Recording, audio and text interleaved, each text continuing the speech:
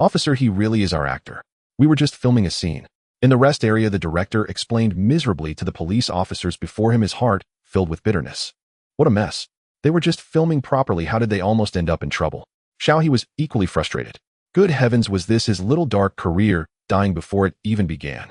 Look, my chainsaw is fake. Xiaohe picked up the chainsaw to prove himself, but as the buzzing sound of the starting chainsaw filled the air, all the police officers stepped back a large pace, their right hands instinctively pressing on their holsters, staring at Xiaohe warily.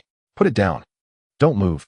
Xiaohe, Seeing the officers about to draw their weapons, Xiaohe quickly rubbed the chainsaw against his own arm. See, it doesn't hurt. The chainsaw's teeth were soft, harmless, even when touching the arm. The police officers finally relaxed. The leading officer Zhang picked it up to inspect, then looked at the still sobbing Meng Lulu. How did you scare her like this? Meng Lulu naturally had a round face like a sweet, obedient neighbor girl. But now her crying wouldn't stop, which naturally made people think too much. Doesn't this just show how well Xiaohe acts? Right, Lulu? The director frantically signaled to Meng Lulu with his eyes. Officer Zhang patted the director on the shoulder, his voice stern. Let the girl speak for herself. What are you doing? Sorry, I was too anxious. The director could only continue apologizing. Fortunately, perhaps with the police present and feeling a great sense of security, Meng Lulu miraculously calmed down quite a bit. Then she looked at the officers, embarrassedly speaking in a muffled voice. Sorry, we really were just filming.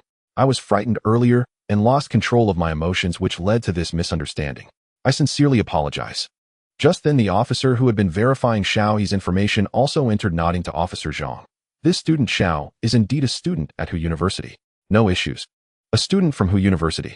Officer Zhang gave Xiaohe a complex look, sizing him up from head to toe, as if still comparing this face to the wanted posters in his mind. Then he patted Xiaohe's shoulder earnestly. Keep up the good acting. Xiaohe. All right. Thank you, Officer Zhang. Although he felt Officer Zhang's words carried an unspoken meaning. What Officer Zhang thought was this guy really seemed suspicious, especially those eyes. Whenever their gazes met, this veteran officer's alarm bells would ring incessantly. But he was a Hu University student. His background check was completely clean, no criminal record. He was also quite handsome, but how could those eyes be? They say the eyes are the windows to the soul. College students before entering society mostly have clear eyes. But Xiaohe's eyes held the indifference and bloodlust unique to a murderer, devoid of any warmth. Officer Zhang had only seen such a gaze once before, over a decade ago. That was a psychopathic killer who had murdered 7 people in a row over a decade ago, creating a nationwide serial dismemberment case. Officer Zhang had been fortunate enough to participate in the investigation and had personally witnessed that man being shot dead by police. That man had the same look just before death, pure evil and bloodlust, condescending, indifferent to everything, including his own life. Even after encountering other murderers later, Officer Zhang had never seen such a look again. But now, it appeared on a student. Officer Zhang felt complicated. He mentally noted the name Xiaohe to investigate later. Just as he turned to dismiss the team, Meng Lulu called out again. Officer Zhang, could I ask one more favor? My. Officer Zhang turned back in confusion. The director, who had just relaxed, felt his heart leap again. My dear little ancestor, please don't cause more trouble. We're about to continue filming. Could you leave one officer here for a little while? I think ID feels safer with you all around. Meng Lulu pressed her palms together. Please, just about 20 minutes. Everyone. Xiaohe. That's enough. He felt sorry for himself. Officer Zhang's expression was subtle, but as a seasoned veteran who had seen much, he remained composed. He first glanced at his watch, then called out a young officer behind him. Xiaohe, would you mind staying a bit longer? Officer Li nodded. Yes, master. After arrangements, Officer Zhang pulled Officer Li aside and whispered a few earnest words. Keep an eye on that Xiaohe, but don't disrupt their filming. Officer Li didn't understand, but nodded solemnly. Got it. Meanwhile, the director was doing psychological preparation with Meng Lulu again, and Xiaohe tried his best to force a friendly smile toward her. When Meng Lulu met Xiaohe's gaze, she felt an inexplicable sense of threat, shrank her neck, and nodded very obediently. Okay. So when filming started again, although Meng Lulu was still terrified, she barely maintained the original plot. Help. The girl ran, while looking back, her expression full of terror, but she tripped over a tree root unaware. Help. The girl scrambled up, helplessly seeking assistance, but behind her the murderer was already strolling slowly with a chainsaw. A shadow cast over the girl, covering her desperate and terrified expression. The murderer looked down at his prey, his smile elegant and crazed. He flicked the blood off his fingertips and raised the chainsaw high. Good night, poor child. The chainsaw fell on the girl, splashing a great amount of blood. The girl struggled, screamed, and let out painful cries, but the murderer didn't blink, staring at his masterpiece with obsession and love. But soon those emotions vanished after death, leaving only coldness and indifference. He only loved her final cries, but would not spare a glance at the dead bird fallen into his mud. The murderer turned off the chainsaw, didn't grant even one extra glance, casually grabbed a leg of the corpse, hummed a soft tune, and slowly walked into the depths of the forest. On the grass, only a patch of bloodstains remained. Cut! Cut! The director shouted until his face and neck were red. His enthusiasm for the drama made him even forget fear. He slapped his thigh excitedly. Great! Great! That's exactly what I wanted. And it was a one take. Perfect. But Officer Lee, who had been standing by, had a grim face. He dashed out and ran deep into the forest to check the situation. At this moment, he had also disengaged from his role. He looked at the person on the ground, put down the chainsaw, and reminded gently, "Teacher Meng, it's over." Meng Lulu opened her eyes as if just escaping death, gasping heavily on the ground. Just then, Officer Lee ran over, helped her up, and examined her carefully, as if still unable to believe everything he'd seen was just acting. He looked at he suspiciously, "Student Xiao, are you a performance major?" That performance really didn't look like acting. He was embarrassed. "I'm a computer science major." "Computer science," the officer murmured, looking even more puzzled. "Then how did you manage to act like that?" "He maybe. It's talent." "What golden finger?" "Don't ask, it's talent." After the scene ended, Officer Lee left with mixed feelings, while he, relying on his outstanding acting skills, successfully won over the director and stayed with the crew. Meng Lulu, having calmed her emotions, earnestly apologized to "I'm sorry, Your acting is truly remarkable. I was simply outmatched, and I nearly disrupted your performance." He shrugged nonchalantly. "It's fine." As the culprit being suspected was his destiny.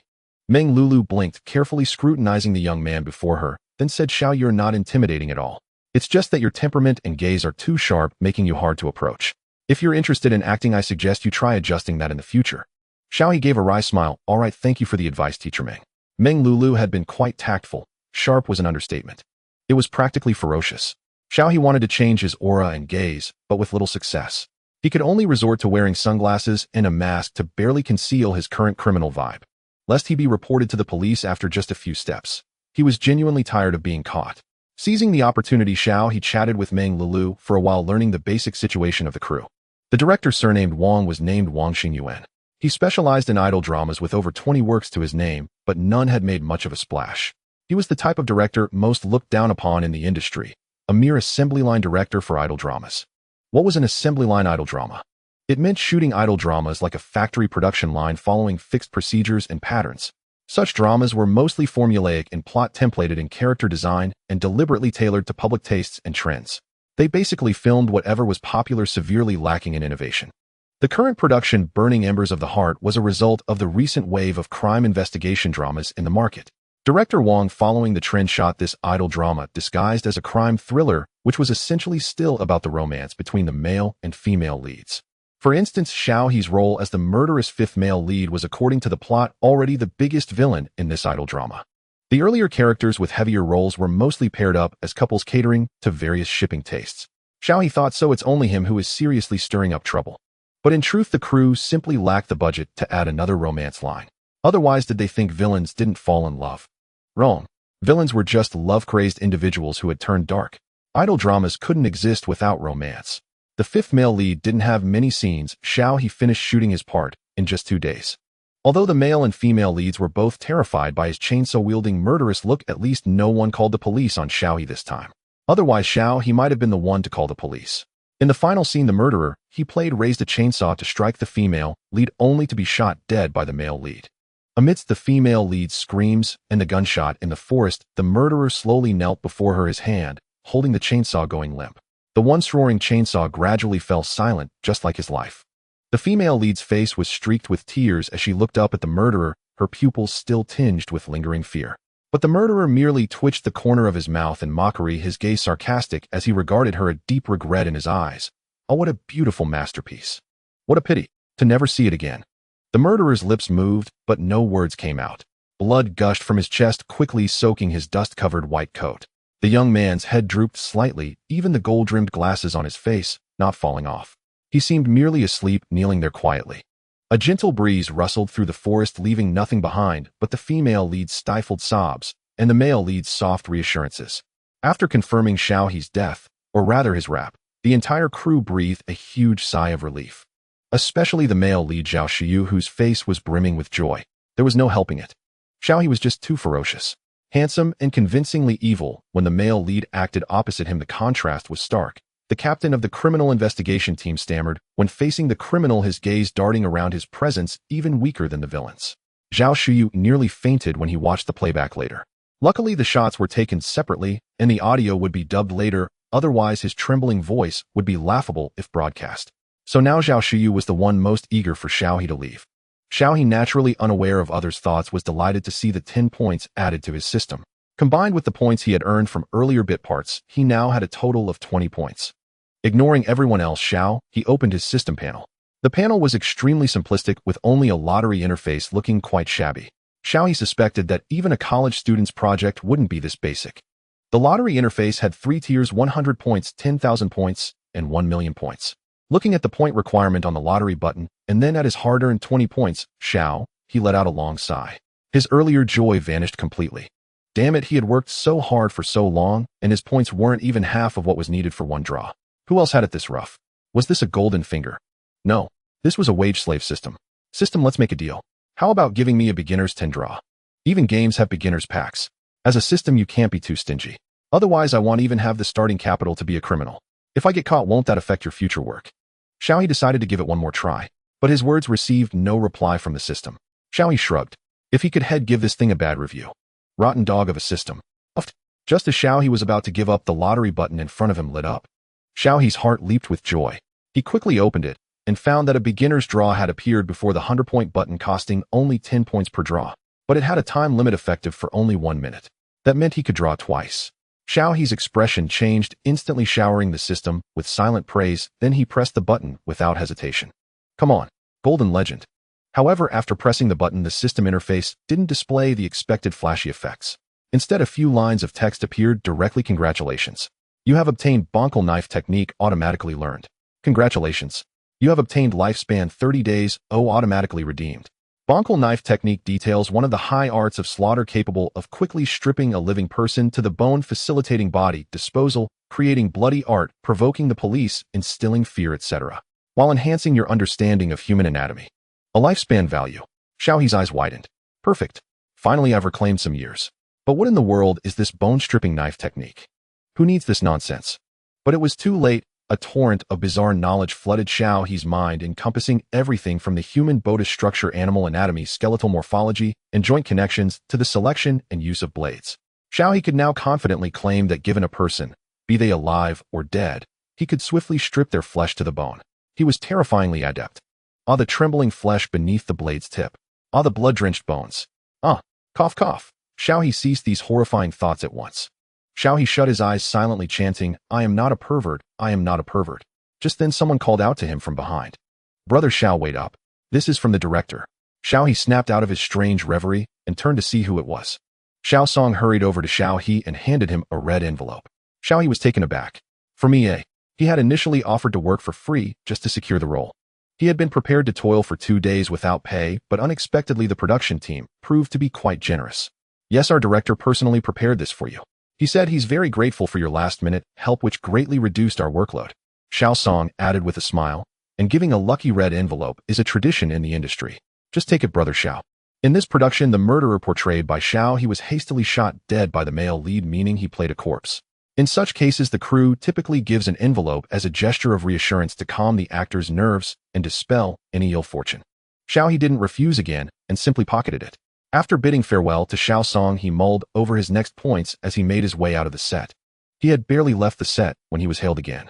This time it was the director of a neighboring crew, Ho Rongshuan, the very man who had once mistakenly thought a real murderer was on the loose and called the police only to discover it was a false alarm involving Xiaohe. Back then, Ho Rongshuan had awkwardly apologized and fled, yet now he stood before Xiaohe once more. Xiaohe eyed him warily. Is there something else? This was the first time he had been arrested by the police since acquiring his criminal system. Xiaohe held no favorable impression of Ho Rongshuan. Ho Rongshuan appeared to be in his early 30s with a plump build and a balding head where a lone tuft of hair swayed like a dandelion in the wind. Before leaving Xiao, he had overheard Xiao Song and others mention that this director was somewhat renowned in the industry, specializing in crime films and known for his stern demeanor on set. But faced with the beaming Ho Rongshuan Xiao, he couldn't quite gauge his intentions. Ho Rongshuan didn't speak immediately. Instead, he scrutinized Xiaohe from head to toe before finally saying, I saw your performance on that slope over there recently. I think your acting is quite impressive and your overall look suits a role in my current project. Would you be interested in learning more? Xiaohe was speechless. The slope over there, isn't that a steep incline? Do you have the agility of an antelope or something? Xiaohe regarded Ho Rongshuan's stout frame with newfound respect. May I ask what the role is? If it was a crime drama, there might be scenes involving knife work. Seeing Xiaohe's interest, Ho Rongshuan promptly pulled out a newspaper. We're filming a movie based on a real case. Have you heard of the Rongto Pig Farm Brothers incident? I want you to play the role of the youngest brother. The name sounded vaguely familiar to Xiaohe. He took the newspaper Ho Rongshuan offered and skimmed through it, drawing in a sharp breath. He remembered now. This happened in Lu City province about 20 years ago. The three brothers of Rongto Slaughterhouse, aiming to monopolize the business, conspired to eliminate other slaughterhouses in the area, threatened and exploited local butchers, intimidated customers, and ultimately orchestrated a horrifying massacre that sent shockwaves through the entire province. And the role Ho Rongshuan wanted him to play was the youngest of the three brothers. Though still in high school, this scoundrel was already a depraved individual, engaging in school bullying, molesting female classmates, slandering teachers, and eventually joining his brothers to dismember a family of three and feed them to the pigs, completely devoid of humanity and morality. Most critically, in the real case, this culprit remains at large. While his two brothers have been executed and are long buried, he is not. Before the police could close in, this beast had already fled, leaving the case an unresolved burden for many. Now Xiaohe hesitated. Though he excelled at playing villains, antagonists, he had to consider his future. This role was too detestable, and with the real culprit still unapprehended, filming it would invite backlash on both the crew and himself. Xiaohe recalled a TV series that had adapted an unsolved murder case, only to be savagely criticized by netizens for disrespecting the victims and causing secondary harm to their families. Xiaohe decided it was best to steer clear of this troubled waters. Sensing Xiaohe's hesitation, Ho Rongshuan pressed on. Rest assured, our script has been approved by the victims' families, and they even support it. Their only request is that the actor playing the youngest brother bears a strong resemblance to the real culprit, and that we vigorously publicize the wanted notice during promotion. 20 years ago, the family of three was brutally murdered, leaving only the paternal grandparents. Now in their 90s, they may pass at any moment. Their sole obsession is to see the last fugitive captured before they die. So when the crew approached them, the elderly couple was unexpectedly lenient, imposing just one condition: that the film's influence be used to spread the murderer's face across all of China. Let the killer be forever nailed to the pillar of shame. And if by some chance it leads to his capture, all the better. But I don't look anything like this murderer. Xiaohe was baffled, holding up the wanted poster from the newspaper beside his own face. He's clearly uglier than me. Not only was he uglier, but the culprit, still in his adolescent years, had a face full of acne, swollen like a bloated pig's head. Xiaohe struggled to reconcile that visage with his own handsome features. He could at least narcissistically call himself handsome, couldn't he? To resemble, that would be an insult. Could the director be harboring ulterior motives, trying to whitewash the murderer? Xiaohe's gaze toward Ho Rongshuan shifted. He felt he should call the police on this man right now. It's mainly your temperament and physique, Ho Rongshuan quickly explained, patting his chest to reassure. I guarantee that once I'm done with your makeup, no one will recognize you. Xiaohe's looks amidst the entertainment industry's sea of handsome faces were not those of an absolute heartthrob or a flower boy. Yet his facial structure was sharply defined and upright, the kind of versatile features directors adore, capable of portraying both suave heroes and grotesque villains with convincing authenticity. Simply put, he had a face that disappeared into roles. The only pity was Xiaohe's overly somber temperament and piercing gaze, so uniquely distinct that without careful cultivation, he might be destined for a career solely as a villain specialist. But that was already a path many dreamed of, wasn't it? Ho Rongshuan looked at Xiaohe with earnest sincerity. Please, you must consider it. This project is crucial to many people. Originally, I planned to resort to AI face swapping if necessary, but the moment I saw you, I inexplicably felt you were perfect. With the other party having said so much, it would be ungracious for Xiaohe to continue being coy. He lowered his gaze to the newspaper in his hands and finally nodded. All right, but I'm not a trained professional. Don't expect too much from my acting. Oh, no worries. Just play yourself. Ho Rongshuan excitedly dragged him away, his face brimming with joy. Xiaohe was utterly speechless. What did he mean by play yourself? Well, that was quite the insult. And so without further ado, Xiaohe followed Ho Rongshuan directly to their film set. The entire mountain was a filming base boasting everything from dreamlike castles to rustic manors. Even the adjacent cliffs hosted numerous crews queuing to shoot falling off a cliff scenes, with many spots recognizable from popular TV dramas. The set of Burning Embers, where Xiaohe had been, was nestled in a particularly lush forest area halfway up the mountain. Now Ho Rongxuan led Xiao to a small factory nearby right beside the woods. Calling it a factory was generous. It was merely a low-rise structure hastily erected from iron sheets by Ho Rongxuan's crew. The interior was sparsely decorated, mostly empty, serving as a storage space for the crew's tools and equipment. In another corner, various props and decorations were neatly arranged. Even the background walls had been artificially aged with mottled stains on the floor, clearly the designated filming area. People greeted Ho Rongxuan along the way, and he responded with smiles. Xiao, recognizing no one, silently trailed behind him. Ho Rongxuan led him straight to the adjacent small building to have the special effects makeup artist do a trial application. The artist was a young, impeccably dressed woman named Feng Sanhua. With her refined makeup and a pair of rimmed glasses, her expression was stern. Had Xiao not seen her in the makeup room, he might have mistaken her for a corporate professional. "Hello, Teacher Feng," Xiao greeted politely. "Sit."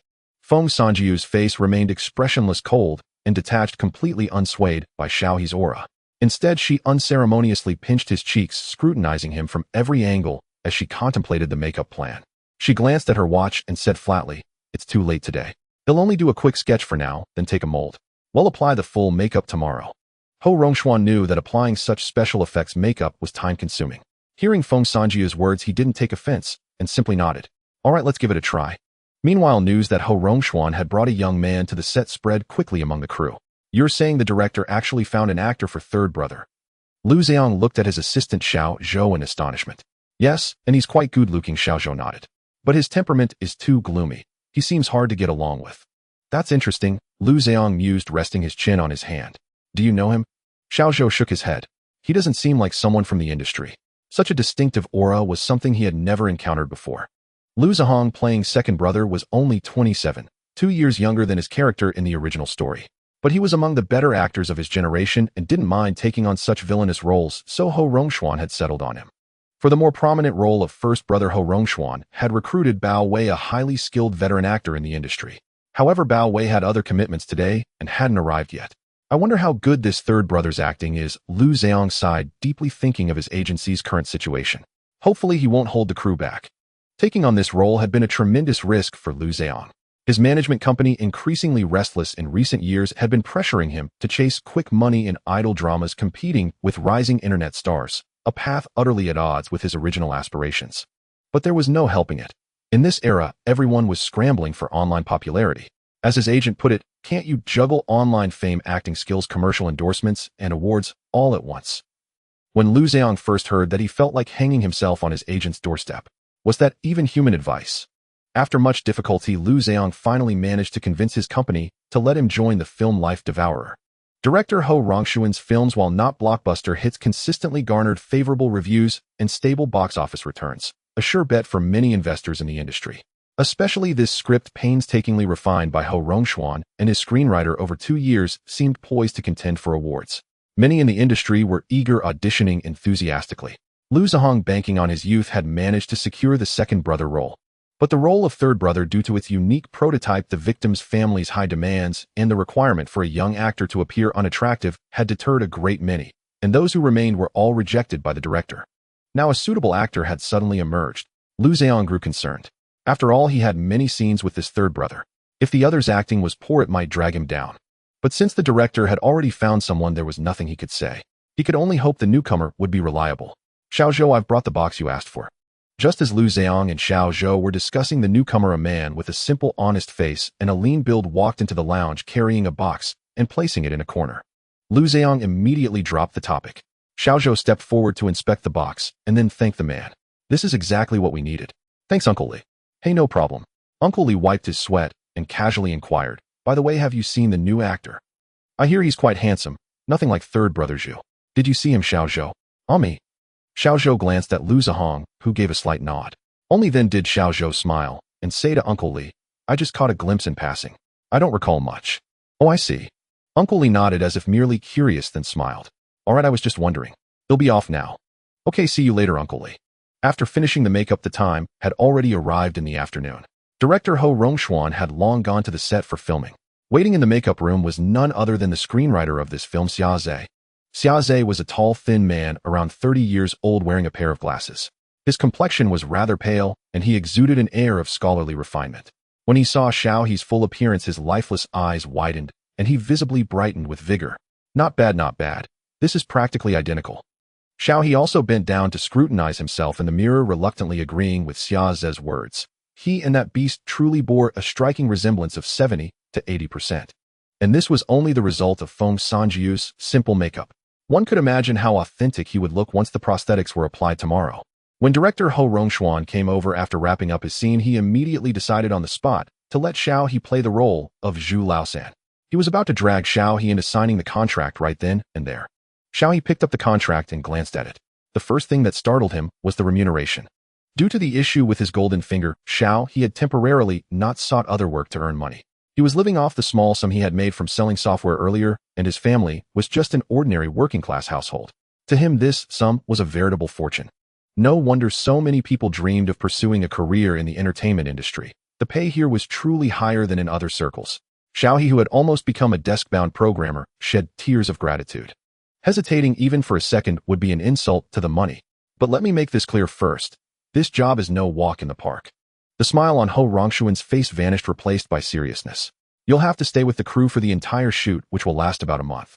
Most of the time you'll need to wear this special effects makeup, and it's summer. You need to be mentally prepared. Being a special effects makeup actor was extremely grueling, especially in summer. Sweating and the makeup running were commonplace, but the worst-case scenario was damaging the skin. Ho Rongxuan was very worried that Xiao He wouldn't be able to endure the hardship. Xiao He signed the contract without hesitation, then looked at Ho Rongxuan with a serious expression and asked, "Director, could you write me an internship certificate later? Our school requires it." Fortunately, they were already seniors, and the school basically left them alone. They didn't need to return to campus as long as they secured the internship certificate. Ho Rongxuan said, "Fine, I'll write one for you later." Indeed, still a college student. Such a modest request. The next day, Xiao He officially started work. Since his makeup was the most intricate, Xiao He arrived earlier than all the other actors. As soon as he got to the location, he had Feng Sanhua work on him. After a while, a staff member came in to distribute water. "Uncle Li, thanks. You're early again today." Another makeup artist greeted the staff member proactively. The man called Uncle Li nodded, then leisurely placed the water in front of Xiao He and the others. "Thanks," Xiao He said out of politeness. But as soon as his eyes met Uncle Li's, the smile on Xiao He's face slowly faded. Strange. Uncle Li lowered his gaze, finished distributing all the water, and walked out slowly. Xiao He stared at Uncle Li's retreating figure, his brow furrowing. "Don't frown," Feng Sanhua warned coldly. Xiao He quickly relaxed his brow. "Sorry. That glance just now. There was no mistake." This Uncle Li had a serious problem. He had sensed the scent of a kindred spirit in him. Ever since acquiring the criminal golden finger, Xiao He had gained many passive skills, and this one, let's call it kindred scent for now. He now had an uncanny intuition for criminals. With this ability, Xiao He had once caught a thieving stalker on a set, where he was an extra. And this passive skill had its nuances. For instance, with that stalker, Xiao He could clearly sense that he was just light-fingered, prone to petty theft, not a particularly terrifying criminal. But with Uncle Li just now, Xiao He smelled the scent of blood. This was definitely a murderer who had taken more than one life. The stench of blood on him was so strong it was nauseating. Instinctively, Xiao He wanted to call the police. But as soon as he picked up his phone, Xiao He put it back down. What could he tell the police? That the guy was a murderer. What evidence did he have? And how would he know? Xiao He couldn't exactly say it was like a tracks, like, could he? Even he wouldn't have believed it in the past. Xiao He sighed in frustration. He might end up getting himself arrested too. For now, he could only observe during this time. After sitting for a while longer, Bao Wei arrived. Since their set was a temporary setup, there were no separate dressing rooms. The actors for the major roles shared a makeup area, while another area was partitioned off for the other actors. Finding someone already seated at the adjacent makeup table, Bao Wei, who was always the earliest to arrive, was taken aback. Seeing the unfamiliar face, he understood. "So you're the new actor for the third brother role." "Hello, Teacher Bao. I'm Xiao He. Please guide me." Xiao He greeted politely, his heart racing with excitement. Oh my God, he was seeing the living legend Teacher Bao Wei. Bao Wei was 39 this year, one of the best actors of his generation among mid-career performers. He had already won the White Magnolia Best Actor Award and been nominated for the Golden Flower Award, and his career was still on the rise. He had joined the cast of Life for Life, purely to repay a favor to the director. His Golden Flower nomination, last time, had been for a film by Ho Rongxuan. Since Bao Wei had been quite active in recent years, Xiao He had seen many of his TV shows and movies. Even his mother was a casual fan of Bao Wei, always choosing his works without a second thought. So Xiao He was no stranger to him. In fact, in this entertainment industry, where new faces emerged constantly, Xiao He barely recognized a handful of actors. The industry changed so fast that he had become somewhat face-blind. Bao Wei gave Xiao He a thorough once-over, then patted him on the shoulder with great satisfaction. Good lad, keep up this state. It's excellent. Earlier when Director Ho mentioned him, Bao Wei hadn't thought much of it. But seeing him now, the kid had been in character all along. Truly impressive acting. Was he really not a trained professional? Bao Wei sighed inwardly. Young people these days are terrifying. This acting is so pure and flawless, it doesn't even look like acting. They're going to wash us old-timers away. He let out a long sigh and sat down on the other side to wait for the makeup artist. Xiao He was still processing the pat on his shoulder. By the time Bao Wei sat down, he finally caught on. Bao Wei thought he was already in character. He was not. Xiao He's smile faded and his eyes took on a hint of weariness. Who knew the weight of a director saying, just be yourself? Who knew? Anyway, he wasn't too keen on knowing. Who knew? Anyway, he wasn't too keen on knowing. As Bao Wei began applying his makeup, Lu Xiang arrived accompanied by Zhuo Jianhua, the male lead of this drama. Zhuo Jianhua, now nearly 60, was the oldest and most seasoned actor present, playing the role of the task force leader in this production. This team leader was also based on a real person highly respected in C Province's criminal investigation circles. Having a powerhouse actor like Zhuo Jianhua portray him did justice to the officer's reputation. After a brief introduction, everyone settled into silence as their respective makeup artists began working. Soon the adjacent makeup area grew lively. Xiao He noticed the man he had previously paid extra attention to, Uncle Li, re-entering to distribute water to everyone. From his demeanor, he seemed like an utterly ordinary man with no distinguishing features. If Xiao He didn't have his golden finger, he would have thought the same. But Xiao He sank into deep thought. What was this guy's deal? Did he have some special purpose on this set? Or was it just a coincidence? Teacher Li. Uncle Li handed a bottle of water to an actress seated diagonally behind Xiao He. From this angle, He could see them clearly in the mirror. She was a very young, beautiful girl with a thick mane of jet black hair, clad in a white dress that made her appear gentle and radiant. When she spoke, a hint of smile first graced her brows and eyes. She was the kind of first love many youths would adore during their school days. Thank you, Uncle Li. Li Hanyue took the water and said politely with a smile. Just call me Xiao Li. We share the same surname after all. We're from the same clan. Uncle Li gave a simple, honest laugh. Haha, that won't do. Teacher Li is an outstanding actress worthy of such a title. Li Hanyue replied helplessly, really, there's no need.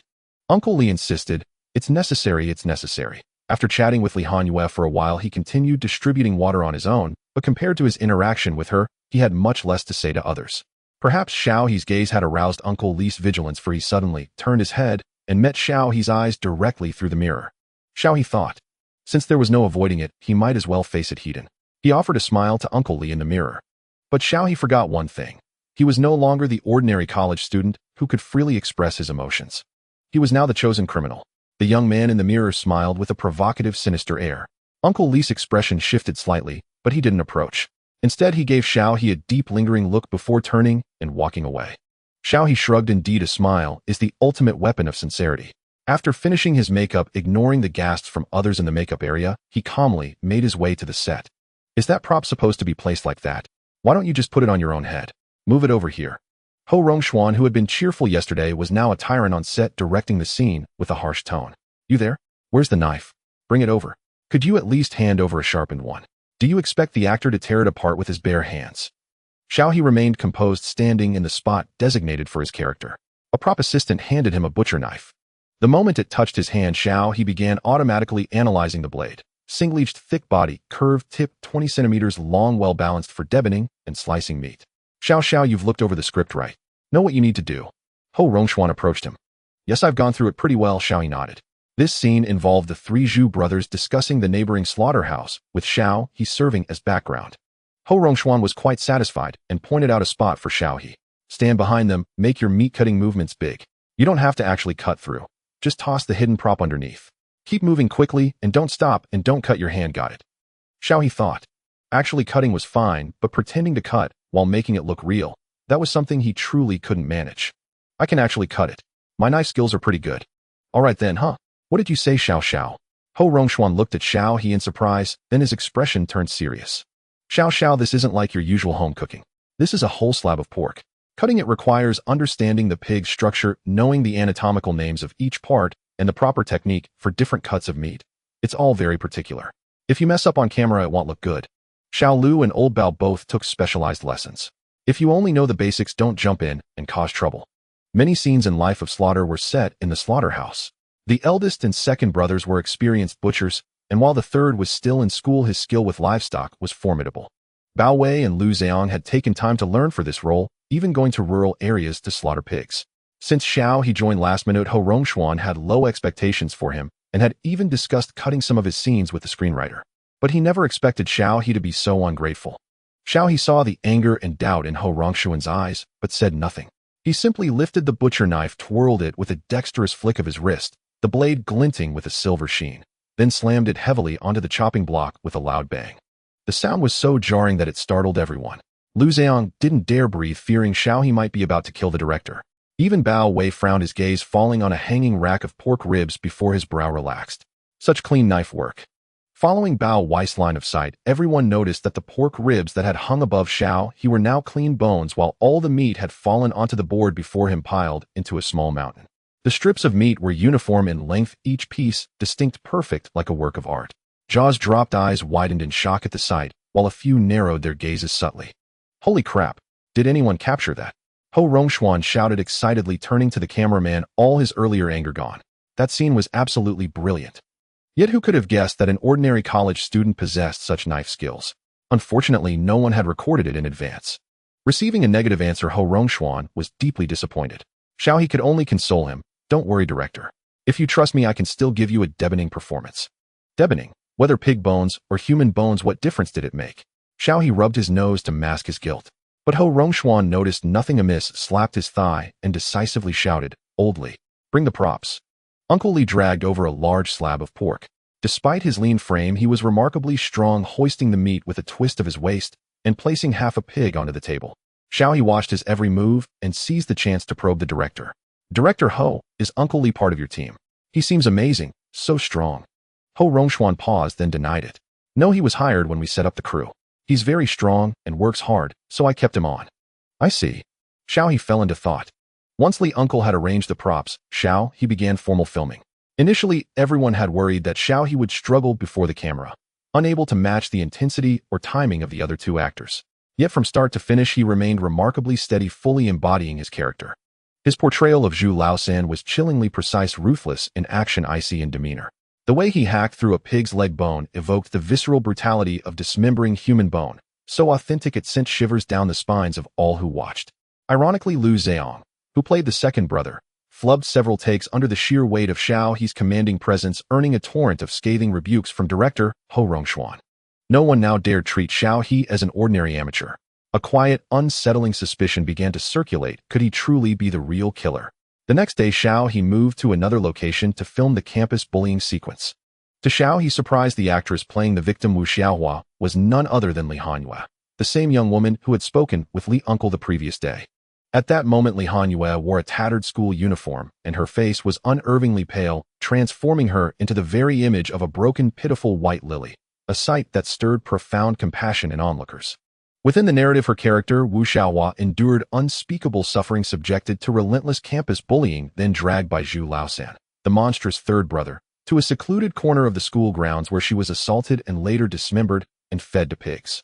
What unsettled Xiao He most was Li Uncle's unusually attentive behavior toward her. What secret did she carry? Puzzled, he deliberately approached her to strike up a conversation. Li Hanyue proved delightfully articulate, a bright, cheerful young woman. Through their talk, Xiao He learned she was his age, currently in her senior year at the Shanghai Theatre Academy's acting department, and had been personally selected by director Ho for this pivotal role. Xiao He detected nothing unusual in her words. That was strange. "Xiao He, Li Hanyue, come prepare," Director Ho Rongxuan called out, while gesturing for bystanders to clear the set.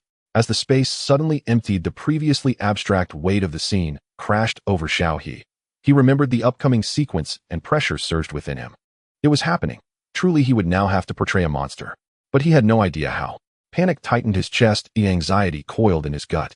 He had a grim premonition today director Ho would surely be driven to despair. Cut! Cut! Cut! Xiao He, you brat. What on earth are you performing? You're dragging her toward the woods, not hauling her corpse to burial. What is that look in your eyes? Cut! Expression. Where is your expression? With that face, who exactly are you planning to murder? Stop! Are you staging a dismemberment scene? After shouting several times, director Ho felt his blood pressure spike. He abruptly called for a break, lit a cigarette, and summoned Xiao He. Guilt-stricken Xiao He shuffled forward, head bowed. "I'm sorry, director Ho." Ho Rongxuan exhaled, smoke, his expression layered with complexity. After a long silent gaze, he sighed deeply. It's all right. I rush things. Your performances elsewhere have been consistently strong, so I never considered arranging psychological preparation beforehand. That's my oversight. Though cast as the victim, Lee Han-yue possessed professional training and solid mental grounding. Seeing Xiao He even more anxious than herself, she relaxed and smiled warmly to comfort him. Don't worry. For a complete novice, you're doing exceptionally well. Xiao He hadn't expected to be consoled by the very actress portraying his victim. His cheeks flushed crimson. He half wished for a crack in the floor to swallow him whole. Director Ho didn't find Xiao He's embarrassment contrived. Taking another drag, he said this scene hinges entirely on the character of Zhu Laosan. At present, your performance falls short of the required standard. Xiao He could only apologize again. I'm sorry, director. Ho Rongxuan sighed once more, voice low and faint. Sometimes I truly wonder, have you secretly buried a few bodies behind our backs? Desire? No, I only feel the urge to stab people. Xiao He, fine, let's pause. I'll find another way. Director Ho waved his hand wearily. Xiao He finally exhaled in quiet relief. In the days that followed, he continued filming the slaughterhouse scenes with the crew. To Director Ho's satisfaction, Xiao He delivered every other scene flawlessly, his cold-blooded cruelty captured in near-perfect single takes requiring no further direction or concern. Xiao He too was pleased. Zhu Laosan committed scarcely a single humane act. Daily episodes of campus bullying, threats, and intimidation against rivals of his family's slaughterhouse, covert surveillance, robbery of the vulnerable. Though fragmented and possibly omitted from the final cut, each constituted a distinct criminal act, eligible for points. Only those performances officially approved by the director earned points. Repeated takes of criminal behavior did not count. Still, Xiao He now accumulated modest point increments daily. Life was growing ever more judicially promising. Moreover, due to his outstanding performances, fellow actors frequently shared warm, genuine camaraderie with him. Even Lee Han-yue voluntarily lent him her university acting notes, while Lu Zheong, driven nearly mad by repeated retakes, privately asked Xiao He how to unleash murderous aura. Should I say it's innate talent? Would you believe me? Lu Zheong's face radiated disbelief. What do you think? Xiao He spread his hands. Then I'm truly helpless. Teaching it? Impossible. Meanwhile, during filming, Xiao He quietly observed the man named Li Ziqing. He was profoundly suspicious.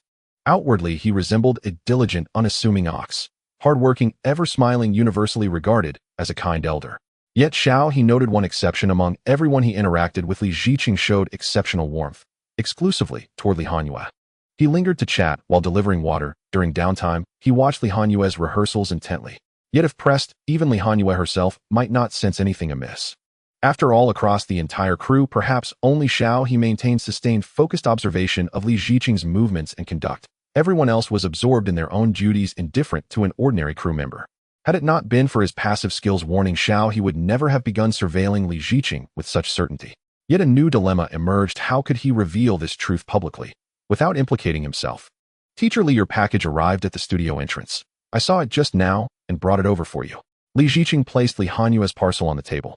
Li Han-yue looked surprised, then flustered. Oh, how careless of me. I forgot to update the delivery address. Thank you, Uncle Li. Li Ziqing gazed at Li Han-yue, lips parting as if to speak. When Xiao He instantly spun his rolling chair beside her. Teacher Li, could you help me rehearse this script scene? How should I play it? Oh, sure. Their exchange instantly severed Li Ziqing's impending words. Then recklessly Xiao He tilted his head and shot Li Ziqing a sidelong glance. Uncle Li, do you need anything else? Li Ziqing fixed Xiao He with a glacial stare. His fingers slowly clenched, tightening unconsciously. Before he feigned calm, shook his head with a smile and silently turned away. Xiao He persisted in this provocative behavior for over half a month. Whenever Li Ziqing approached Li Han-yue, Xiao He would find various excuses to interrupt their interactions. To avoid arousing suspicion, his methods were subtle, and he often included Lu Zheong, making it appear to others that the three of them were simply close friends without any underlying motive. Li Ziqing, however, was an exception. The look he now cast at Xiao He was laced with barely concealed murderous intent. Yet since most of the slaughterhouse scenes were nearly complete, Li Ziqing refrained from making any further moves. That day, Xiao He finally completed the filming he had previously failed to finish, embodying the frenzied desire that Ho Rongxuan demanded.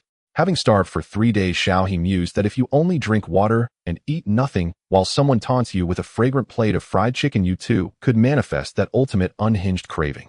According to Lu Zheong, who was watching, and Li Han-yue, the one involved, the moment the director called cut and declared the scene a perfect take, Xiao He transformed into a blur of motion, darting straight for the bucket of fried chicken and devouring it like a storm. Lu Zheong even joked that the scene resembled the parents of Chihiro from Spirited Away, impossible to pull back no matter how many people tried. Xiao He, fully aware that Lu was mocking him for being a glutton, kicked Lu Zhang hard on the backside in mock anger. By now they had grown very familiar with each other, so such teasing and roughhousing never led to genuine offense. At moments like this, Xiao He couldn't help but feel a surge of emotion. It was truly fortunate to have encountered two excellent production teams in succession. Moreover, during his time with the crew, Xiao He had managed to accumulate 40 points. This was more than any previous earnings. Xiao He decisively resolved to continue seeking scripts and pursuing acting, for no other reason than pure passion and talent. Thus, as his role neared its end, Xiao He began discreetly inquiring about casting opportunities in other productions. His first query was directed at Lu Zhang. Lu Zhang paused, then asked in surprise, "Brother Xiao, are you planning to develop a career in the entertainment industry?" Due to Xiao He's imposing aura, which seemed to give him an intimidating 2-meter presence, both Lu Zhang and Li Hanyue referred to him as Brother Xiao, even though Lu was several years older and Li was a few months his senior. "I find acting quite interesting," Xiao He replied vaguely. He certainly couldn't admit he was here to legally eliminate people. "I do know of a few things." Lu Zhang hesitated, but eventually shared. Director and Ran is preparing a new drama, a modern romance, based on a major IP. "If you..." No, Xiao He quickly waved his hand. "I can't act in a modern romance." No, Xiao He quickly waved his hand. "I can't act in a modern romance." Lu Zhang agreed that Xiao He's demeanor was ill-suited for romantic idol dramas. After a moment of reflection, his expression turned apologetic. "Sorry, Brother Xiao, I don't have any suitable roles right now either." His company was determined to push him down the path of becoming a traffic star, and idol dramas were the fastest way to gain popularity. Consequently, the only offers Lu Zhang had received lately were for such productions. All others were rejected by his agent, much to his frustration, and he was already considering switching agencies. Xiao He understood. "Thanks, Brother Zhang. It's nothing, I didn't really help." Lu Zhang offered advice. "You could try asking Director Ho directly. Directors have more connections, and if there's a script you might be able to get in touch." Xiao He nodded. "All right, I'll think about it." Just then Zhuo Jianhua entered the lounge. Both Lu Zhang and Xiao He stood up to greet him. Though Zhuo Jianhua was a lead actor with a substantial role, most of his scenes were with the investigation team, leaving little interaction with the three brothers. Thus they weren't particularly familiar with this veteran, but basic courtesy was essential.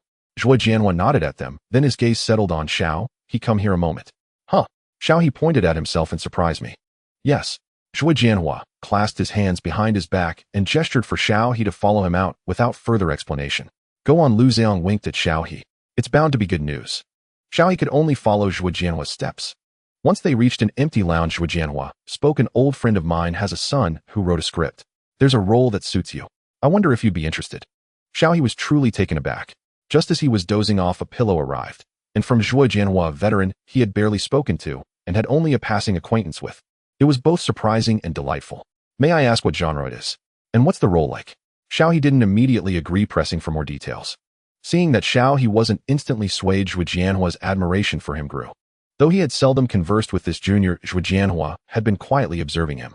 The young man's acting wasn't exceptionally skilled, but it was brimming with talent, especially his knife techniques, which never failed to astonish Zhuo Jianhua. So when he saw the script from his friend's son, Zhuo Jianhua immediately thought of Xiao He. It's a wuxia script. The role is a cook skilled with a boning knife. Not the lead, but a significant part. I think you'll find it intriguing. Xiao He's eyes lit up. Truly a veteran knew exactly how to capture his interest. "Does the character kill anyone?" Xiao He asked after a moment of deliberation. Since it was a wuxia setting, it should be filled with blood and violence. Zhuo Jianhua. What an odd question. "Yes." "All right, I'll take it." Xiao He agreed without hesitation. Having come this far, only a fool would refuse. Thus, before his role in Life of Slaughter was completed, Xiao He received the script for The Bounty Hunter.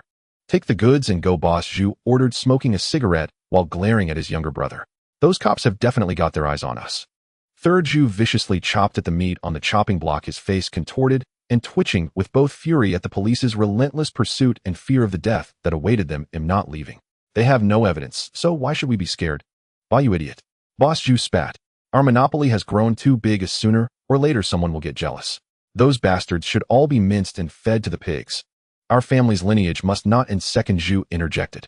"You need to head up the mountain now. Father took you through that path before, you know it better than them. Once here and stay hidden and never come back. Our family's lineage must not end." Second Zhu interjected. "You need to head up the mountain now. Father took you through that path before, you know it better than them. Once here and stay hidden and never come back. Then let's all go together."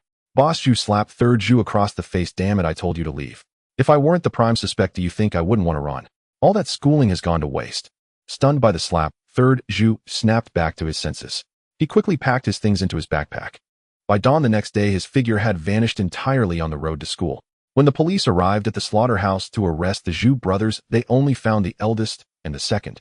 No one knew where the third brother had gone, and that disappearance would last for over 2 decades. Congratulations on wrapping. After finishing the final scene, Xiao He wrapped up his role along with Li Hanyue. Lu Ziyang stepped forward, handing bouquets to Xiao He and Li Hanyue respectively. Thank you. Xiao He looked at everyone, his eyes filled with reluctance and emotion. The past month on set had been a truly novel and unforgettable experience for him. Xiao He felt he would not forget it for a long time. Even Bao Wei and Zhuo Jianhua came over to offer their congratulations.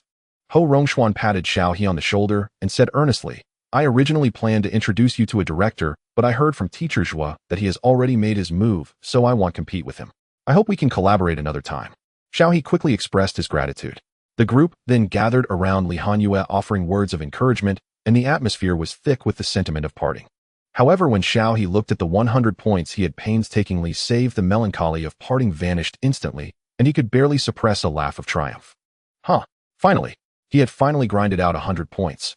This also illustrated just how inhumane Zhu Laosan was squeezing out a single pull for Xiao He. Thinking of the scenes he had filmed, Xiao He sincerely hoped that Zhu Laosan would be caught one day. With this hope in his heart, Xiao He pressed the draw button. The lottery interface remained as unadorned as ever, and the moment he clicked, the prize appeared. Congratulations on obtaining Hacker Techniques Basic Auto-Learn. Hacker Techniques Basic details basic hacking skills logged in the database, aiding you in committing cybercrimes. Xiao He was dumbfounded. What was this again? I'm a computer science major myself, and you're giving me basic hacking skills. Who are you looking down on? Drawing this feels like drawing nothing at all. The next moment, Xiao He was thoroughly proven wrong. A wealth of hacking knowledge suddenly flooded his mind, far surpassing anything he could learn at school. It was as if a new world had opened up, elevating his understanding of computers and networks to a whole new level. If the previous Xiao He was just an ordinary programmer tapping out code, aiming for functionality over perfection, now he was a black phantom capable of freely traversing networks, delving into kernel mechanisms, and brushing against the boundaries of the law. That was a domain of complete gray. But this wasn't what surprised Xiao He the most. This is only basic. Xiao He marveled. If basic already places him at an intermediate advanced level domestically and internationally, what level would higher tier hacking techniques reach? Unfortunately, that remained unknown for now. After packing his things, Xiao He prepared to return to school, first waiting for the new production team's filming notice. He called out to Li Hanyue to join him. Li Hanyue waved her hand, and instead invited, a friend of mine is coming to pick me up, brother Xiao, why don't you ride back with me? Xiao He glanced at the ride-hailing time on his phone and was about to agree when an unfamiliar black car slowly pulled up beside them. Teacher Xiao, Teacher Li, where are you headed? I can give you a lift. The window rolled down slowly, and Li Ziqing sat in the driver's seat speaking to them. Xiao He's guard instantly went up upon seeing Li Ziqing. Uncle Li, aren't you staying at the set today? The director asked me to procure some more props. Li Ziqing explained, a flicker of obscure emotion in his eyes. Get in, it's hard to hail a cab here. What is this guy up to? Xiao He narrowed his eyes. He had been too busy lately to deal with him, and now this guy was making a move first. Xiao He curled his lips and waved to Li Hanyue. Then he'll ride with Uncle Li. See you. He then opened the car door and got into Li Ziqing's vehicle. Li Hanyue nodded. Okay, bye-bye, brother Xiao. Li Ziqing leaned out to look at Li Hanyue. Teacher Li not coming along. Li Hanyue explained, my friend will be here soon. You go ahead. Li Ziqing's expression momentarily soured. He turned his head to look at the innocent-faced Xiao He beside him, said nothing more, stepped on the accelerator, and drove out of the film base. Inside the car, an awkward silence fell between them. Xiao He decided to let things unfold, placing his hands naturally on his lap and staring straight ahead, adopting a completely obedient demeanor. Li Ziqing glanced at the young man in the rearview mirror, seemingly pondering something, then reached for a cigarette beside him. Do you smoke? Thanks, I don't smoke. All right. Li Ziqing lit a cigarette for himself, slowly exhaling smoke. Xiao He silently rolled down his own window. After another long pause, Li Ziqing finally spoke. Student Xiao, you're a student at Huda, right? What made you want to become an actor? Xiao He raised an eyebrow, a bit of accident, and some luck. Also, I really want to expose Zhu Laosan's ugly face to the public, so I agreed to the director's invitation. Is that so? Li Ziqing twitched the corner of his mouth. You're quite righteous. Detecting the sarcasm in the man's tone, Xiao He decided to take the initiative. Uncle Li, you've been watching my performance lately. What do you think of my acting? Is it realistic enough? Li Ziqing replied, I don't know much about acting, but I guess if the real Laosan saw you, he'd be shocked. Your face really is quite accurate. Is that so? Xiao He drew out his words, his gaze piercing through the smoke at the wiry man before him, then slowly shifting away. Uncle Li, do you think they'll ever catch the killer in their lifetime? Heh. Li Ziqing chuckled. Of course I hope they catch him soon, but it's been over 20 years. Who knows what's become of the killer? Indeed, but it reminds me of a news story I saw, Xiao he said with a feigned sense of emotion. A fugitive wanted by the police for years never actually fled far. All these years he lurked near the victim's family, relishing the thrill of watching their suffering and the police's inaction. Uncle Li, do you think Zhu Laosan could be the same? Hiding near the victim's family all this time, even knowing that a crew is about to film the murder case he committed back then. Li Ziqing froze the cigarette, trembling in his hand, ash falling onto his pants unnoticed. He turned his head, staring coldly at Xiao He. Meeting the man's scrutinizing gaze, Xiao He acted as if he hadn't noticed, offering a slight smile. What's wrong, Uncle Li? Just casual talk. What do you think Zhu Laosan would do if he found out? Would he want to visit the set? Maybe even critique how accurate my portrayal of Zhu Laosan is? The young man's smile held no malice, but his criminal aura lent it a hint of mockery and derision, as if everything was crystal clear to him. Li Ziqing licked his dry lips and said, I wouldn't know about that. By the way, Uncle Li, you have a strong accent. Were you from Province C2? What made you come to Shanghai? Li Ziqing rubbed the steering wheel. Just came to broaden my horizons. After all, he said with a half-smile, looking at Xiao He, student Xiao's knife skills really opened my eyes. I've never seen anything like it. The technique is quite different from usual. Student Xiao, how did you practice that knife work? It's the deboning technique, the young man said quietly. Uncle Li, did you know? Boning is all about efficiency and aesthetics. If you move fast enough, you can even see the prey's muscles twitch from residual nerve reflexes, the bones under the blade almost dancing. If you're too slow, the knife might get stuck in the bone gaps, making a grating sound which ruins the quality and efficiency of the work. Li Ziqing narrowed his eyes slightly. Oh. He looked up at the rearview mirror and the young man, and it seemed to know he was being watched. His gaze pierced through the mirror, locking eyes with him. Those pitch-black eyes, reminiscent of someone from 20 years ago, held pure malevolence. Uncle Li, have you experienced that? With a screech of tires against the asphalt, the car slammed into the rear of the vehicle ahead, jolting both occupants forward.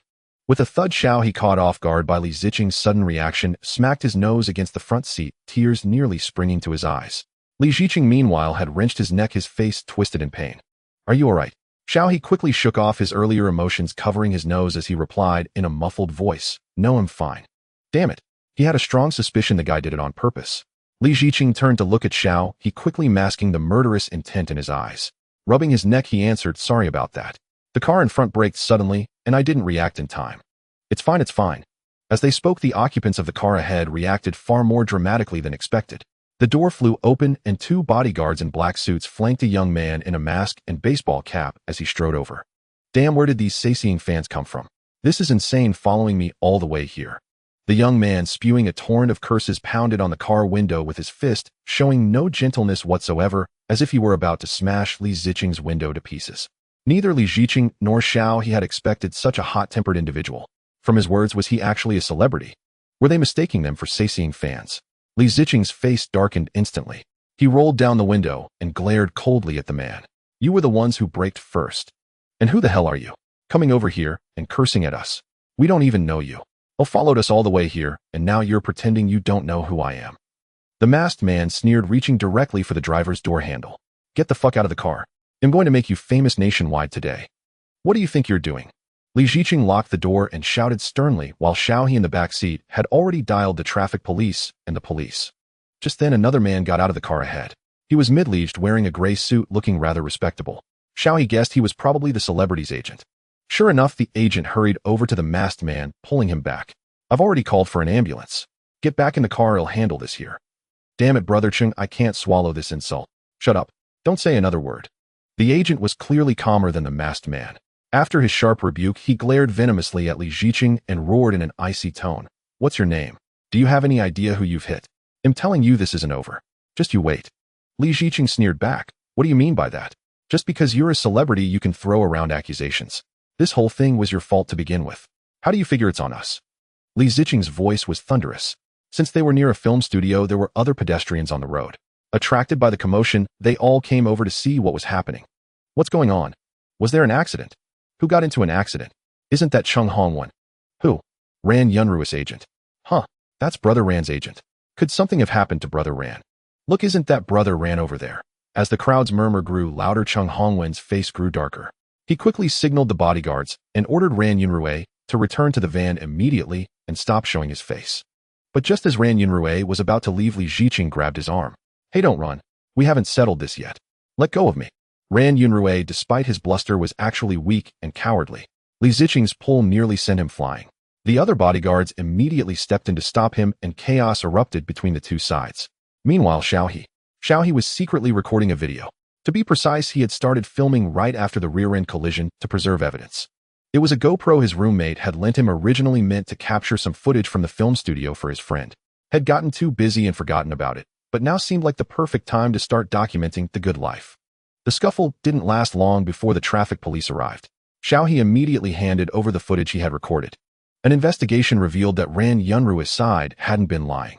They had indeed been followed by a sightseeing fan recently driving a car of the same model as Li Ziqing's. This had ignited Ran Yunrui's fury, prompting them to teach the supposed sightseeing a lesson. Much to their surprise, the people in the car were completely innocent and not the sightseeing fans they had assumed.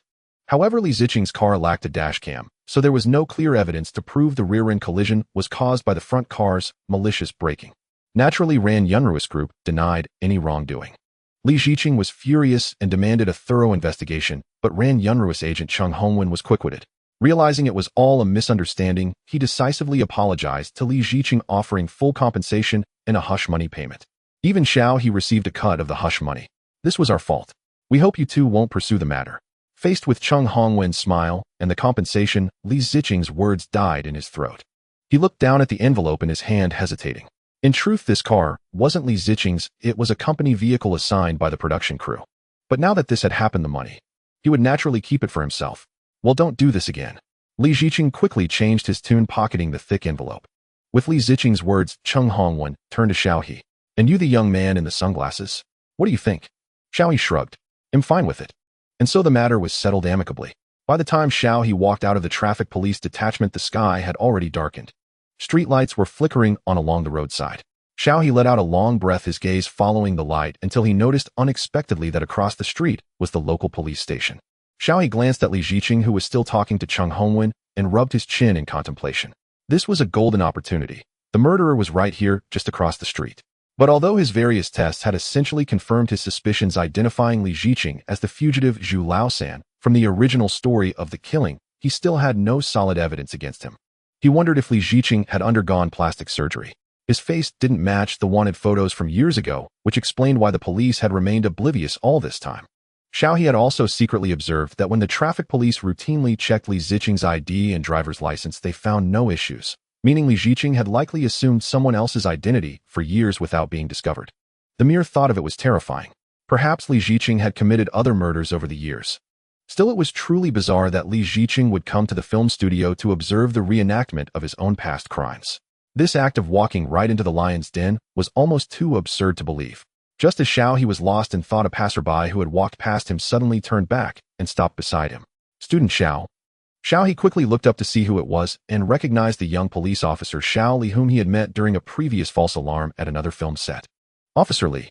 Officer Xiao Li glanced at Xiaohe, then at the police station across the street, and asked with a complicated expression, "Student Xiao, what are you doing here?" Standing at the police station entrance with such a hesitant and conflicted look.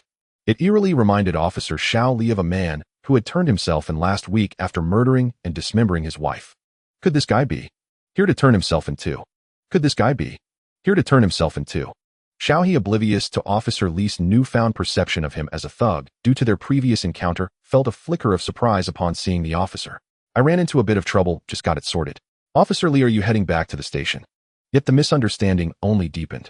In Officer Li's mind, Xiaohe's words underwent an automatic revision. "Ran into trouble" meant got caught committing a crime. "Just got it sorted" meant just got released. He sighed inwardly, concluding that the matter must have been minor since Xiaohe was already out. Officer Li let out a pitying sigh, patted Xiaohe on the shoulder, and spoke earnestly, "What's done is done. Let it be a lesson. Be more careful from now on, focus on your acting, and live well. He'll be off now. See you." "No, I hope we don't meet again." Xiaohe replied, "Sure." Wait, something felt off. But Officer Li had already hurried away. Just as Xiaohe was about to call him back to explain, Li Ziqing finished his conversation and stepped out. Gazing at the retreating blue uniform, Li Ziqing's eyes darkened with a barely perceptible mix of resentment and vigilance. "You know the police." He looked at Xiaohe, his expression tinged with the shock of betrayal. Xiaohe thought, who betrayed anyone? Since when are we on the same side? I'm a righteous man. I've never done anything wrong. Wait, how did this Li Ziqing even match with him? Did he really think Xiao He was one of his kind? Xiao He was stunned, yet he found the situation oddly plausible. His own criminal aura was so strong that even the police suspected him. It was only natural for Li Ziqing to think the same. So did this guy think Xiao He was also after Li Hanyue? Xiao He broke out in a cold sweat. He had no desire to be this man's kindred spirit. Never mind, he would just quietly report him once he got back. Xiao He believed that once the police received the tip, they would surely investigate thoroughly. He doubted this man was completely without flaws. That officer. He's my good buddy, Xiao He said deliberately. We're close. He heard I had some minor issues and came to check on me. Though he had only met the officer twice and didn't even know his name, that didn't stop Xiao He from bluffing to Li Ziqing. As expected, Li Ziqing's expression grew more serious, his gaze toward Xiao He shifting. Without further explanation, Xiao He said, I'll be going now. See you later, Uncle Li. Let me see you off. Li Ziqing probed. No need. Xiao He quickly hailed a taxi and returned to school. Li Ziqing watched Xiao He's retreating figure, his fingers twitching slightly, as murderous intent fully surfaced in his eyes. I was originally going to choose that bitch, he muttered hoarsely. But what could be more challenging than I killing another me? Back in his dormitory, Xiao He tidied up his belongings. He lived in a 4-person room with a bed above a desk and a private bathroom, one of the better accommodations in public universities. Everyone was quite satisfied. However, since it was senior year and everyone was out for internships, Xiao He was currently the only resident. He took some time to clean the room, ordered takeout, ate at his desk, and finally turned on his computer. Surprisingly, the celebrity named Ran Yunrui had some real fame online. News of his car accident was already causing a huge stir on the internet. Thinking of that guy who used profanity as punctuation, Xiao He's curiosity was piqued, and he followed the trending topic to take a look. Ran Yunrui had starred in 2 popular idol dramas and was recently reported to be the male lead in a major IP production at a film base. His fans were full of anticipation. Now with the accident, fans exploded. Videos of the scene spread everywhere and marketing accounts seized the opportunity to stir things up, escalating the situation. Xiao He clicked on the videos. 2 main clips were circulating online. One showed debris from a rear-end collision without capturing the vehicles, leaving much to the imagination. The other showed Ran Yunrui on a stretcher being loaded into an ambulance. The most intriguing were the chat records that had surfaced from unknown sources. One set of records, allegedly from an insider, claimed that the driver who rear-ended Ran was hired by a Saseing fan and had been following him for days. Ran had tried to drive them off multiple times to no avail. To escape the stalker this time, the 2 vehicles accidentally collided. Ran was still in the hospital, his condition unknown. How unfortunate. Perfect and absolutely authoritative chat screenshot. I have no choice but to believe it. Our Appa must be terribly wronged. Seeing these records, fans immediately believed without hesitation. Oh my god, are Saseangs this bold now? Straight up playing Fast and Furious. Can't people be rational about fandom? This is terrifying. Boycott Saseangs. Woo, hope Yunrui Appa is okay. What does this Saseang look like? Did anyone get a shot of the scene? I'm so mad if I run into them offline, I'll kill them. I hope my 10 years of life can ensure Yunrui Appa's surgery goes well, please. Woo. Xiao He was dumbfounded. Bro, is this even Chinese? No wonder they wanted to pay for silence. The agent named Cheng Hongwen had probably already planned this narrative back at the traffic detachment. This way they could maximize the benefits from the incident, use it to solidify the fanbase, and weed out Saseangs. Xiao He would bet that much of this information was leaked by Ran Yunrui's own company. Even the seemingly brainless leading comments below were mostly paid shills from the company. But their skill at steering public opinion was formidable. If he hadn't witnessed it all today, he might have believed Ran Yunrui was at death's door fighting for his life in the hospital. Xiao He shook his head helplessly. This was why many people held prejudices against internet celebrities. They manipulated public opinion, manufactured conflicts, and despite lacking real skills, their fans loved them obsessively. He wondered how those girls would react if they knew Ran Yunrui used profanity as punctuation. Xiao He scrolled through the web a bit more, confirming that no videos or photos of him had surfaced, and breathed a slight sigh of relief. It seemed Cheng Hongwen and his team had kept things under control. Although they were spouting nonsense, they hadn't dragged innocent bystanders into the fire, inciting fans to cyberbully them. Otherwise, Xiao He wouldn't hesitate to release the video of Ran Yunrui cursing online for all to see. After witnessing the farce of Ran Yunrui and his followers, Xiao He began to seriously investigate Li Ziqing. As expected, Li Ziqing had left few traces online, including a period of nearly 3 years of complete disconnection from the internet. In this era of the internet, could anyone truly go without it entirely? Just as Xiao He had compiled Li Ziqing's relevant information and was about to report him through proper channels, his phone suddenly lit up. Xiao He glanced at it and saw a message from Li Hanyue. Li Hanyue, bro, Xiao, are you free now? Let's hang out. Xiao He was somewhat surprised, instinctively checking the time on his phone. It was 1150 p.m. Although for a young person the night might just be beginning but him and Li Hanyue. This was far too strange, especially since they had only parted ways this afternoon. Xiaohe initially wanted to refuse outright, but then he frowned, staring at the message in deep thought. Xiaohe, just the two of us. Li Hanyue, yet I want to talk about something in private. Well, case solved. This person was definitely not Li Hanyue. Through their interactions, Xiaohe had come to know her well. She wasn't the type to be so presumptuous. Even if she wanted to invite him out for a meal, she would surely include Lu Zheon. Most importantly, they were college students with curfews. As a fellow student, Li Hanyue would certainly know this, and her personality dictated that she would have arranged things with Xiaohe in advance, not at this awkward hour. Having figured this out, Xiaohe decisively opened his computer to trace the login IP of the account and directly hacked into the surveillance cameras nearby. It was a bar crowded and chaotic with a lively atmosphere. The dance floor was packed with swaying bodies. Young men and women drank sitting in their booths, their faces illuminated by the colorful ambient lights, revealing a scene of decadent luxury. In such dim lighting, accurately locating a specific person was clearly impossible. Moreover, it was entirely possible the other party had already taken measures to avoid surveillance. There was definitely something wrong. According to Li Hanyue, she was planning to return to Shanghai Theater Academy to handle some recent academic matters. Yet this bar was nowhere near the academy. Without much thought, Xiaohe directly guessed who it was: Li Ziqing. He had been watching Li Hanyue for a long time, and it was highly likely he had stolen her account. He just hadn't expected this guy to actually shift his target to him. After a moment's deliberation, he cautiously put down his phone without replying. At the same time, he had traced the remaining official website information online and found the email address the police had announced years ago. Staring at this email address that had lain dormant for over 20 years, Xiaohe hesitated. Perhaps he should directly send it to the police's current email address instead of this one. After all, so many years had passed, this email was likely abandoned, and even if he sent something, no one would see it.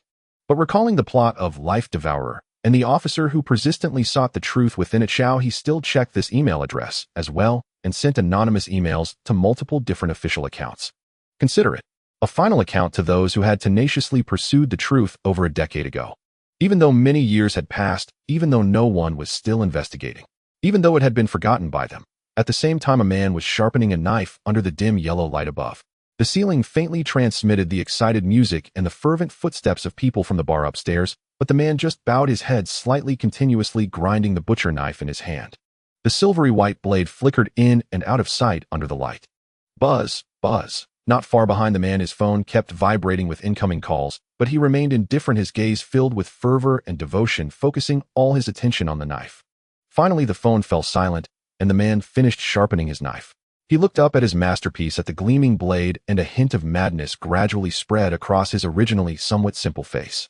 Just you wait. Zhu Laosan will sooner or later.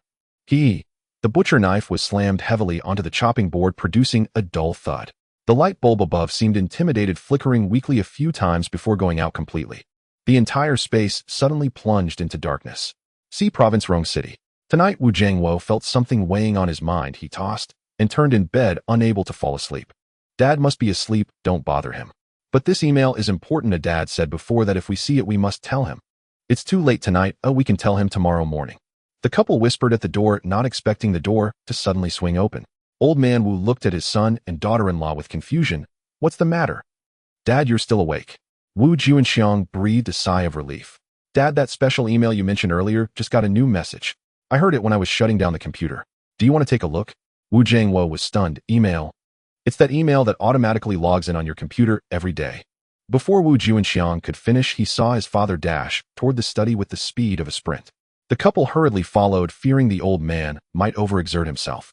In the study, when they saw the email dormant for over a decade flashing with a red dot again, the old man's hands trembled.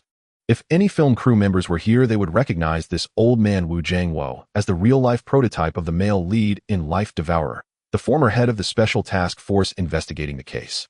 More than 20 years had passed. The once vigorous detective now had silver hair. Although he had solved countless cases and earned numerous honors and accolades in the first half of his life, his heart was inevitably filled with regrets. Among them, the case of the Zhu brothers at Rongtou slaughterhouse was one of his deepest knots. Back then, to gather more intelligence and track fugitives, the police established many reporting channels. Even holding on to a sliver of hope, they created a special email address publicly soliciting evidence and leads regarding the Zhu brothers, especially the whereabouts of Zhu Laosan. Unfortunately, over the years, the email received very few messages. After retiring, Wu Jiangwo still clung to that obsession, so he obtained the email address from the bureau, logged it into his computer, and occasionally checked it. But so many years had passed, even his computer had been replaced several times, and that email had remained silent, never receiving any new messages. Now even Wu Jiangwo himself had lost hope. Unexpectedly, Wu Jiangwo closed his eyes, took a deep breath, and tried to stay calm, not getting his hopes up too high. He had been disappointed many times before, hadn't he? Finally, Wu Jiangwo steadied his mind, and with trembling hands clicked into the email system. The police's email system was free of spam. When Wu Jiangwo opened it, the inbox was clean, containing only a few emails from over a decade ago, and one at the top from earlier today. He put on his reading glasses and carefully examined it, a mix of shock and complex emotions gradually rising on his face. When he saw the attached photo and surveillance footage, Wu Jiangwo's heart raced, his eyes widening like brass bells as he observed the person's appearance and movements without blinking. His son and daughter-in-law beside him hardly dared to breathe. So many years had passed, the person had altered their appearance, and even their voice and physique had undergone dramatic changes due to growth, but Wu Jiangwo recognized them at a glance. Even if they had undergone plastic surgery and changed their body shape, they rarely noticed one thing: the ears. Ears are largely fixed after adulthood, and the shape, size, contour, and earlobe form vary from person to person.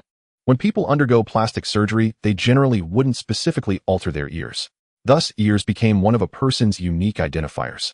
As an experienced veteran detective, even though he now needed reading glasses, Wu Jiangwo's eyesight remained sharp, especially since he had never forgotten that person's details over the years, even envisioning their current appearance in his dreams. This person was Zhu Laosan. This person was Zhu Laosan. Xiao He was utterly unaware of the massive stir his few emails had caused. At this moment, Xiao He, who should have been asleep, was crouching at the dark entrance of the underground parking lot of the bar, dozing off with his head resting on his hand. As his head gradually drooped until it completely fell, Xiao He shook his head heavily, his gaze clearing a bit. How much longer? Didn't anyone see the emails? Xiao He muttered, shifting to crouch on the other leg. Originally, Xiao He had planned to just go to sleep and call it a day, but without seeing Li Ziqing caught with his own eyes, he felt uneasy. Plus, Li Ziqing had inexplicably sought him out, and Xiao He worried that if he didn't respond, Li Ziqing would turn his target back to Li Hanhua. So after much deliberation, Xiao He decided he should come to the scene after all, at least to personally see Li Ziqing get into the car. But he had been crouching here for a while and still hadn't seen a shadow. He was about to stand up and shake his numb legs when he suddenly heard hurried footsteps from the exit. Xiao He knew instantly it wasn't the police. He quickly held his breath and edged into a corner, then watched as a man wrapped up as tightly as himself walked out of the backlight and crept deep into the underground parking lot. The parking lot in this area was usually still in use, but the infrastructure was poor. Many light bulbs had burned out and trash was scattered everywhere on the ground. Since Xiao He was crouched in the corner of the exit, his body completely blending into the darkness, the man didn't notice there was someone hidden in the corner. Xiao He sniffed, catching a whiff of blood. At this hour, in this place, at this critical moment. Who could it be? A bad feeling crept over Xiao He. He hesitated for a moment, gritted his teeth, and decided to follow quietly. Having been in the dark for a while, Xiao He's vision was exceptionally clear. He precisely dodged the trash on the ground and slowly followed the man deeper into the parking lot. A minute later, he heard a hoarse voice from not far away. Why did you change the target? Why aren't you answering my calls? What business is it of yours? Get lost. Xiao He's ears instantly perked up. Don't be ungrateful. Thud. Perhaps the darkness heightened one's senses as Xiao He could clearly hear the sound of something piercing flesh and the tearing noise. Then came the sound of someone stumbling and falling. Holy crap! Xiao He quickly pressed himself against a pillar, focusing intently on the commotion. Had he stumbled upon a murder scene? Who was dead? Li Ziqing or the man who had just come in? What was going on? An internal conflict among accomplices. Xiao He's mind raced. He quietly activated the contingency plan he had prepared in advance. Wee-oo. The bar upstairs, which had been blasting energetic music, suddenly changed its tune to a police siren scene. The sounds were as if dozens of police cars had all rushed into the bar, sharp and chaotic, stunning everyone inside. Whoa, what's that sound? Which idiot is messing around? Turn it off. Hey, what's going on? Why can't it be turned off? Amid the exclamations from upstairs, the piercing sirens quickly filtered through the ceiling to the basement level. That faint, elusive sound had a powerful deterrent effect on anyone with a guilty conscience. Almost as soon as the sound started, Xiao He heard the frantic footsteps of someone fleeing. Once the footsteps faded, Xiao He swiftly made his way to where Li Ziqing and the others had been. To his surprise, the person lying on the ground was Li Ziqing. Xiao He turned on his phone, and by the faint light of the screen, he vaguely saw that Li Ziqing's chest had been pierced by some sharp object, blood gushing out continuously. Li Ziqing himself lay limp on the ground, his pupils gradually dilating. Seeing the only light before him, he struggled to move his hand, trying to beg for help. Save me. Xiao He pursed his lips, feeling little stir in his heart. Having earnestly played the role of old third Jew, he truly couldn't muster any pity for this despicable man. Old third Jew. He drawled slowly, crouching down to look down at the man on the ground, his masked face revealing only those cold, indifferent eyes. Wasn't that how Wu Xiaohua begged you back then? Begging you to save her, but you raped her again, dragged her back to the slaughterhouse, and with your brothers dismembered her, even dumping her in the pigsty to destroy the evidence. Li Ziqing trembled all over, whether from Xiao He's words or the fear of impending death. He clenched his fists and stammered, I admit, it's all my fault. Please save me. Xiao He just shook his head, his gaze disdainful and mocking. You don't know you were wrong, you're just about to die. As his words fell, Xiao He suddenly heard a faint footstep behind him.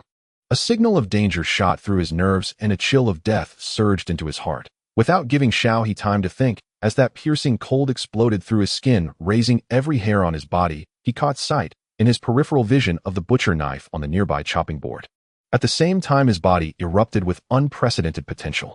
Xiao He rolled on the spot, dodging the sneak attack, and firmly grasped the knife, reversing his wrist and slashing the blade horizontally. The skills ingrained in his body fully erupted. Xiao He's movements were fluid and decisive, and he put all his strength into the swing. A muffled cry of pain accompanied by the sensation of liquid splashing onto him. But he had no time to look down. He continued to twist his wrist, holding the blade upright, and stared coldly at the returning figure. The butcher knife, meticulously sharpened by Li Ziqing, now gleamed with a terrifying silver light in the darkness. The figure in the darkness gasped in suppressed pain, clearly wounded by the counterattack. The man stared deeply at Xiao He through the pitch-black space, and Xiao He said nothing, merely raising the knife in silent declaration of his stance. The sirens continued overhead as the two fell into a silent standoff.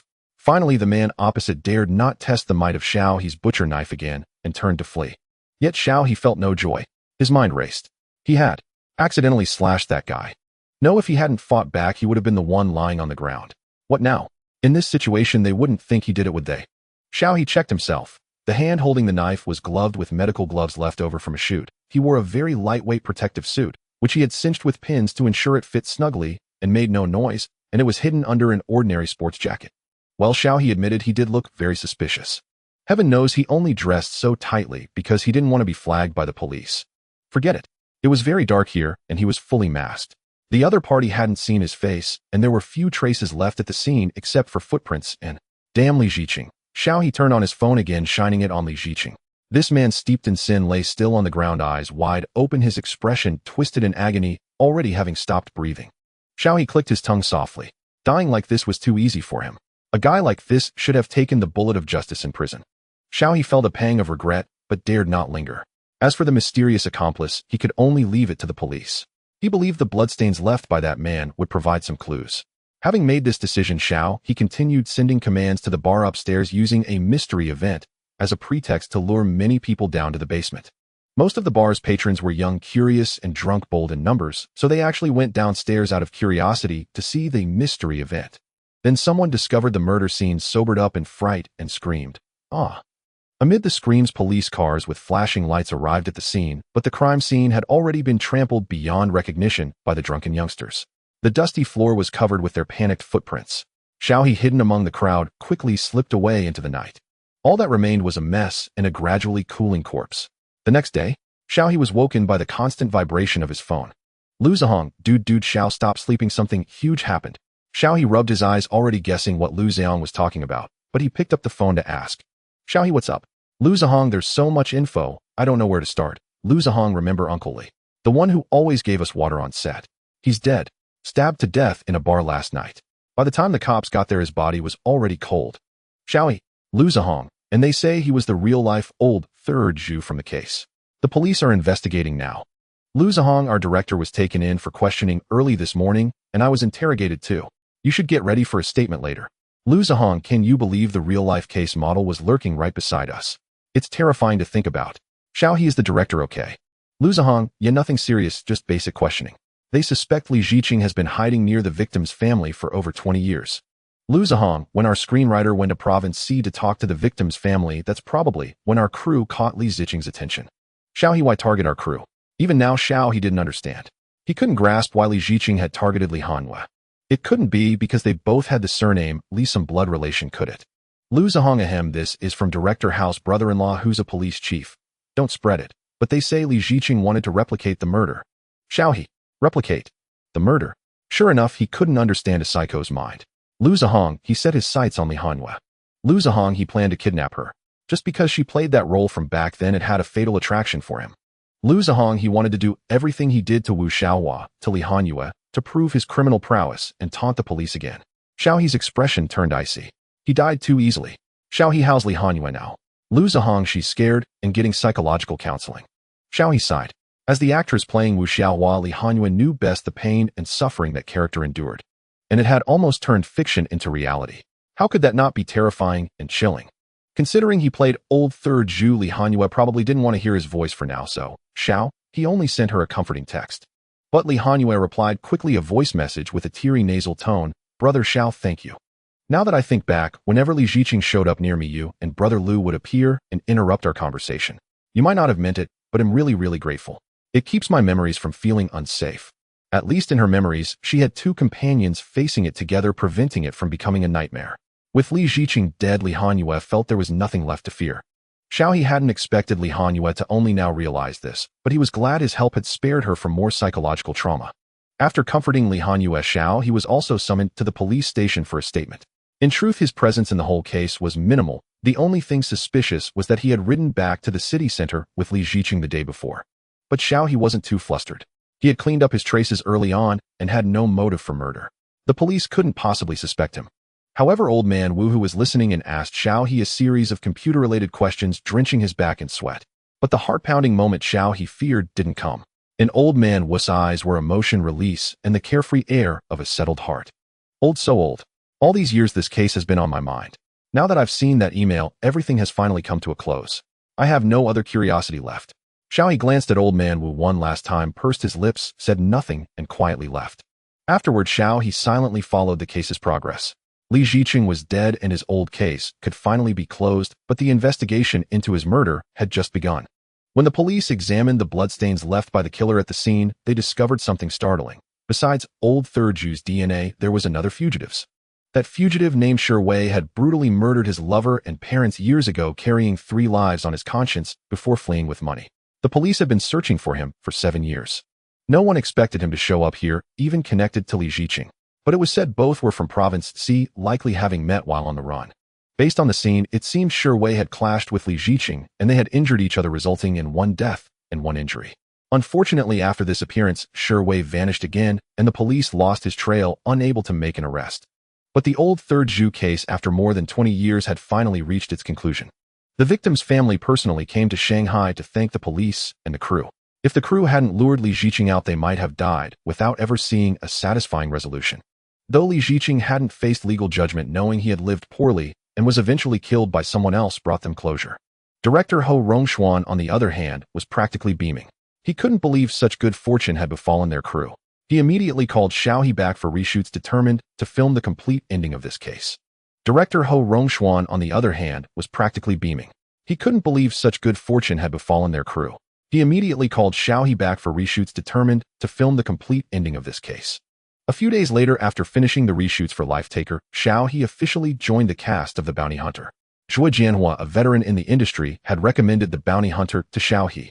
The director and screenwriter were the same person, a young man named Lin Yiping, who seemed to be around Xiao He's age. Xiao He had met him once when picking up the script. Lin Yiping had just graduated from Dongxi Film Academy last year and had no notable works to his name, making him virtually unknown in the industry. For a typical actor, the odds of taking on this film would be quite low. After all, wuxia films were on the decline, with little market left. Even if one gritted their teeth and finished it, it would likely only see a release on streaming platforms. A director like Lin Yiping was considered an even riskier bet. However, Xiao He was no ordinary actor. For him, as long as he could kill it was enough. The two of them were a perfect match with no room for complaints on either side. Moreover, from a reader's perspective, Xiao He thought The Bounty Hunter was a fairly decent piece of work. The story was set during the Xuanhe era of the Song dynasty.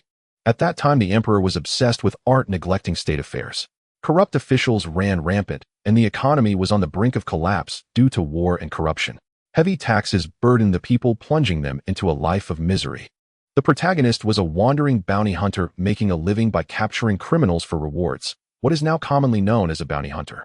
During one pursuit after claiming a bounty, the protagonist accidentally became entangled in a case of official salt smuggling, turning him into a target for multiple factions. Yet he had no clue why he was being chased by so many. Thus, the protagonist had to constantly maneuver and flee among these factions, leveraging his connections in the underworld to investigate and uncover the true mastermind behind the salt smuggling case. The plot was somewhat cliched, revolving around the core theme of a true hero serves the nation and its people. However, the protagonist wasn't the typical righteous knight, but a money-grubbing miser. The story also featured many twists in the latter half, making it refreshing. If Xiao He weren't fully aware that he had no foundation in martial arts or action scenes, he would have shamelessly asked Lin Yiping to audition for the lead role Zhang Rushui. Zhang Rushui was a charismatic character, highly skilled in martial arts with both emotional intelligence and intellect. He navigated multiple factions with ease, living a carefree life, truly embodying the saying, he leaves without a trace, hiding his name and fame. Of course, Zhang Rushui killed a lot of people. In the story, most of those who pursued him ended up dead. Xiao He could already imagine how joyful he would be if he could kill so many. Yet he was only a cook. After changing into his costume and getting his makeup done, Xiao He let out a long sigh and sat at the entrance of the rundown and watching Lin Yipeng direct the crew to move equipment. Lin Yipeng was a slender young man with pale skin, appearing somewhat frail. However, when directing the set, he exuded a strong presence that commanded respect from the crew. From their brief first meeting, Xiao He knew Lin Yipeng was a man of strong convictions, not easily swayed by others. Oh, well, a cook it is. The character Xiao He played was named Shinju, a cook at Penglian. He was also a martial arts expert who had hidden his identity for years. In his prime, he was renowned in the martial world for his terrifying bone-cleaving knife techniques, but later chose to become an ordinary cook at the inn, helping the landlady with chores and dealing with unruly guests. No, they didn't make human meat buns. They just grew flowers and trees to cultivate a refined atmosphere. Zhang Rushui was a friend Shinju had made during his travels in the martial world. Whenever Zhang Rushui passed by while on a bounty hunt, he would shamelessly drop in for free food and drink, even borrowing money from Shinju, never to be repaid. It was a testament to their friendship that Shinju hadn't chopped Zhang Rushui up to fertilize his flowers. In the story, when Zhang Rushui was hunted by multiple factions, neither the righteous nor the unrighteous dared to shelter him. Only Shinju offered him a place to hide, giving him a chance to catch his breath. Later, Shinju even wielded his bone-cleaving knife to break through the encirclement, allowing Zhang Rushui to escape with crucial evidence. Shinju didn't appear often, but every appearance was at a pivotal moment, making him a significant character. Xiao He was easily contented. "You must be Shinju." A voice came from beside him. Xiao He looked up and saw a young man dressed in a warrior's outfit. The man had sharp, angular features and bright, spirited eyes beneath sword-like brows, exuding the heroic aura of a martial world knight. Pu Rong, the male lead of this film. Based on Xiao He's online search, Pu Rong had been a child star before leaving the industry to study, gradually fading from public view. According to paparazzi reports, Pu Rong's academic performance wasn't outstanding, so he later switched to a sports major specializing in martial arts. Now he was likely taking on this role to regain attention through his strengths and return to the entertainment industry. But Xiao He wondered how Lin Yipeng had convinced Pu Rong to join this film, given that Pu Rong, as a former child star with national recognition, had no need to be part of such a fledgling production. "Hello, Teacher Pu." Xiao He stood up to greet him. "I've seen your knife-wielding video." Compared to Xiao He's formality, Pu Rong was much more relaxed, even excited. "How do you do that? Do you really know the bone-cleaving knife technique? How many years did it take to learn? Who's your master? Are they still taking students?" "It's amazing." Xiao He confirmed. This martial arts enthusiast truly harbored a wuxia dream. "That's an exaggeration. I just play around casually, no master, and I haven't been learning long." "Thanks for the compliment, Xiao," he replied one by one. Pu Rong's enthusiasm didn't wane, really. "Can you teach me later? I can teach you martial arts, or do you know how to use wire work? I can guide you step by step." Xiao He was pleasantly surprised. Sure. The bounty hunter had many action scenes. Although Shinju mainly showcased knife skills without flying through the air, wire work was inevitable. Pu Rong's help would greatly ease Xiao He's challenges. With that opening, they chatted for a while, and Xiao He learned that Pu Rong wasn't as glorious as he had imagined. "Child star. That means nothing anymore. I've long lost my fame." Pu Rong waved his hand. "Newcomers in the industry come and go quickly, and there are plenty of handsome guys. What advantage do I have? At most, I can cash in on nostalgia, but comments are full of people saying I've grown up ugly. As a child, as long as one's features were decent, they were considered cute. But growing up was different." Pu Rong's baby fat had faded, revealing sharper features and a more rugged look, completely different from the obedient child he used to be. Combined with the fact that he wasn't exceptionally handsome, many people were disillusioned, making it even harder for him to return to the spotlight than a newcomer. To be honest, I've already flopped in several projects. Luckily, hardly anyone watches me anymore, so few know about it. Pu Rong laughed bitterly. This is the last lead role I could get. If it doesn't work out, I'll probably quit the industry and open a martial arts school. Xiao He listened and offered comfort, feeling a deep sense of melancholy. People's circumstances were so different. Some struggled for most of their lives without lasting success, while others effortlessly stirred up the scene and rode a smooth path. The entertainment industry was indeed a fascinating place.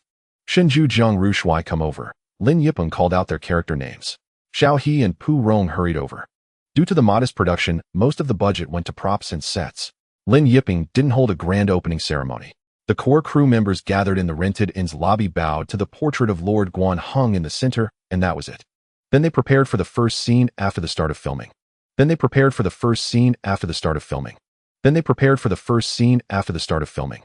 Then they prepared for the first scene after the start of filming. Shenju was a man of few words, but ruthless actions. Xiao He only needed to stand before the chopping block and pick up the boning knife. The coldness and aloofness in his eyes had already perfectly embodied Shenju himself. Lin Yipeng was very satisfied, while Pu Rong was somewhat surprised. Pu Rong had only seen Xiao He's video of playing with the boning knife before, but never expected his acting skills to be quite remarkable. This made Pu Rong look forward to the subsequent filming even more. In the dim kitchen, a few faint tapping sounds echoed. The ordinary young cook, dressed plainly, put down his knife and looked expressionlessly toward the window, speaking in a cold tone. Enter. The next moment, a rogue warrior in black with a smile on his face agilely climbed in through the window. Brother Shen, long time no see.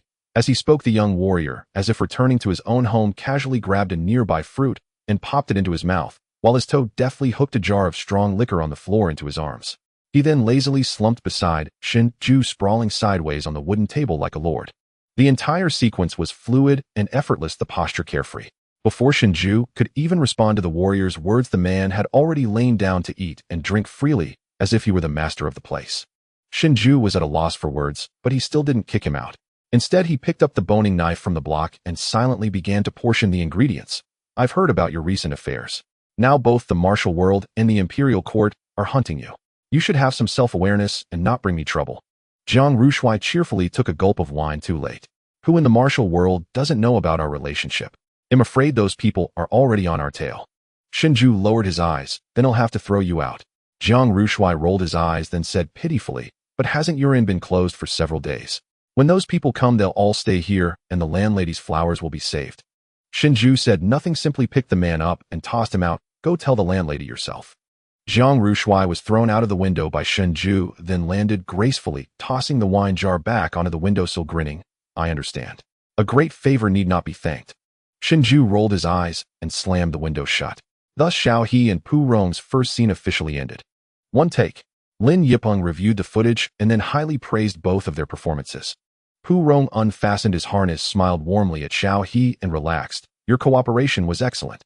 Xiao He gave him a thumbs up. It was teacher plus skills. The earlier actions of flipping through the window with one hand and hooking the wine jar with his foot were all completed by Pu Rong in a single seamless shot with no mistakes. Xiao He's action of lifting and throwing Pu Rong out also relied on Pu Rong's cooperation, otherwise he couldn't have made it look so effortless. Thinking this way, Xiao He felt a bit regretful. With skills like Pu Rong's, he should have shown brilliantly in action scenes. With the successful completion of the first scene, the crew's morale gradually rose, and the filming at the inn went surprisingly smoothly. A busy day passed in such filming. The crew stayed at a small inn next to the film base. Xiao He returned to his room, washed up, and prepared to rest. But just then his phone rang. It was an unfamiliar number, and Xiao He had no memory of it. However, he had been in contact with many people recently, including several agents, so Xiao He chose to answer. Hello, is this Brother Xiao? A somewhat familiar voice came from the other end. Xiao He thought for a moment and asked, is this Brother Song from Burning Heart? The role in Burning Heart marked his official transition from playing extras to playing a villain, so of course, Xiao, he wouldn't forget. Yes, it's me.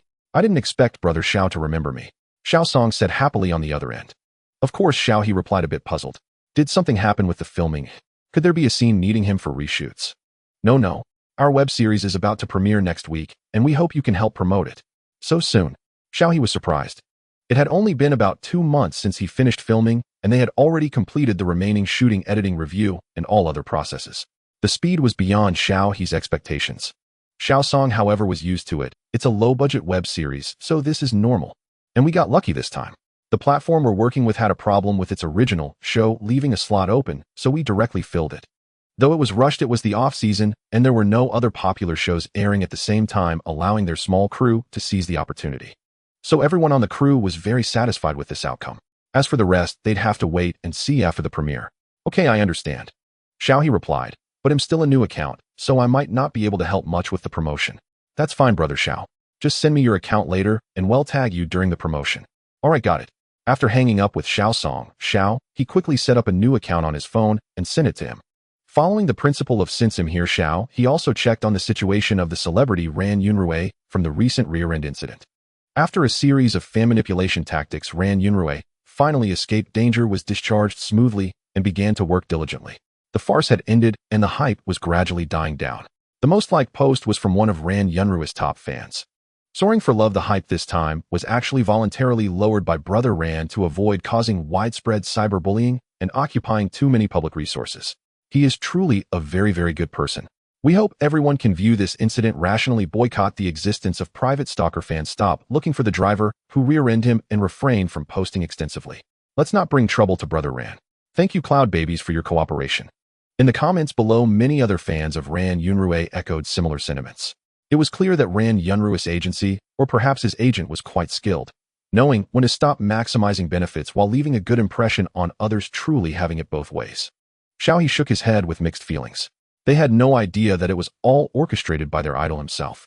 It was a pity for these girls' sincere emotions. In the days that followed, Xiao was completely immersed in the film crew. The shooting tasks were heavy, and the inn was merely their first stop. With tight finances, the shooting schedule was quite rushed. However, even with the time constraints, Lin Yipling was very demanding, insisting on achieving the best quality in the filming. Even though Xiao's bone-cutting technique was already quite proficient, it still led to him developing tendinitis under Lin Yiping's extreme requirements. On the other hand, Pu Rome was having an even tougher time. He had the most action scenes, which were also the most complex, requiring him to be suspended from wires flying through the air daily on set. Xiao could only watch in astonishment. Before he knew it, it was the premiere day of Heart of Ashes. At noon, Xiao sent out the crew's poster and promotional tagline as Xiaosong had previously instructed, and unsurprisingly received 0 likes and 0 comments. Looking at the number of fans that could be counted on 2 hands, Xiao shrugged indifferently. He could only say that he had tried his best, and after all, whether this drama succeeded or failed had little to do with him. He received a thank you message from Xiaosong on his phone and refreshed his account, successfully garnering a like from the official account of Heart of Ashes. It wasn't too embarrassing. That night at 8 o'clock, Heart of Ashes officially premiered on Penguin Video. Xiao tuned in and was pleasantly surprised to find that there were indeed some viewers watching the drama. From the comments, it seemed that the male lead Zhao Xiu had brought some traffic with him, as fans came specifically to support him. However, after watching the first episode, Xiao quickly lost interest. The plot was merely conventional, adhering to the current trend where every profession must involve romance, making it a very straightforward crime romance drama. The story was about a rookie female officer teaming up with a seasoned male detective captain who got to know each other while solving cases, developing mutual affection, and ultimately coming together. The suspense and logic were basically laid out plainly, lacking any real twists, making it easy to predict. The 2 actors looked decent, and their performances weren't cringeworthy, but they only reached a level where they could deliver heartfelt lines without breaking the immersion. Xiao felt it was a rather standard web drama, unremarkable with no standout moments. If the subsequent plot didn't offer anything particularly special, it would likely only gain a small following with a predictable outcome. However, this was of little concern to him. The ones who should be worried about this were the director, the producers, and the 2 leading actors, who, as a minor supporting character, he had no need to care. Xiao believed his guesses were quite accurate. After turning off the drama, he stopped following its developments and redirected his focus entirely to the filming of Thief Hunter. Little did he know, while the drama was airing, a clip quietly emerged on Bilibili, spreading rapidly at a terrifying pace, and quickly became one of the platform's trending videos. Xiao Lulu was an amateur video editor in the film editing section of Bilibili. Recently, she had been feeling a headache. The competition in this field was becoming increasingly fierce. Every day she woke up with the sole purpose of searching for materials and editing videos, yet she still couldn't keep up with those studios. The popularity of her recent videos had been consistently declining, making her anxious to the point of sleeplessness. She couldn't compete with the popular dramas, nor could she surpass the classics. Lesser-known dramas were even more likely to fail. Every day Xiao Lulu watched the data, her hair falling out in clumps, but the more anxious she got, the worse the numbers became. That day, as usual, she opened her messages to check fan submissions while looking for material for her next edit. One fan submission caught her eye, Heart of Ashes. A killer. What kind of drama is this? I haven't heard of it. Xiao Zhao Lulu murmured softly, then clicked on the fan's video screenshot. A young man in bloody clothes standing amidst a pool of blood, his posture upright and calm.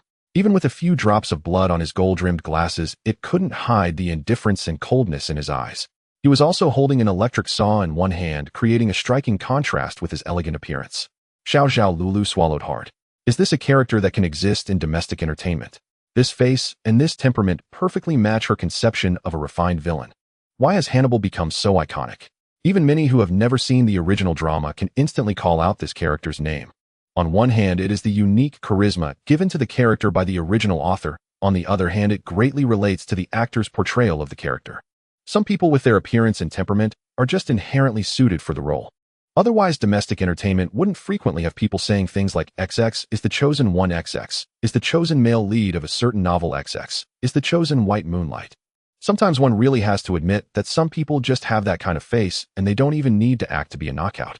Xiao Zhao Lulu hadn't even watched the character's detailed story yet, but inspiration had already surged in her mind, automatically adapting various popular editing music and the direction for her next edit. With an excited heart, she quickly ran to Penguin Video to find Heart of Ashes and locate this character. This killer didn't appear often, but every time he did, it was a breathtakingly elegant and bloody artistic feast. His electric saw was his paintbrush, wantonly consuming innocent lives. Due to the web drama's limited length, the plot didn't explain the killer's motives in detail. He was simply a sudden embodiment of pure evil, constantly creating desperate situations and bestowing death upon others. In the end, like a blood-stained ephemera, he lost his life under the male lead's gun, ending his frenzied life, while leaving the female lead with eternal psychological scars.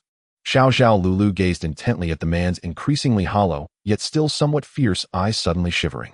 She suddenly understood why some people are drawn to villainous characters. Xiao Zhao Lulu felt that this killer was indeed very evil, yet she couldn't help but feel both fear and love for this character. She found herself repeatedly watching these clips and finally decided to edit a video about this killer for her next release. Thus, at 9 o'clock that night, a video featuring Xiao He as the killer holding an electric saw and standing in the woods with the title Refined Villain written in blood-red brushstrokes was uploaded by Xiao Zhao Lulu to Bilibili, sensationally climbing the charts overnight and becoming a nightmare for many that evening. Xiao He, unbeknownst to himself, had gone viral on Bilibili, becoming the representative actor of the refined villain, a psychopathic killer. In the morning, Xiao He went to work as usual. But as he was putting on his makeup, Xiao Song called again. Xiao He found it a bit strange. Hello, what's up? Xiao Gu. You're famous. You're a hit. Huh. Xiao He pulled the phone away to double-check he hadn't misdialed. What happened? How am I famous? Could it be that Ran Yunrui had exposed his face, aiming to cyberbully him? That seemed unlikely. He wasn't the one driving, and they'd only had a minor altercation. Xiao Song said, Xiao Gu, it's the character Muze you played that's become a hit. Open Bilibili, and you'll see. Xiao He froze for a few seconds before realizing that Muze was the killer head portrayed, then asked in surprise, really? Is that true? He quickly borrowed the makeup artist's phone to open Bilibili, and sure enough, the first thing he saw was the killer's cover video. Leaving a mark before it blows up. Watch it daily, say goodbye to sleep. Kill, kill, kill. This pure evil is so satisfying. After watching it last night, I kept being chased by the killer in my dreams. Scared me so much I got up and hit like, subscribe, and share. Insane, absolutely insane. Time to give the domestic entertainment industry a little shock. Is this really a newcomer in domestic entertainment? I thought he was an actor from another country. Who knows his name? Isn't it Muze? The barrage of comments was dense, almost all discussing the killer Xiao He played. Xiao He hadn't expected such enthusiasm. He followed the comments and watched the entire edited clip, feeling deeply moved. This video had simply cut out all his scenes from the embers of the heart, then mixed them into a single clip synced with the music and action rhythm. Thanks to Xiao Zhao Liu's years on Bilibili, he knew the review system's quirks. The videos were balanced by black and white transitions barely past censorship, while adding a thrilling edge to the editing rhythm. It drew viewers in, compelling them to follow the killer's sawing spree, sending chills down their spines. Especially at the end, Xiao Zhao Lu pieced together fragments to create an alternate ending. The killer shot by the protagonist reappeared in the woods, electric saw in hand, humming elegantly, as if everything before was just his game. Bored with his old life, he shed all shackles and returned to his artistic creation. Finally, he turned to look at the camera, his deep eyes filled with greed and obsession, as if he had locked onto the viewer, making you his next target. At that moment, every viewer who met his gaze at the videos and couldn't help but shiver a fear rising from the depths of their hearts. Does he really not exist? He really doesn't exist. Then why are they still terrified?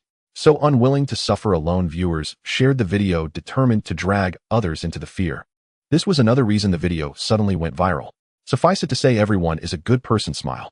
Xiao couldn't resist hitting like, subscribe, and share, but then realized it wasn't his phone. He quickly canceled and returned it to the makeup artist. Sorry, I accidentally used your account for that. No worries. The makeup artist waved casually. Mr. Xiao, was that you in the video? Such a great edit. And you looked so handsome. Thanks. Xiao's face warmed as he continued talking to Xiao Song. I saw it. Seems like an uploader's organic recommendation. I wonder if it's affected the show's ratings. Xiao Song had been waiting for Xiao's reply. Ever since last night, our show's views have skyrocketed and user engagement has jumped too. We're riding on your coattails, Xiao Go. Xiao, don't say that. It's just luck. Luck is part of skill. Xiao Song chuckled. Oh, Xiao Go, many fans are asking about you, so I tagged your account under the official one. You'll probably get a lot of followers. Check it out and start managing your profile. Okay, thanks, I got it. Also, the director asked me to tell you something. Go ahead. Xiao Go, you're on a roll. Consider signing with an agency for better growth. But be careful, don't fall into any traps. If you ever need help, just ask us. Xiao, alright, I understand. Thank you so much. Starting out with such a good crew was truly a stroke of luck. Then he'll let you go, Xiao Go. After hanging up, Xiao quickly logged into his account. It took a moment to load, revealing a sea of red notification dots. His follower count, once under triple digits, was now nearing 10,000. No, Xiao refreshed the backend. Alright, it's past 10,000. But that wasn't the only good news. His golden finger system also chimed in. Auto-update complete, current points 369 Xiao. The system can upgrade. And over 300 points, 369. Xiao blinked in disbelief as the points jumped to 373 right before his eyes. Xiao, overnight wealth. He quickly checked the system panel and found an update notice in the changelog from early this morning. Probably triggered by the sudden surge in points last night. But why?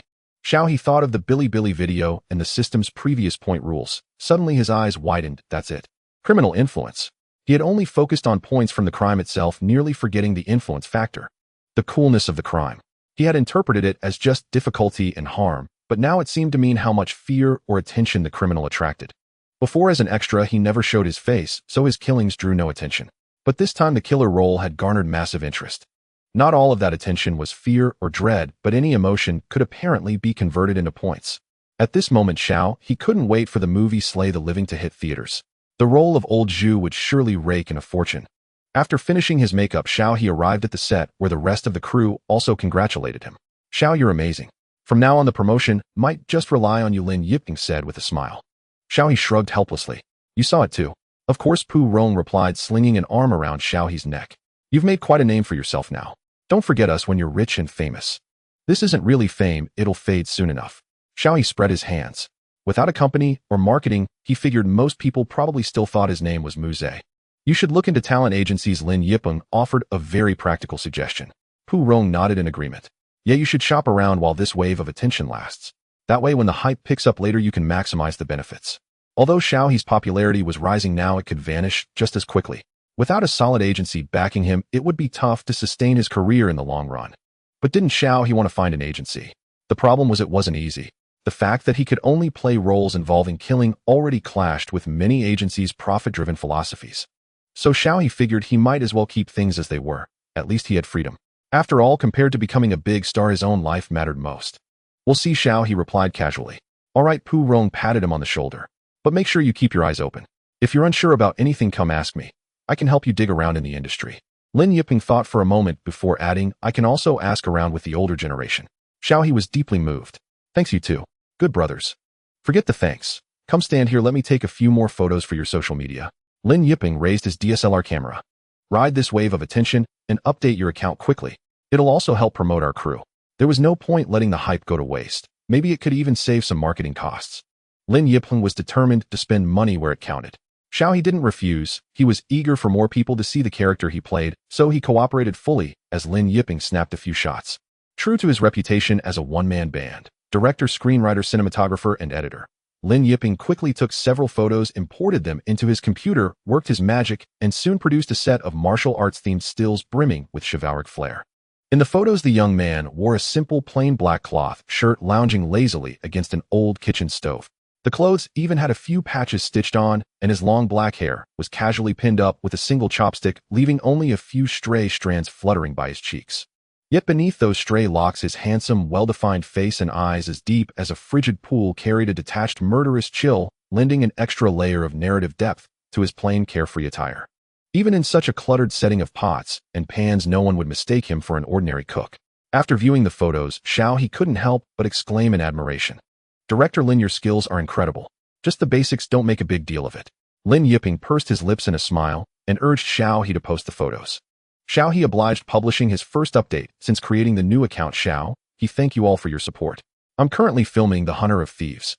Hope the new project can meet you all soon. Thanks for the love. 9-grid image.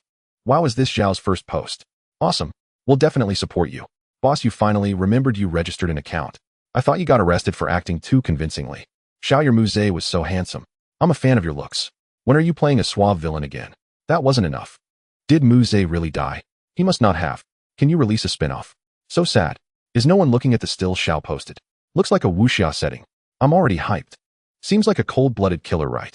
It'd be a waste if Xiao doesn't play psychos or assassins with that face. Xiao, please stay in your comfort zone. There's no actor like you in domestic entertainment." As the post went live, a flood of comments poured in. Most of these people had followed him after seeing video edits on Bilibili still chatting about the murder Muse. But some noticed his new project and expressed anticipation and interest. Honestly, this was the first time so many strangers had shown him such affection and affirmation. Xiao He felt flattered. The cold, impersonal follower count seemed to materialize into something tangible in that moment. Scrolling through the fans' comments, he carefully replied to a few before putting his phone away. All right, time to get to work. Lin Yipeng had been waiting for him. Once Xiao was done with his online matters, he called everyone to prepare, and the busy filming began once more. Meanwhile, in a place He knew nothing about, another old acquaintance had also watched his video. At Haohan Entertainment, Chung Hongwen looked down at his phone, squinting slightly. This newcomer's acting is outstanding. The total views for related Bilibili videos have already exceeded 5 million, with new videos still coming in. The views for Burning Heart, which he starred in, have been steadily rising, making it a recent minor hit. Based on the episode data, he's basically the one driving the show's entire promotional heat. Among the new faces that have emerged recently, he's the most promising. Chung Hongwen's assistant reported earnestly. Haohan Entertainment was a well-known star factory in the industry, commanding countless celebrities and influencers, ranking among the top major companies in the entertainment circle. As the ace agent here, Chung Hongwen naturally managed more than just Ran Yunrui, the traffic star. He also represented a newly crowned Best Actress, both with promising futures. Even so, they regularly collected information on rising newcomers, analyzed their potential, and recruited those with high cost-effectiveness. But Chung Hongwen never expected to see a familiar face. Remembering the rear-end collision incident, his expression turned quite peculiar. Since he had mostly worn sunglasses and a mask, without speaking at the time, Chung Hongwen had little impression of the young man, only noting his intimidating aura and rough demeanor, never linking him to an actor. Still, since he was a valuable newcomer, it was worth trying to bring him on board. After a moment's thought, Chung Hongwen made the decision, then go ahead and make contact first. Despite the earlier unpleasantness, Chung Hongwen believed he wouldn't turn down this opportunity. After all, Haohan Entertainment was a major player in the industry. Who wouldn't want to join them? Got it, brother Chung. Got it, brother Chung. The next day, Haohan Entertainment wants to sign me. Yes, the assistant said on the other end. Would it be possible to discuss it in person? He held his phone, quite surprised. If he remembered correctly, Haohan Entertainment was the agency of the former star Ran Yunrui, wasn't it? That was one of the giants in the entertainment industry. He never expected them to approach him on their own. Naturally, he held no favorable opinion of this company, which primarily operated through manipulating public opinion and controlling traffic. However, this was also an opportunity to get a closer look, to examine the contracts and conditions of a major corporation and broaden his horizons. Of course, the two arranged a time over the phone and ended the call. Lin Yiping approached from the side and reminded Haohan Entertainment is quite controversial in the industry. You'd better think it over carefully and not make a hasty decision. I know. He nodded and explained, it's fine, I'm just going to take a look. So the next day, having asked Lin Yiping for leave in advance, he arrived at the cafe first. This was a cafe near the film studio. He and Pu Rong had been there a few times and were fairly familiar with the owner. As soon as he entered, he greeted the owner. Sister, Zhou, good afternoon. Xiao, good afternoon. The owner was a plump, middle-aged auntie dressed quite stylishly with a hint of smile in her eyes that made her very approachable. Xiao, Pu isn't with you today. I'm meeting someone today to discuss work, he replied with a smile. In that case, I'll find you a quiet spot. Great, thanks, Sister Zhou. Sister Zhou found Xiao He a quiet, secluded corner convenient for conversation. But after about 20 minutes with the coffee, already half-drunk, the person he was waiting for still hadn't arrived. Xiao He picked up his phone to double-check. He hadn't misremembered. Were big companies always so unpunctual? Or had they simply not taken him seriously at all? Xiao He twitched the corner of his mouth, feeling a rare surge of irritation, and decisively called back the assistant who had contacted him earlier. On the other end, the assistant, clutching some items while jogging to keep up with Chung Hongwen, looked anxious. Brother Chung, my phone's ringing. It should be Xiao He. Tell him to reschedule. Chung Hongwen said dismissively. We have to go pick up Yu right now. If she gets trapped in the hotel, that would be a disaster. Okay. The assistant struggled to free one hand to answer Xiao He's call, but was immediately urged impatiently by Chung Hongwen, hurry up. Hasn't the driver pulled up yet? He'll call him right now. The assistant had no choice but to hang up on Xiao He and call the driver instead.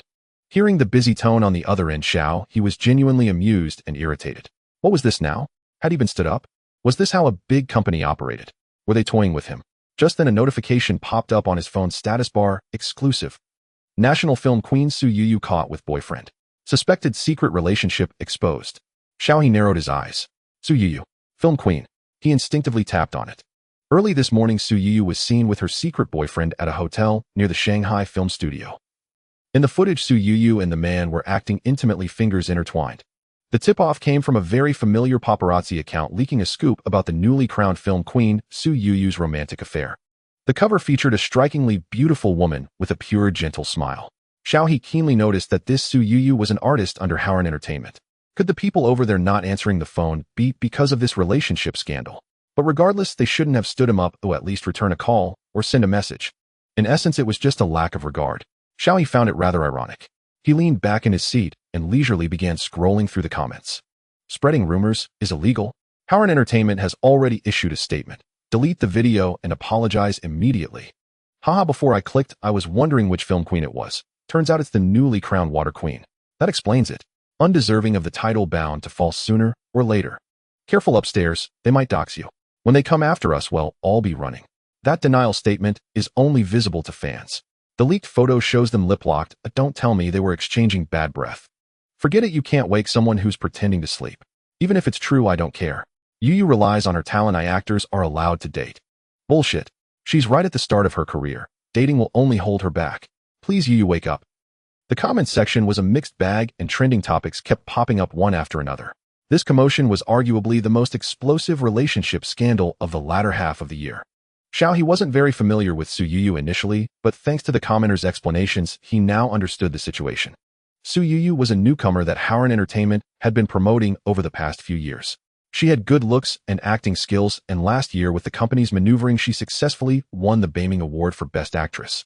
Since Su Yu had always cultivated a pure, innocent little white flower image, and the films she starred in were mostly about school beauties or first loves, coupled with Heroine Entertainment's frequent marketing of her as gentle and vulnerable, her fans had developed an extremely strong sense of possessiveness and control. They saw everyone as potential bullies toward their Yu, creating a mother-hen dynamic. As a result, when Su Yu's relationship scandal broke, the backlash was particularly fierce. Many of her fans couldn't accept the reality of their little cabbage being rooted by a pig. Xiao He shook his head with a sigh. TSK. Such was the price of bearing the weight of online traffic. To gain it, one must be prepared for the backlash. Xiao He finished the last sip of his coffee, dismissed the matter from his mind, put away his phone, and prepared to leave, while also pondering how to deal with the agent who had stood him up. Just then the wind chime at the cafe door jingled. A girl in a hat and mask slipped in from outside, brushed past Xiao He, and hurried toward the back door. Xiao He kept his gaze straight ahead, said a word to Sister Zhou at the counter, and pulled open the door to leave. When a man also in a hat and mask sidestepped through the gap Xiao He had created, brushed past him, and headed toward the back door as well. Xiao He's hand paused on the door. He turned his head and caught only a fleeting glimpse of the man disappearing through the back door. Xiao He narrowed his eyes. That was the aura of a kindred spirit.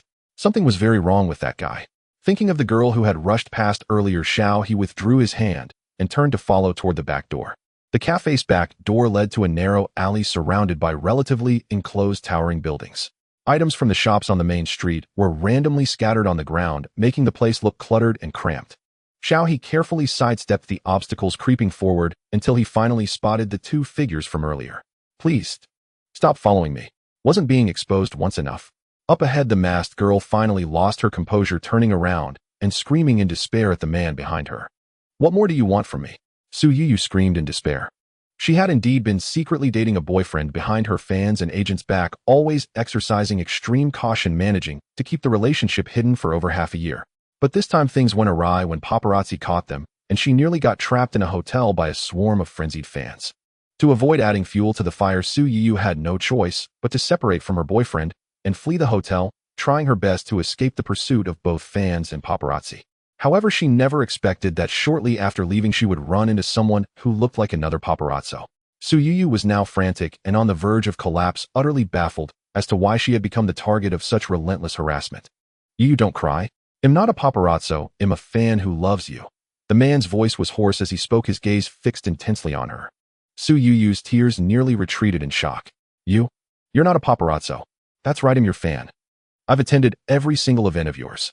Last time you even shook my hand." The man's face flushed with excitement, his hand trembling as he clutched the camera against his chest. "Look, I've got so many photos of you in this camera. I haven't washed that hand since I got back. Yu, it still carries your scent." At that moment, all color drained from Su Yu's face, leaving it deathly pale. Not a paparazzo, a satiating. The anger that had surged within her dissipated, replaced by fear. She instinctively stepped back, terrified by the man before her who was agitated to an almost abnormal degree. "Sorry, I have to go, don't leave." The man reached out and grabbed Su Yu's wrist, causing her to scream in fright. What are you doing? Let go." Instead, the man pulled her closer, his eyes blazing with indignation. "Yu, what exactly is your relationship with that man? Are you really dating? Have you slept together? Didn't you say you wouldn't date and would focus on your career?" Su Yu was terrified. The man had even removed his mask, trying to sniff her. She felt both disgust and fear, struggling to free herself from his grip, but it was as if her wrist were clamped in iron. She couldn't break free. Just then something yanked the man backward by the neck, and he was flung backward. Thud. Caught completely off guard, his head slammed into the wall behind him. "Ouch!" The man let out a pained cry, but Xiao didn't stop. Releasing his grip on the man's camera strap, he threw a punch straight at the man's face. Ugh! Blood spurted from his nose. The man, seeing stars from the blow, clutched his face in agony. "Damn it, who is it?" "None of your business who I am." With that, Xiao delivered a swift kick to the man's stomach, doubling him over like a shrimp as he curled up on the ground. "Are you alright?" Xiao looked up to ask Su Yu. But Su Yu screamed, "I'll watch out, he has a knife." Xiao caught a glimpse of a silver flash in his peripheral vision. He quickly retracted his neck and head, leaning his upper body backward, narrowly dodging the lethal strike by sheer luck. "You want to take her away from me too?" The man shouted hysterically, brandishing the small knife. Die, die, die, all of you die." Su Yu stumbled back several steps, trembling all over, clearly terrified beyond measure.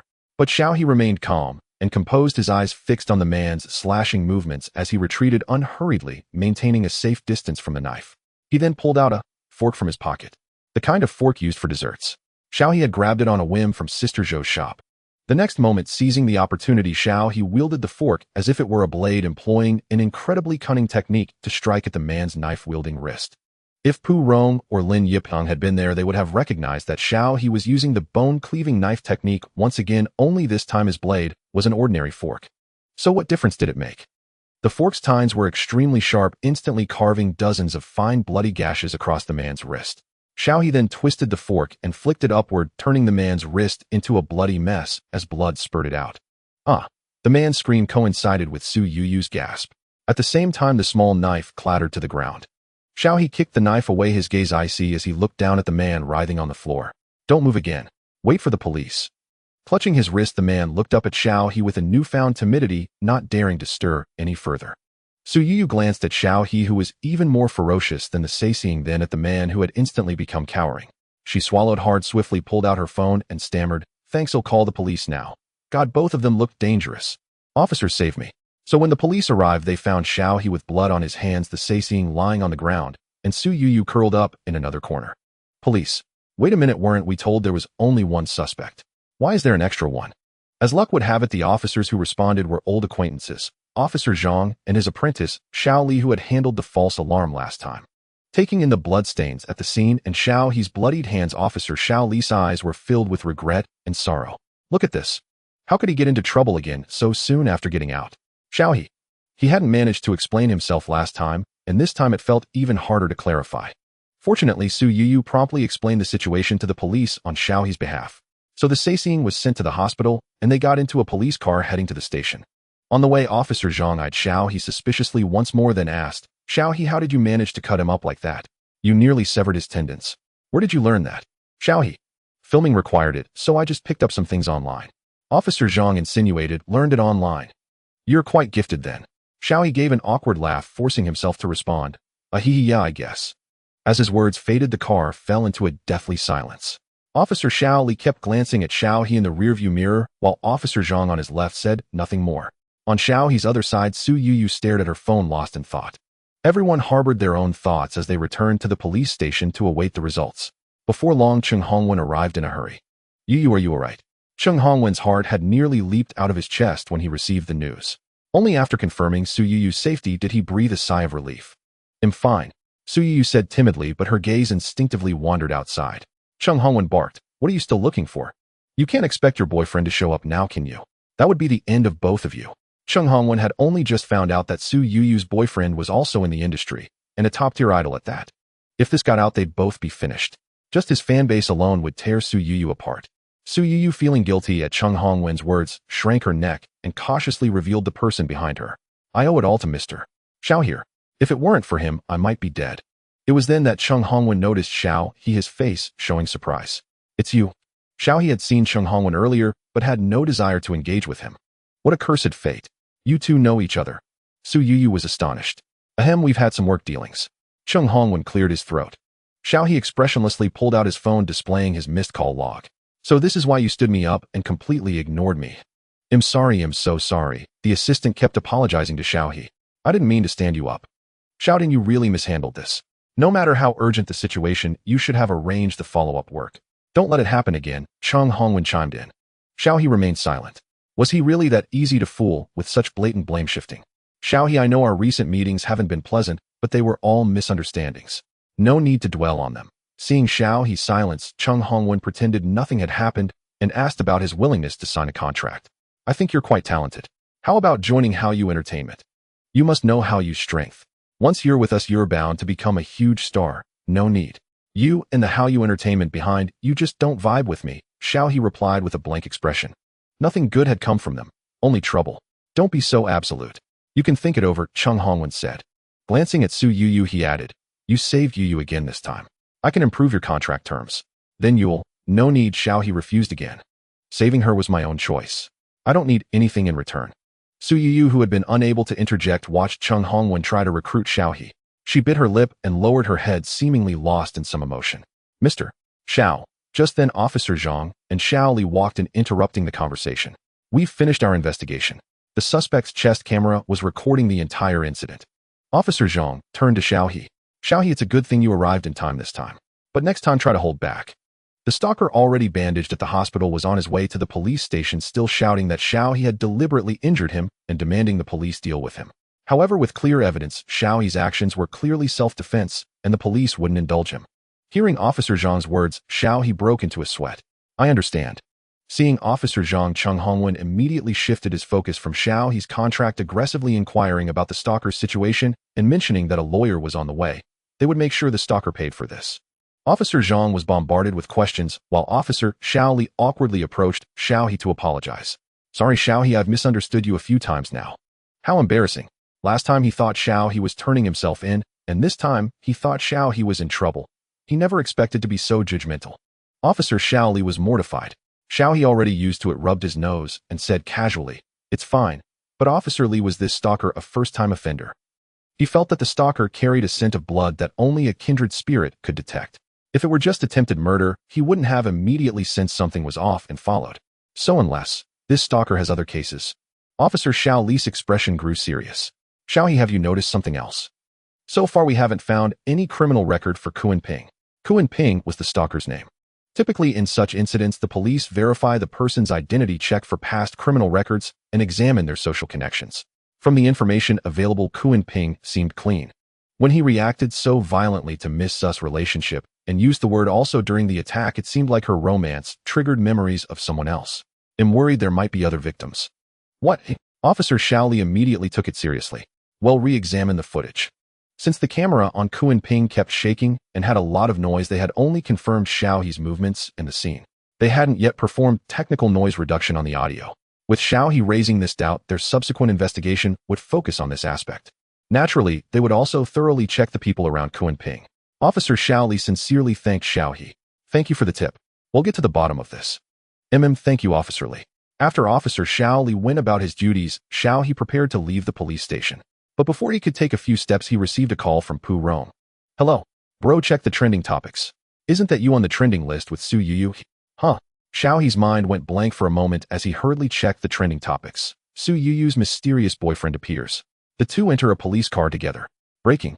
Su Yuyu's mysterious boyfriend turns out to be him. In the photo, Su Yuyu with red-rimmed eyes was talking to a young man wearing sunglasses and a mask. That young man was dressed in a simple white t-shirt and denim jeans, carrying a black backpack. He was tall with long legs, and his demeanor carried a hint of gloom. If only his outfit didn't match Xiaohe's current attire.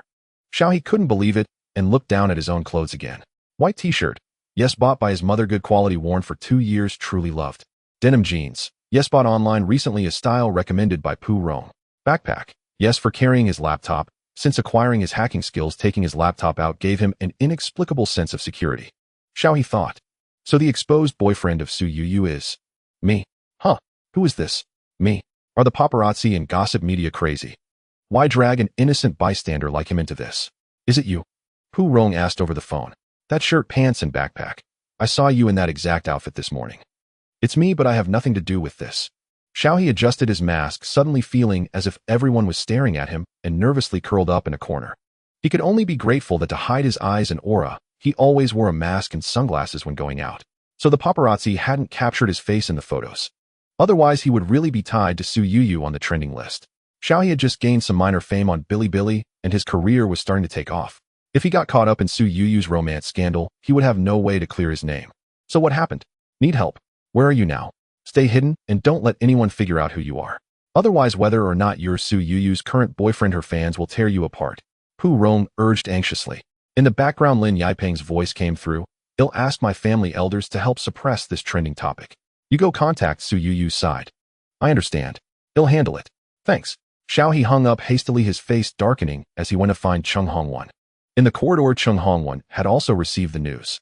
Looking at the situation online, his brow furrowed for a moment before relaxing again. Fortunately, the paparazzi had mistaken Xiaohe for Su Yuyu's boyfriend.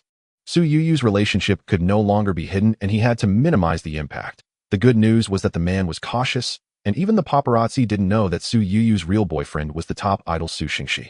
Otherwise, if Su Xingxi's fangirls attacked, both of their careers would face disaster. And the only solution now seemed to be acknowledging Xiaohe as Su Yuyu's boyfriend. Yuyu, listen to me. You must admit your relationship with Xiaohe. Cheng Hongwen grabbed Su Yuyu's arm, his tone stern. Su Yuyu was startled, then quickly shook her head. How can this be? My boyfriend is clearly Su Yuyu. Do you want to ruin everyone? Cheng Hongwen barked sharply, his gaze icy cold, startling Su Yuyu into shrinking her neck, tears welling up in her eyes. Your relationship won't be accepted by the public. You are both at the peak of your careers. Cheng Hongwen took a deep breath. If not for yourself, think of your boyfriend. If Su Yuyu only had a romantic relationship with Xiaohe, a newcomer at worst, she'd be called muddle-headed and Xiaohe a gigolo. But if it were with Su Xingxi, both would be condemned. Just then Su Yuyu's phone rang. Seeing the number, her eyes lit up, and she quickly answered. Axie. Yuyu, listen to me. The young man's voice on the other end was gentle and clear, carrying a power that calmed her anxiety, soothing Su Yuyu's panicked heart. The purpose of that phone call was also to make Su Yuyu admit her relationship with Xiaohe, shifting the public's attention onto him. Yuyu, we have no other way out. I truly love you. I don't want to see you trending with someone else, but Yuyu, we have to think about our future. Su Yuyu held back tears, her beautiful fragile face filled with bewilderment and helplessness. Yuyu. Cheng Hongwen snatched the phone away. I'll handle this. You just lie low. Then he hung up, glaring coldly at the indecisive girl before him. You don't need to show your face. They'll take care of everything. Just wait quietly for the storm to pass. What about Xiaohe? He saved me. Su Yuyu murmured. He should thank us for getting him trending. If not for you, would he be this famous? Cheng Hongwen said matter-of-factly. He's getting a good deal out of this. With the label of being your boyfriend, he'll have an easier time making a name for himself in the industry. Yuyu, in a relationship scandal, the man is always the least hurt. As long as it doesn't cross legal boundaries, it's just a romantic affair for male artists. But for female artists like you, it's different. After this, climbing up will be 100 times harder for you than before. Your image is that of a pure, innocent flower. You can play up the lovesick angle. Xiaohe doesn't look like a good guy, so everyone will think he tricked you. Then you play the victim, and later it'll help you rebrand as a strong, independent woman. They say female artists grow after a heartbreak, right? By then, everyone will change their view of you. Clap, clap, clap. From behind Cheng Hongwen came the sound of Xiaohe applauding. Both of them jumped, turning around. Xiaohe leaned against the corner, staring at them expressionlessly, a chill seeping from his eyes. Nice. You've got it all figured out for me before I even got here. Cheng Hongwen hadn't expected to be caught red-handed by the other party. Embarrassed, he quickly tried to persuade Xiaohe. Xiaohe, this is a golden opportunity for you too. Think about it. If you just keep acting, how long will it take for the public to notice you? With the label of being Su Yuyu's boyfriend, you'll always have a baseline of traffic. If you make it sound noble, but isn't it all for your own benefit? You can't tell me that traffic is just haters coming after me, can you? Xiaohe sneered, tearing down Cheng Hongwen's facade. Cheng Hongwen, I can sign you to Howen Entertainment within a level contract. I swear if you help us get through this, I'll give you the lead role in a major IP, even multiple offers. I'll say it again, I do not consent. Xiaohe stared at them darkly. Miss Su, do you feel the same way? Su Yu looked at him, her heart tangled and conflicted. She didn't mind being criticized, but what about Axie? He was still transitioning his career. He said he'd give her a perfect wedding in the future. But Mr. Xiao was clearly innocent. Su Yu opened her mouth to speak, but Cheng Hongwen forcefully pressed down on her shoulder. Su Yu, shut up. Su Yu's body trembled slightly, as if all her strength had drained away. Xiaohe watched coldly, finding it both ironic and pathetic. Whether Su Yu was truly timid and weak, as the internet said, a delicate little flower, some labels worn for too long might have made her forget her true self. If you can't stand on your own, how can you expect life to get better? Xiaohe said, turning to leave. Cheng Hongwen hadn't expected Xiaohe to be so resolute. He threatened coldly. We're just informing you. You're an insane nobody. Can you really stand against us? Xiaohe said nothing, only let out a disdainful chuckle. You can try. Then he left without looking back. Cheng Hongwen wanted to stop him, but after taking a step, he gritted his teeth and pulled back, dialing to summon online trolls. That stubborn fool. They'll show him how ridiculous he is. Su Yu clenched her fists, then finally lowered her eyes. On the other side, Su Xingxi hung up the phone as his agent walked in. How's the situation online? Mostly drawn away by that kid who appeared out of nowhere. No one's guessed it's you yet. The sharp-dressed female agent adjusted her glasses, her expression extremely serious. Didn't I warn you before? Idols can't date. Sister Lu, we're human too. We have desires. A shadow flickered in Su Xingxi's eyes, but his handsome face was full of feigned grievance. Isn't dating better than being a pervert? During his time in the group, Su Xingxi cultivated a gentle prince image. After the group disbanded, he joined Jiaxing Entertainment, leveraging his handsome face to attract most of the group's fans. Now, though still an idol, he was transitioning into acting and singing, a critical period.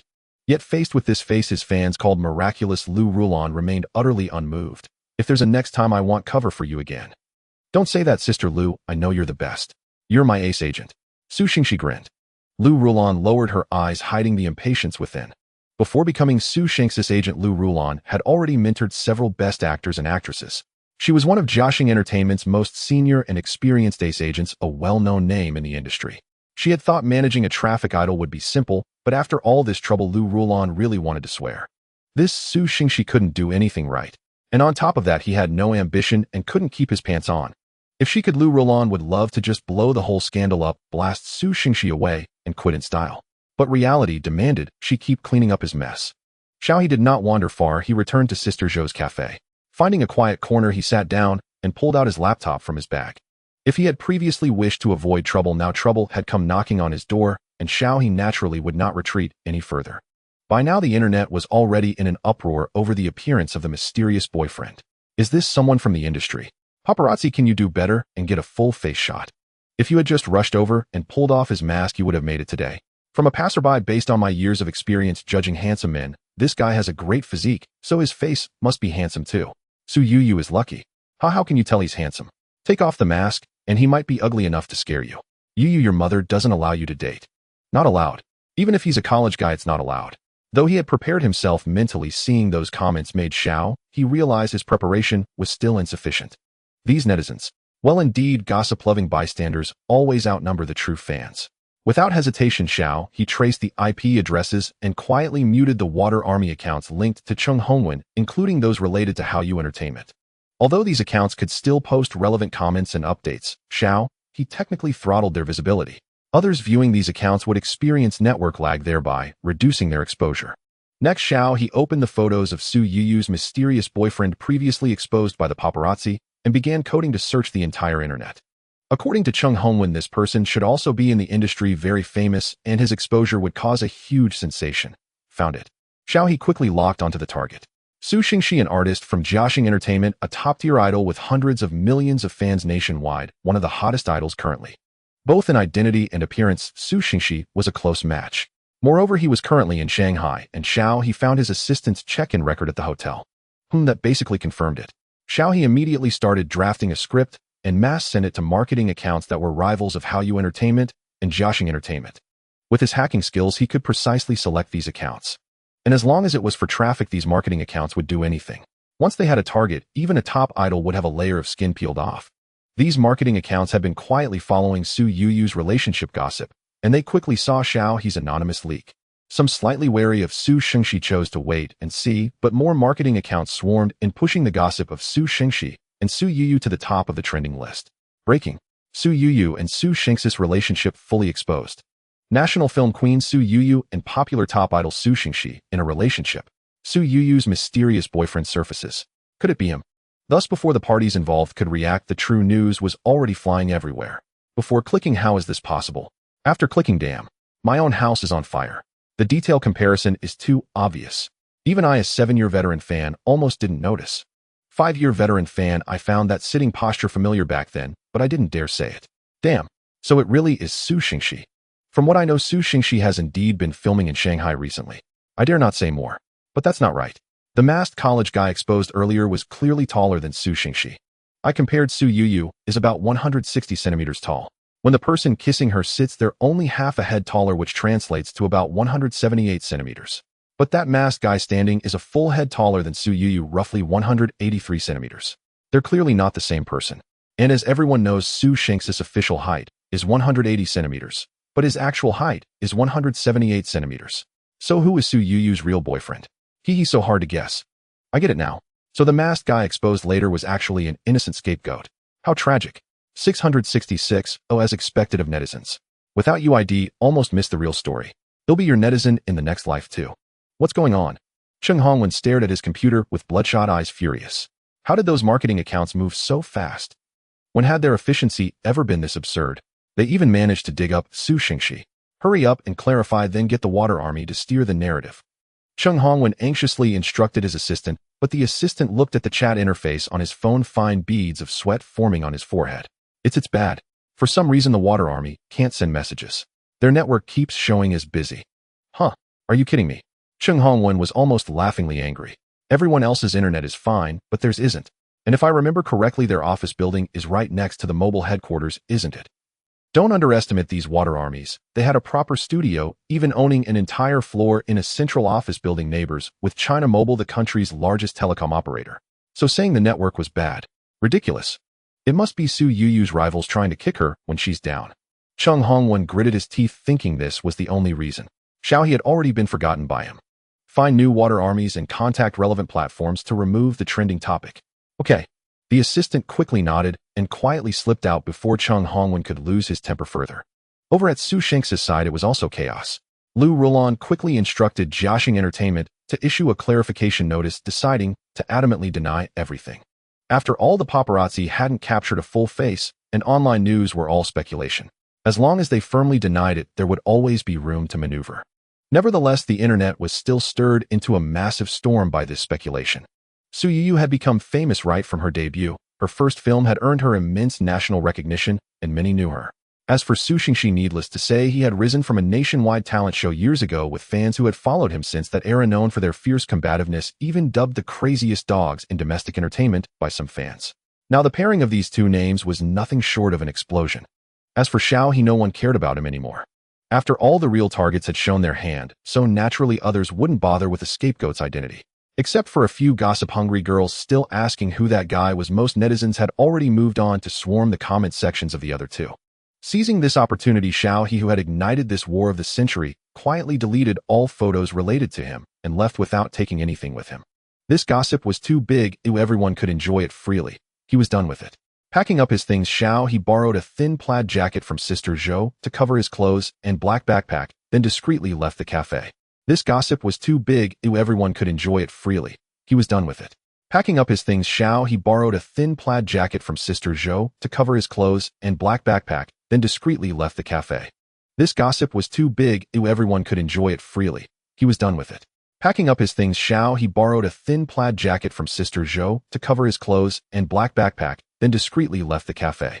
This gossip was too big, everyone could enjoy it freely. He was done with it. Packing up his things, he borrowed a thin plaid jacket from Sister Zhou to cover his clothes and black backpack, then discreetly left the cafe. This gossip was too big, everyone could enjoy it freely. He was done with it.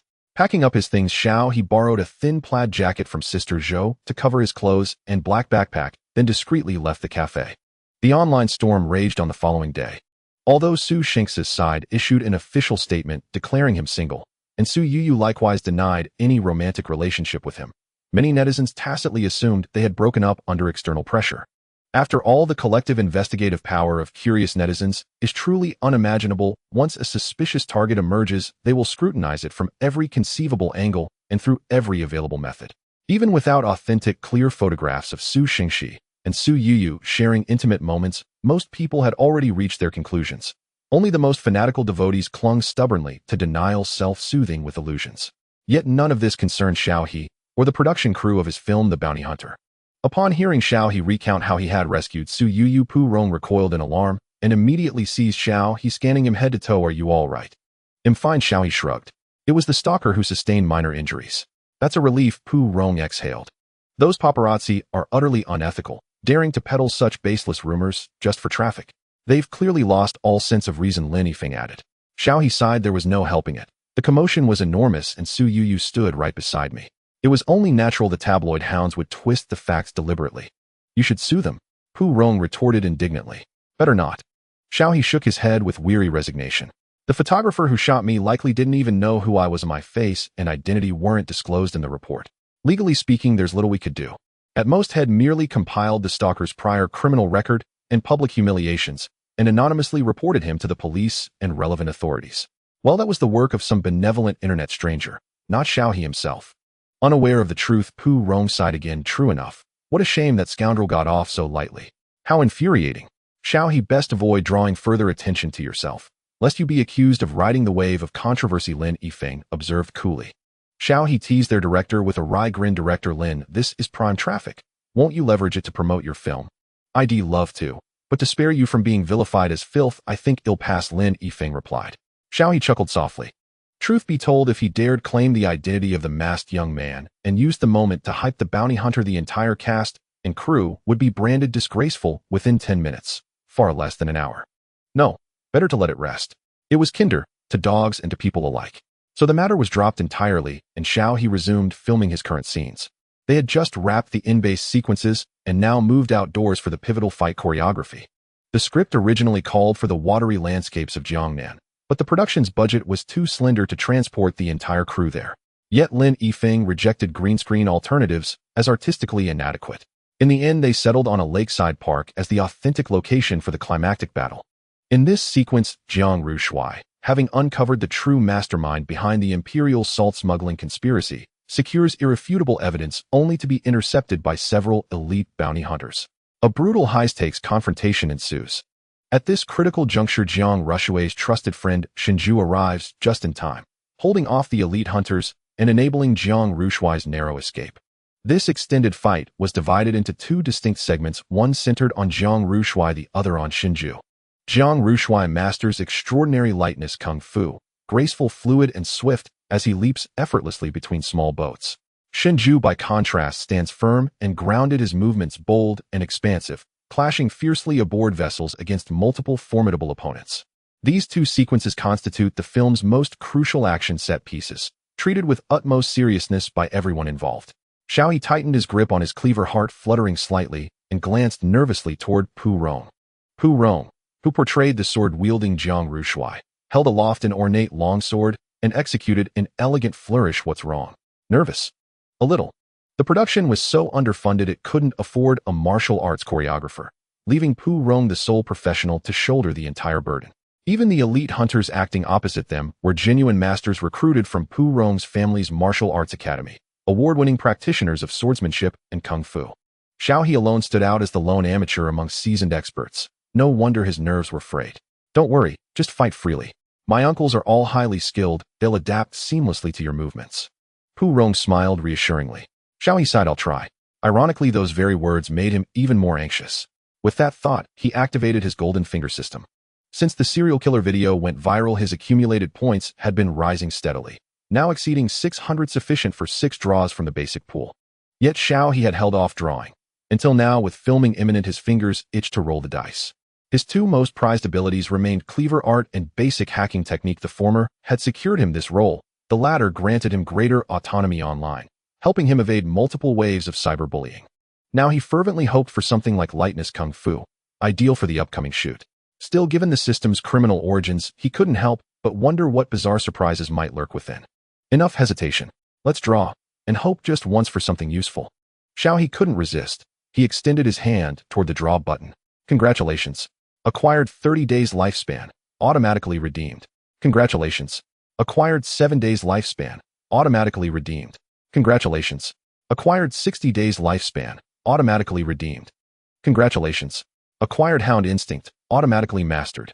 Hound Instinct details born criminals instinctively detect undercover hounds. From this moment forward, you shall perceive concealed law enforcement officers with uncanny acuity. Perhaps his earlier draws had exhausted his luck. Of the 6 attempts, all yielded lifespan increments, save one passive ability akin to his pre-existing predator scent, another innate automatic detection skill. And the hounds the system referenced. Naturally, police officers. Xiao He stared into silence, speechless. Splendid. Now he possessed dual passive senses, one detecting nearby criminals, the other spotting hidden officers. Was he turning into a living biometric scanner?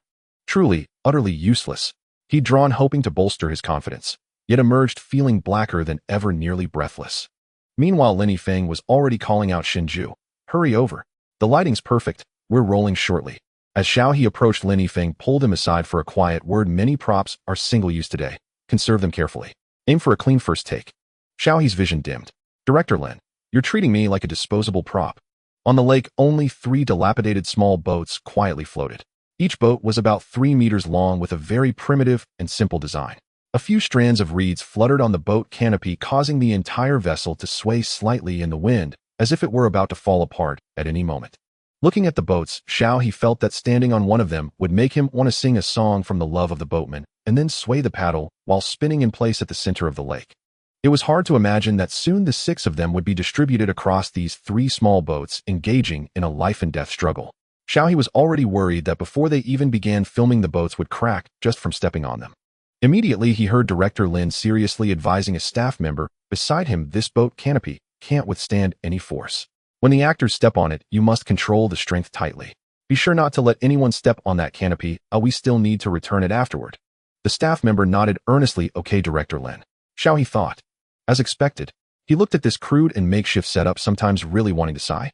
This crew truly felt the least like a crew among all the crews he had encountered. Director Lin Yipeng was indeed a remarkable presence. Haha, I really must commend my luck for having you guys here. Jiang Rushu lazily leaned against the boat's railing, casually watching the small boat drifting towards him.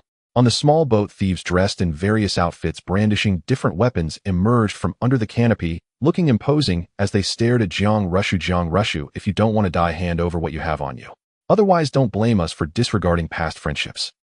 You all used to catch thieves for a bounty to maintain peace in the martial world and uphold your sense of justice. But now, knowing what I possess, you still dare to stop me. Don't speak of friendship, driven by profit. What face do you have left? As Jiang Rushu spoke, the sword in his hand slipped from its sheath, exuding a sharp brilliance that was unstoppable. If it's a fight you want, let's fight. No need for pretenses. With that, the black-clad swordsman sprang forward, his sword like a fierce gleam of cold light, swiftly stabbing towards the muscular man wielding a hammer in the center. Zhang. The muscular man swung his hammer back forcefully, deflecting the attack of the black-clad swordsman, while a warrior beside him with his hair styled in a bun drew his sword and slashed forward, shouting loudly, Jiang Rushu. Don't speak so grandly. Who in the martial world doesn't know you sell your life for money? In this struggle, we are all mere pawns, and you are just a dog under the powerful. How are you any better than us? Jiang Rushu's eyes grew colder, but he didn't respond, instead focusing on his strikes as both sides began to engage in a fierce battle.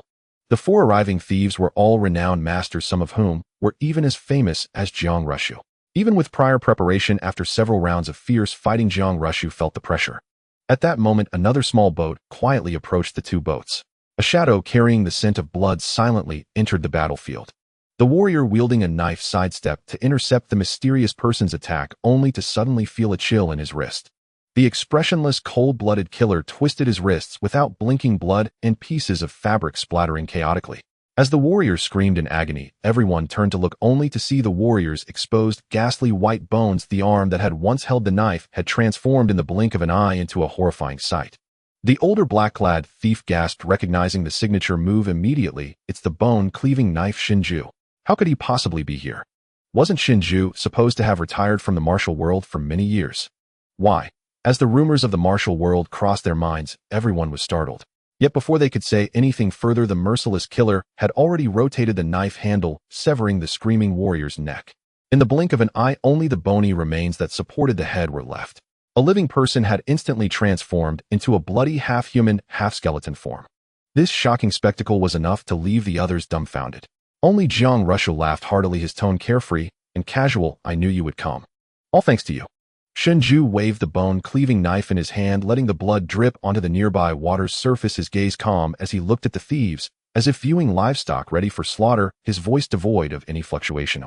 Then the two exchanged positions. Shinju leaped boldly into the center of the thieves' encirclement, causing the small boat to rock violently, splashing a large amount of water, while Jiang Rushu lightly tapped his toes, as if stepping on those water droplets, gracefully landing on the small boat Shinju had arrived on, and in an instant it drifted further away.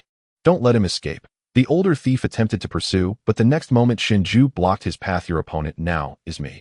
Shinju wielded the bone-cleaving knife, creating an imposing stance that left the remaining three on the boat. Watching Jiang Rushu gradually disappear in the distance with the small boat, the older thief gritted his teeth and said to the other two, we must kill Shinju first, otherwise none of us will escape. The three exchanged glances, decisively revealing their killing moves towards Shinju, but Shinju showed no signs of fear, wielding the bone-cleaving knife, as if living up to its name, each strike carrying flesh and blood. The originally steady small boat began to sway back and forth. The water surface stirred up large ripples, gradually mixing with bright red blood, spreading outwards with the large waves. After a moment, the lake returned to tranquility, and the blood-soaked young assistant emerged from the boat's canopy, leaped to the bow, sat cross-legged, and closed his eyes to rest, allowing the small boat to continue drifting with the current. As the small boat drifted, several skeletal remains flashed across the water's surface, eventually sinking slowly to the lake's bottom, never to be known again. Filming ended. The small boat swayed gently to the shore. Xiaohe gently leaped from the boat, suspended by wires, and only relaxed his tense nerves once his feet firmly landed on the shore. Phew, it's finally over. Xiaohe had never been seasick before, but his recent experience as a flying person on the boat made him once again feel what true torment was like. Well, good job during this time. Lin Yiping patted Xiaohe's shoulder, looking very relaxed. Now that this scene was over, everyone's subsequent work would be much easier. Xiaohe sighed deeply. I feel like I won't want to ride a boat for a long time. Lin Yiping spread his hands. Don't say that. Oh, I hope to collaborate with you again in the future. Xiaohe was momentarily taken aback, then chuckled lightly, not taking Lin Yiping's words to heart, simply saying, sure, I'll be waiting. After confirming the shoot was over, Xiaohe and Pu Rong walked back to their temporary rented makeup room, chatting and laughing. A resonant male voice called out to Pu Rong. Pu Rong stiffened, turned his head, and indeed saw his Grandmaster uncle. Grandmaster uncle, you've worked hard today too. Pu Rong immediately put on a fawning smile. Greetings, Senior Ma. Xiaohe followed suit. The newcomer was an elderly man with graying hair, appearing to be in his 70s. He wore an ordinary undershirt and training pants, resembling an old man strolling in a park, except for his vigorous spirit utterly devoid of any senile lethargy. Ma Hongwu had played the role of an elderly bounty hunter in the scene just shot, but he was not an actor. He was a true martial arts master who owned his own dojo in the country. By seniority, he was considered Pu Rong's Grandmaster uncle. Xiaohe had heard from Pu Rong before that Senior Ma was quite renowned in martial arts, having served as a member of the Chinese Sports Federation and chairman of the Chinese Wushu Association. He had taught in many places with students spanning over 20 provinces and was highly respected internationally as a revered senior in the field. However, about a decade ago, the old master had gradually retired, only managing his own dojo and rarely participating in martial arts competitions or events anymore. Even Pu Rong had little contact with this old master. But for some unknown reason, the old master had suddenly insisted on joining their small production to play a cannon fodder role. When this news broke, not only was the crew shocked, but even others in Pu Rong's sect were astounded. He was a veritable national treasure of martial arts. Why would he willingly play a supporting role for his junior? It was like a ghost story, yet it had indeed happened right before everyone's eyes. Pu Rong didn't know what his grandmaster uncle was thinking, but he dared not ask. Every time he met Ma Hongwu, he was nervous and greeted him cautiously, fearing that Ma Hongwu might be displeased and report back to his master. Then Pu Rong would be doomed. But no matter what Pu Rong did, Ma Hongwu seemed dissatisfied. This time he glared at Pu Rong with a look of frustration, making the bewildered Pu Rong shrink his neck. Gee, grandmaster uncle. What had he done to upset him this time? Humph. Ma Hongwu snorted coldly, then turned to Xiao He. Young friend Xiao, your bone-cleaving knife technique is truly remarkable. Are you sure you can't reveal your master to this old man? Xiao He sighed helplessly. Sorry, Senior Ma, I really can't say. How could he conjure up a master for this instant-learned skill? This old master had been pestering him daily lately, which was quite a headache. Fortunately, the old master had finished his scenes today and was leaving so they wouldn't have to meet again. Grandmaster uncle, don't make things hard for Xiao He. Pu Rong interjected to help Xiao He. Such a rare technique naturally requires keeping the master's identity secret, doesn't it? You're not really planning to learn it, so why dig so deep? Ma Hongwu squinted at the young man and snorted disdainfully. The younger generation of martial artists nowadays is truly getting worse with each passing generation. He couldn't even recognize a life-threatening blade technique. What a waste of years of training. What neither Xiao He nor Pu Rong knew was that Ma Hongwu had joined the crew specifically because of Xiao He. When Pu Rong had visited the dojo to recruit actors, Ma Hongwu happened to be there and accidentally witnessed Xiao He's swift bone-cleaving knife technique, which left him deeply shocked. As a leading figure in martial arts, his eyesight was impeccable. This technique was no mere fancy show. It was a genuine lethal blade art. It could only be mastered through practice. Given Xiao He's current level of skill, it would require dozens of lives to perfect. Therefore, this young man, Xiao He, was likely a serious problem. Thinking that in this new society such a degenerate had emerged in martial arts, Ma Hongwu couldn't sit still. He immediately brought Pu Rong along to join the small crew as a cannon fodder extra. However, after observing for so long on set, Ma Hongwu found nothing wrong with Xiao He. On the contrary, he heard that Xiao He had recently performed a brave act rescuing a young girl, and the police were even awarding him a certificate. This left the once certain old Ma somewhat bewildered. How had this fellow managed it? Could he truly be a martial prodigy who learned simply by watching? Ma Hongwu fell into a long silence again. Xiao He, noticing the old master staring at him, without speaking, looked questioningly at Pu Rong.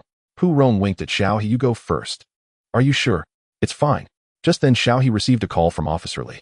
His bravery certificate had been approved, and Officer Li asked him to come pick it up. Putting down his phone, Xiao He had a legitimate reason to leave. Sorry, I have to go now. I'm heading to the police station to get my certificate. Go on. Pu Rong quickly responded. After Xiao He left, Pu Rong continued to persuade the old master. Grandmaster uncle, I really don't understand why you keep pressing Xiao He about his master. He even agreed to teach you, but you're fixated on his teacher. Ma Hongwu thumped Pu Rong on the head in frustration. Don't call me grandmaster uncle. You're an embarrassment. Pu Rong was speechless. Since they had moved to a new filming location far from the police station near the film base, he didn't want to rough it and took a taxi. It was around 4 in the afternoon, not yet rush hour, but the road to the film base was still heavily congested. Xiao He leaned out the window looking at the stalled traffic ahead and clicked his tongue. Why is this road so jammed? The driver, familiar with the situation, said, Seems some celebrities are filming at the base lately, so their fans have all flooded in. That's too much. Xiao He remarked. Yeah, tell me about it, the driver complained. That's why we don't like taking jobs here. It doesn't pay well, and it's a hassle. You're lucky today, I usually avoid this area. As the conversation drifted to the driver's hardships, Xiao He wisely chose to stay silent. The car fell silent except for the driver's muttering. 20 minutes passed, and the traffic hadn't moved an inch. Now genuinely irritated, the driver picked up his phone to check the road conditions ahead. Drivers had their own message groups where traffic updates spread quickly, and he soon got the latest news. What? The fans ahead are fighting and the whole road is blocked and paralyzed, the driver asked in disbelief. Xiao He couldn't help but listen in. Whose fans were they? How could they be so insane? Before the driver could confirm further, they heard police sirens in the distance. Soon several police motorcycles sped past them toward the film base. Xiao He blinked. Young man, you heard that too. We can't get through ahead. The driver turned looking troubled. How about you? Walk a bit. Xiao He thought, alright, fine. Might as well go see what the fuss is about. Xiao He thought, alright, fine. Might as well go see what the fuss is about. Xiao He thought, alright, fine. Might as well go see what the fuss is about. Xiao He thought, alright, fine. Might as well go see what the fuss is about. Xiao He thought, alright, fine. Might as well go see what the fuss is about. Xiao He thought, alright, fine. Might as well go see what the fuss is about. However, this matter was actually a misunderstanding from the start. It did not originate from the fans, but from a thief. Zhao Jun, a thief recently released from prison, was preparing to restart his operations and expand his enterprise once more. After an extended period of surveillance, Zhao Jun set his sights on the fan groups near the film studio. The area was densely populated and people's attention was easily drawn to the celebrities coming and going, making them neglect their surroundings. Moreover, the fans who could afford to come here were generally well off, often carrying numerous electronic devices, such as spare phones, cameras, tablets, and earphones.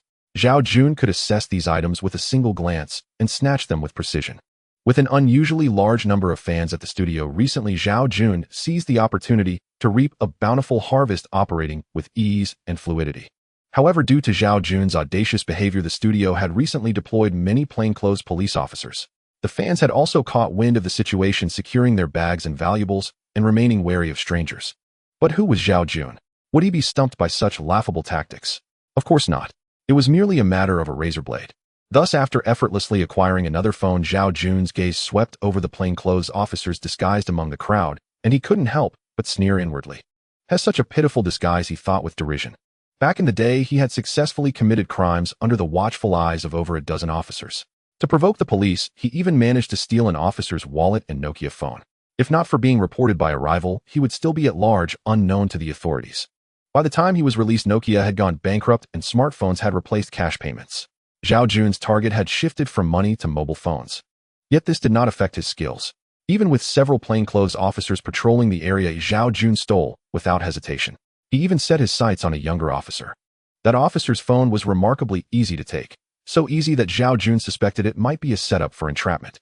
But before Zhao Jun could walk far, the girl whose phone he had stolen noticed the loss.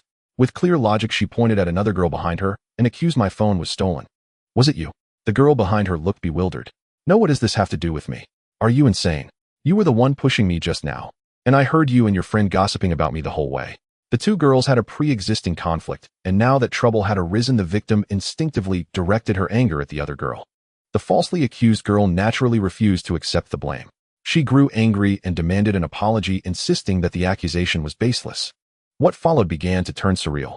Someone had witnessed Zhao Jun reaching out to steal the phone, but due to an optical illusion, they mistook the hand for the other girls. They immediately took sides and pointed fingers. Since the two girls were fans of rival celebrities, this alignment escalated absurdly into a battle for their idol's honor. "I told you your Sue is nothing but a slut. After all these years, no improvement at all. A phony queen who steals from others. Birds of a feather flock together. She stole the Best Actress award and you steal phones. What a pair of shameless scumbags. Damn it. I said I didn't steal your phone. How dare you speak about our Yu like that? Do you really think your plastic surgery face could have one Best Actress without Yu? You're just as delusional as your idol dreaming that someone stole from you. Ugh. Bitch, what the hell do you mean? Get lost. Watch your mouth." The girl whose phone was stolen, enraged, grabbed the other's hair. The other retaliated by pulling at her clothes, and the rest of their groups quickly joined the fray. What began as a conflict between a few individuals escalated into a brawl involving many. The scene grew so chaotic that many fans were swept into the fight without even understanding what had happened.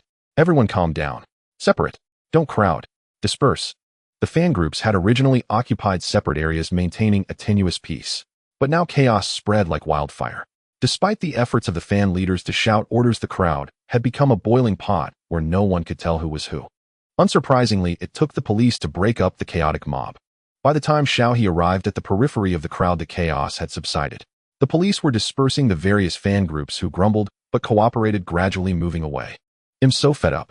We were all getting along fine until those few showed up and ruined the whole atmosphere." A group of girls left together, complaining about the rival fan groups. Xiaohe pricked up his ears and grasped the gist of the situation. It was the aftermath of the rumored romance between Su Yuyu and Su Xingxi. Although many believed they were dating, neither had confirmed it, so officially it was nothing. However, fans had discovered that both were currently at the same film studio.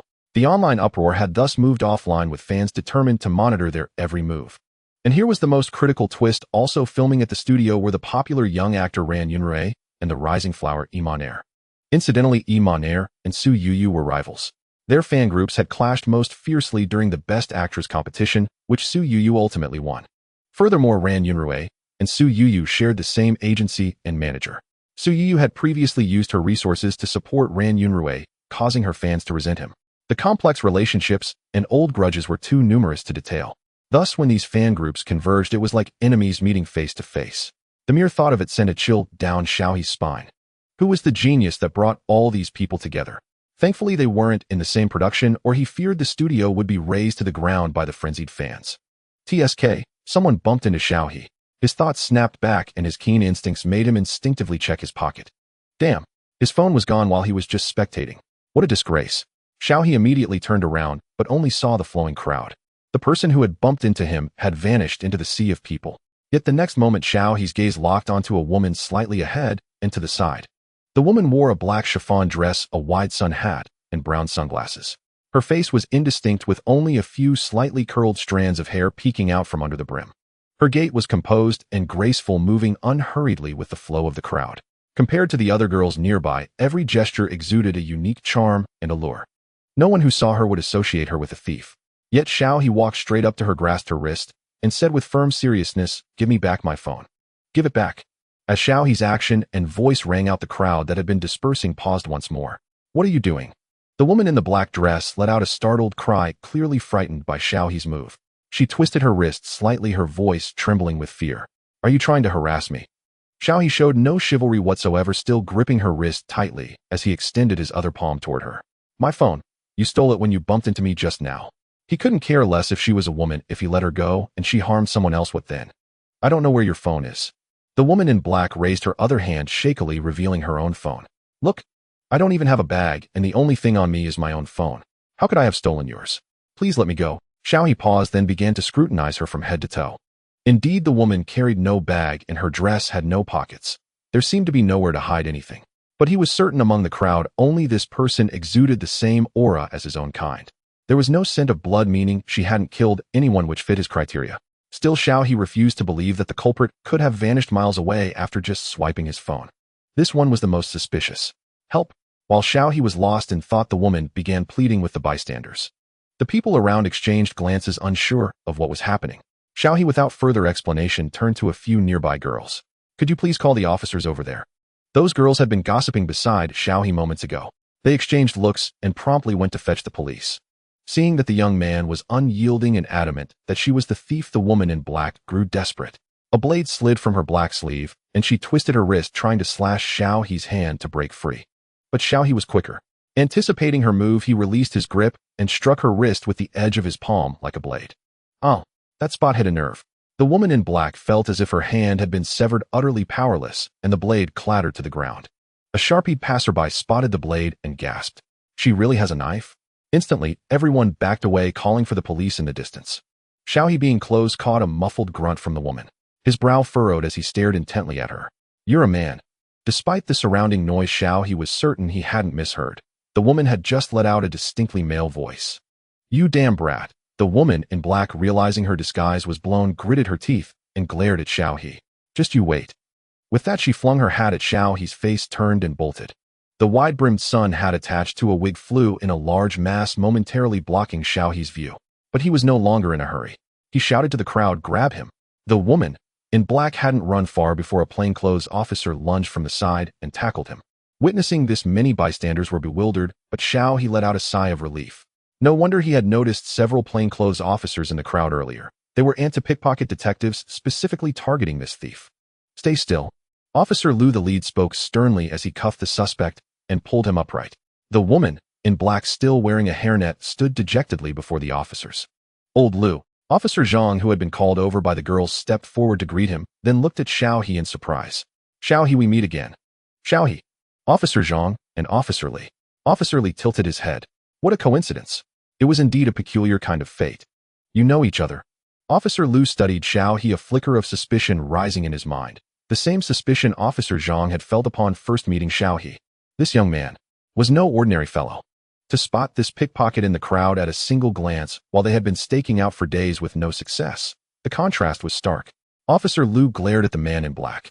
"You've given us quite a run." Who would have thought that the person they had been hunting for so long was a man who cross-dressed and even used a falsetto? But it had to be said, his appearance was truly androgynous, an eye-opening experience. Officer Liu unceremoniously grabbed the man by the collar and pulled him toward the police car. "Come on, take everything out of that chest of yours." "Better give him a full search. I suspect he's carrying a lot more," Officer Zhang added. "At least a dozen people have come to report thefts to me just now." "This? Can he hide things there?" a bystander muttered. Xiao He's eye twitched as his gaze fell on the man's voluptuous chest and curvy hips, a bad feeling creeping in. His phone was dirty.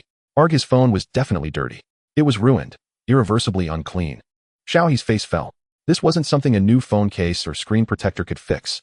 What he needed to do now was disinfect the phone and buy a new one. Speaking of buying a new phone, sorry, just trying to find some humor in the misery. Soon the man displayed his extraordinary skills. 16 phones, 3 tablets, countless earphones, 5 power banks, and a gaming console. There were also various other electronic gadgets. Xiao He couldn't identify, but he was utterly stunned.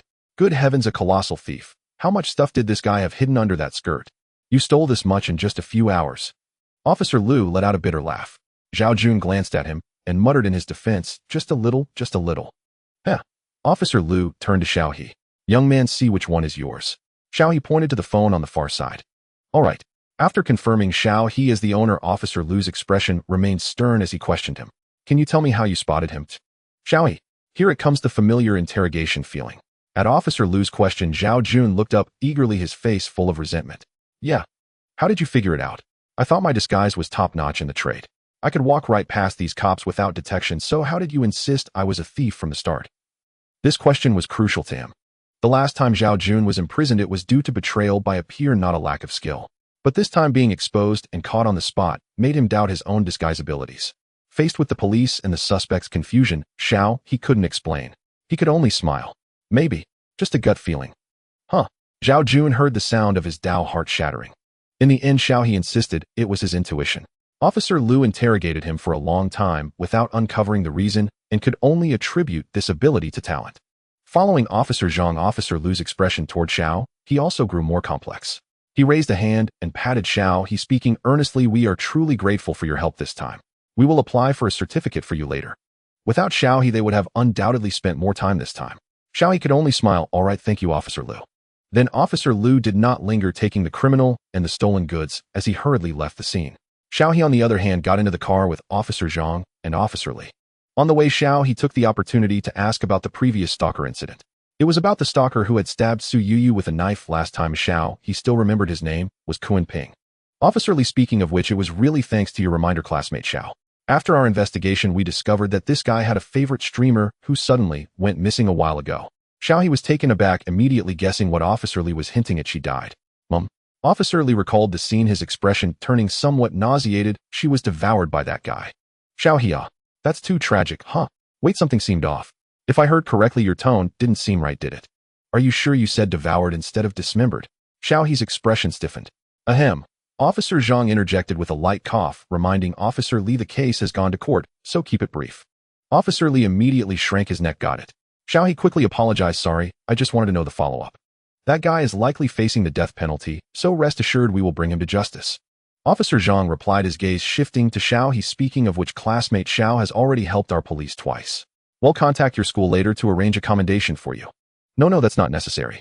Xiao He waved his hand awkwardly. He didn't want to be publicly commended. That would be quite embarrassing. But come to think of it, counting the previous case of Zhu Laosan, he had actually helped the police solve 3 cases. And each time it was pure coincidence. The criminals simply walked right into the trap. Xiao He had never imagined his golden finger could have such an effect. Still, it was fine, a small contribution from him. The group arrived at the police station, and this time, Xiao He finally received his righteous courage certificate smoothly. Looking at the little red booklet symbolizing honor in his hand, Xiao He beamed. Thank you. No problem, Officer Li waved, then invited Xiao He to take a commemorative photo together. Watching Xiao He leave, Officer Li sighed with emotion. Classmate Xiao is truly a special person. I used to have prejudices against him. How foolish of me. Hearing this, Officer Zhang leisurely blew on his teacup and said calmly, that's why you can't judge people by appearances. You have to see what they do and what they say. Only by truly interacting with them can you know what kind of person they are. Officer Li looked back in confusion, but Master, weren't you the one who initially suspected classmate Xiao had issues? Ahem. Officer Zhang burst into a violent cough, startling Officer Li into quickly patting his back. Master, be careful. Here's some tissue. After wiping his mouth with the tissue, Officer Zhang glared at Officer Li and stated seriously, I never suspected classmate Xiao. I asked you to keep an eye on him as a test to see if you could distinguish good from evil in people. And now it seems. Officer Zhang shook his head with an air of wisdom, looking like a teacher disappointed in his pupil. Comrade Li, you still have a lot to learn. Officer Li scratched his head awkwardly. So that's how it was. I understand now. He then gazed at Officer Zhang with admiration, as expected of Master. Your skill in reading people is unmatched. I will definitely keep learning from you. Ahem, go contact old Lou and have them match the confiscated stolen goods with our lost and found items, then contact the owners one by one. Got it, master. Returning to the film set in high spirits, he realized he had somehow ended up on the hot search again. Stand there, don't move. Pu Rong raised his phone to aim at his gaze darting between the phone screen and He. Seeing the identical outfit in the photo, and in front of him a complex expression gradually emerged on his face. This t-shirt, I remember you bought it just a few days ago, right? And these pants, you asked me for the link again. These shoes, I can't even be bothered to mention them. Last time you were on the hot search, you were also wearing the same sneakers. Alright, the only improvement is that you didn't carry that shabby bag of yours. Sigh. Pu Rong lowered his phone, looking at the person before him with a face full of weariness. Brother, could you tell me why you always manage to make it onto the hot search from such a peculiar angle? He pulled out his phone and glanced at it, then found it both funny and exasperating. Fan fight scene reveals cross-dressing master. So he was, fan fight. On-site rapid arrest. These headlines were really clickbait. Similar to last time, he had been dragged into Su Yu's relationship scandal, becoming part of it. This time the fan fight involved He, and the video clip of him catching the cross-dressing thief on the spot rode the wave onto the hot search. He was utterly speechless. Seriously, was the hot search really that easy to get on now? How did it just pop up? Most importantly, it was trending in real time, and the comment section was buzzing with laughter. Haha, I'm dying of laughter. I didn't expect it to be this funny when I opened this trending topic. Am I the only one curious about what that cross-dressing thief actually looks like? Does anyone have a photo? I really want to see what he looks like.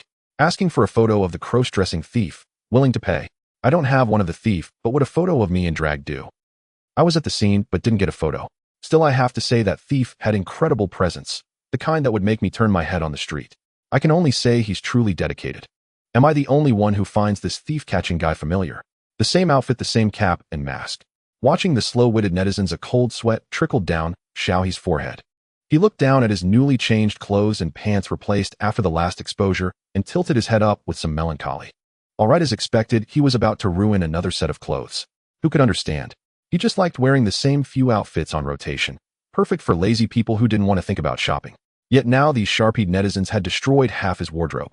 He was furious. Alright, as expected, he was about to ruin another set of clothes. Who could understand? He just liked wearing the same few outfits on rotation. Perfect for lazy people who didn't want to think about shopping. Yet now these sharp-eyed netizens had destroyed half his wardrobe. He was furious. Pu Rong, naturally unaware of He's thoughts at that moment, was still curious about He catching the thief. So old did you really catch a cross-dressing guy at the scene? He. Shouldn't the focus be on the thief? Pu Rong gave He a hearty slap on the back. Hey, it's all the same. Come on, tell me what happened. He could only pick out the key points and give Pu Rong a rough rundown, to which Pu Rong gave him a thumbs up. Brother, you're the man. At that moment, Pu Rong himself wasn't even sure if the person was the one who stole his phone, yet he was so resolute and steadfast in his conviction. Pu Rong felt humbled by that alone. Just lucky, he said with a shrug. Did I hear someone being humble? Lin Yiping walked over and teased. He blinked innocently.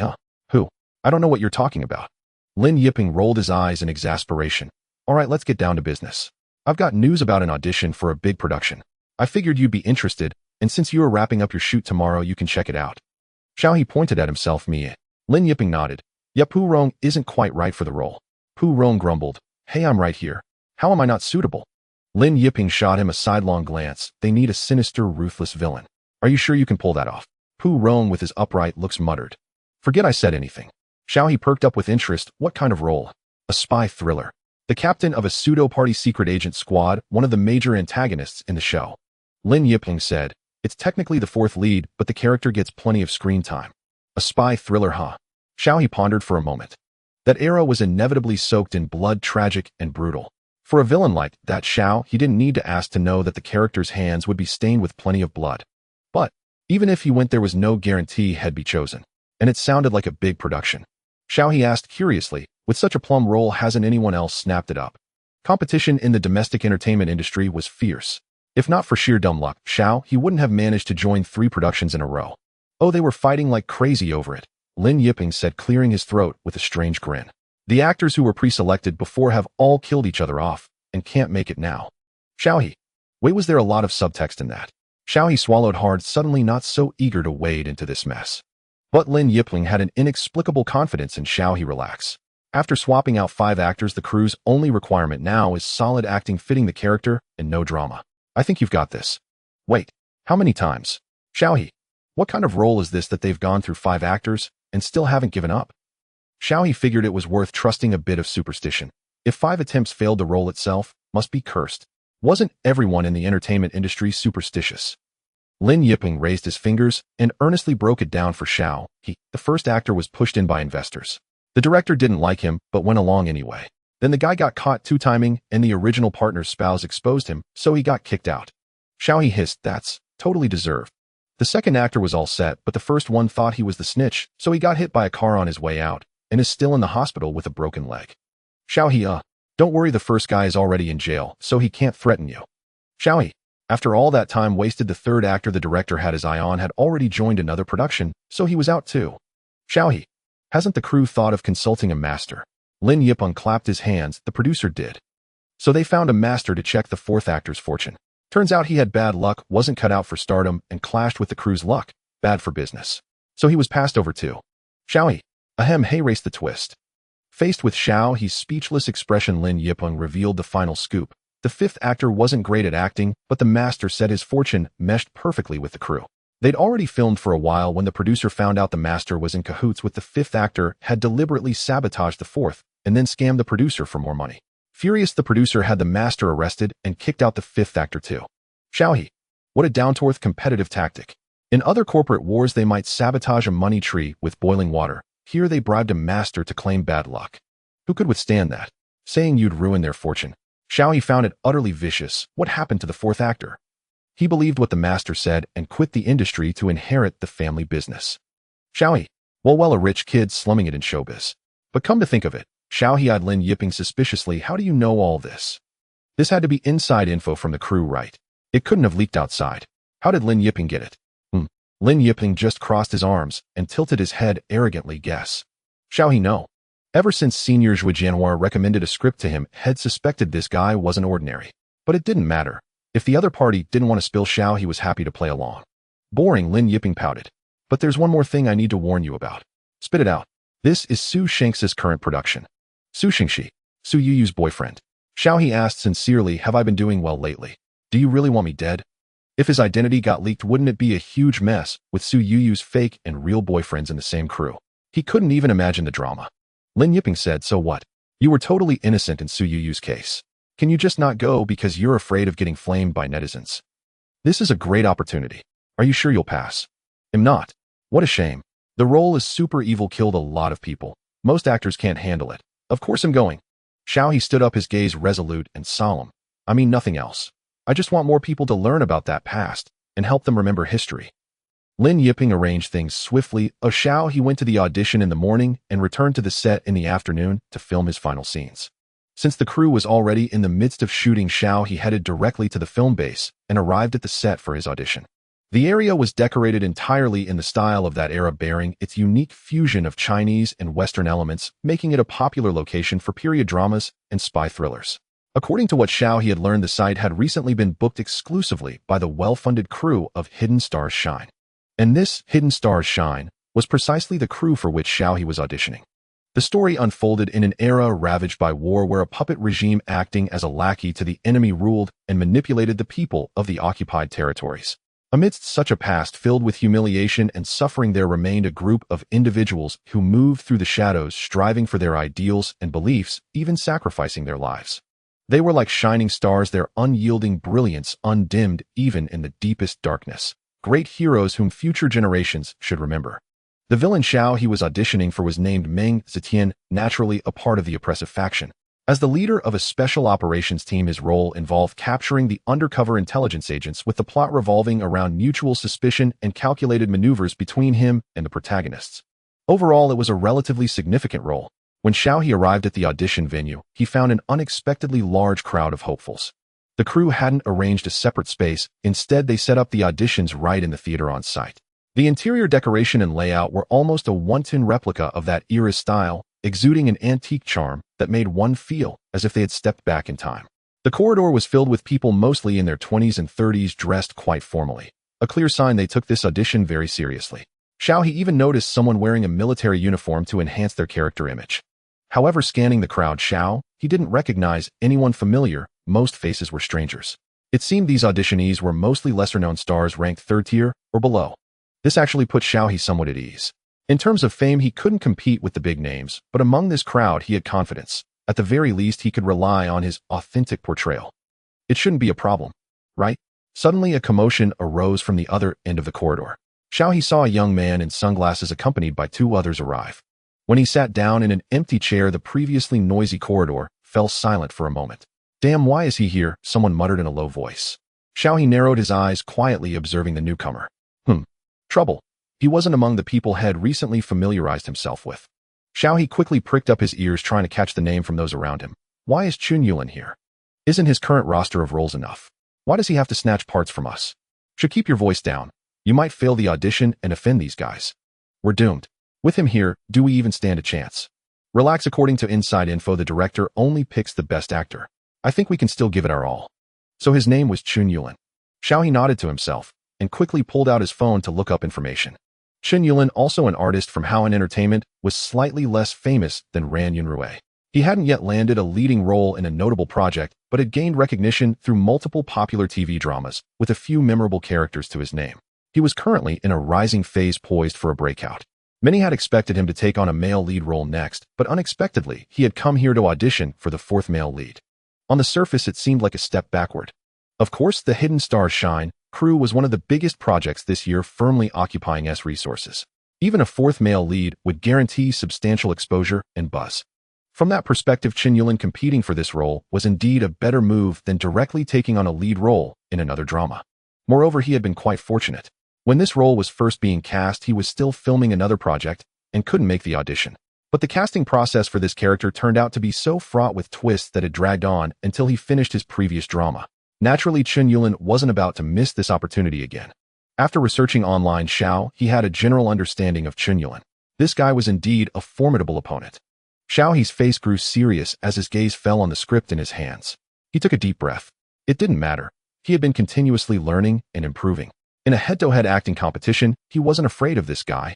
After Chun Yuan, a few more recognizable actors arrived, but their status was far lower than his. While everyone waited and whispered among themselves, no one paid much attention to Xiao, who remained in a corner. After a while, the auditions officially began.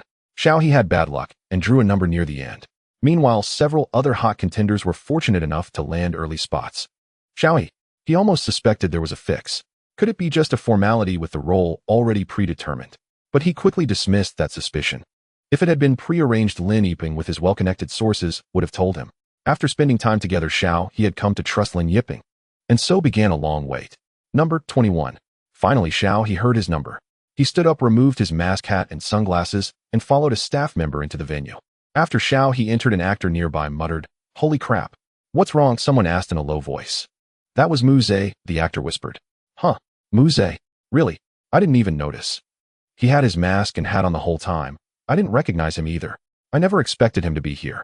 Xiao had underestimated his explosive popularity on Bilibili.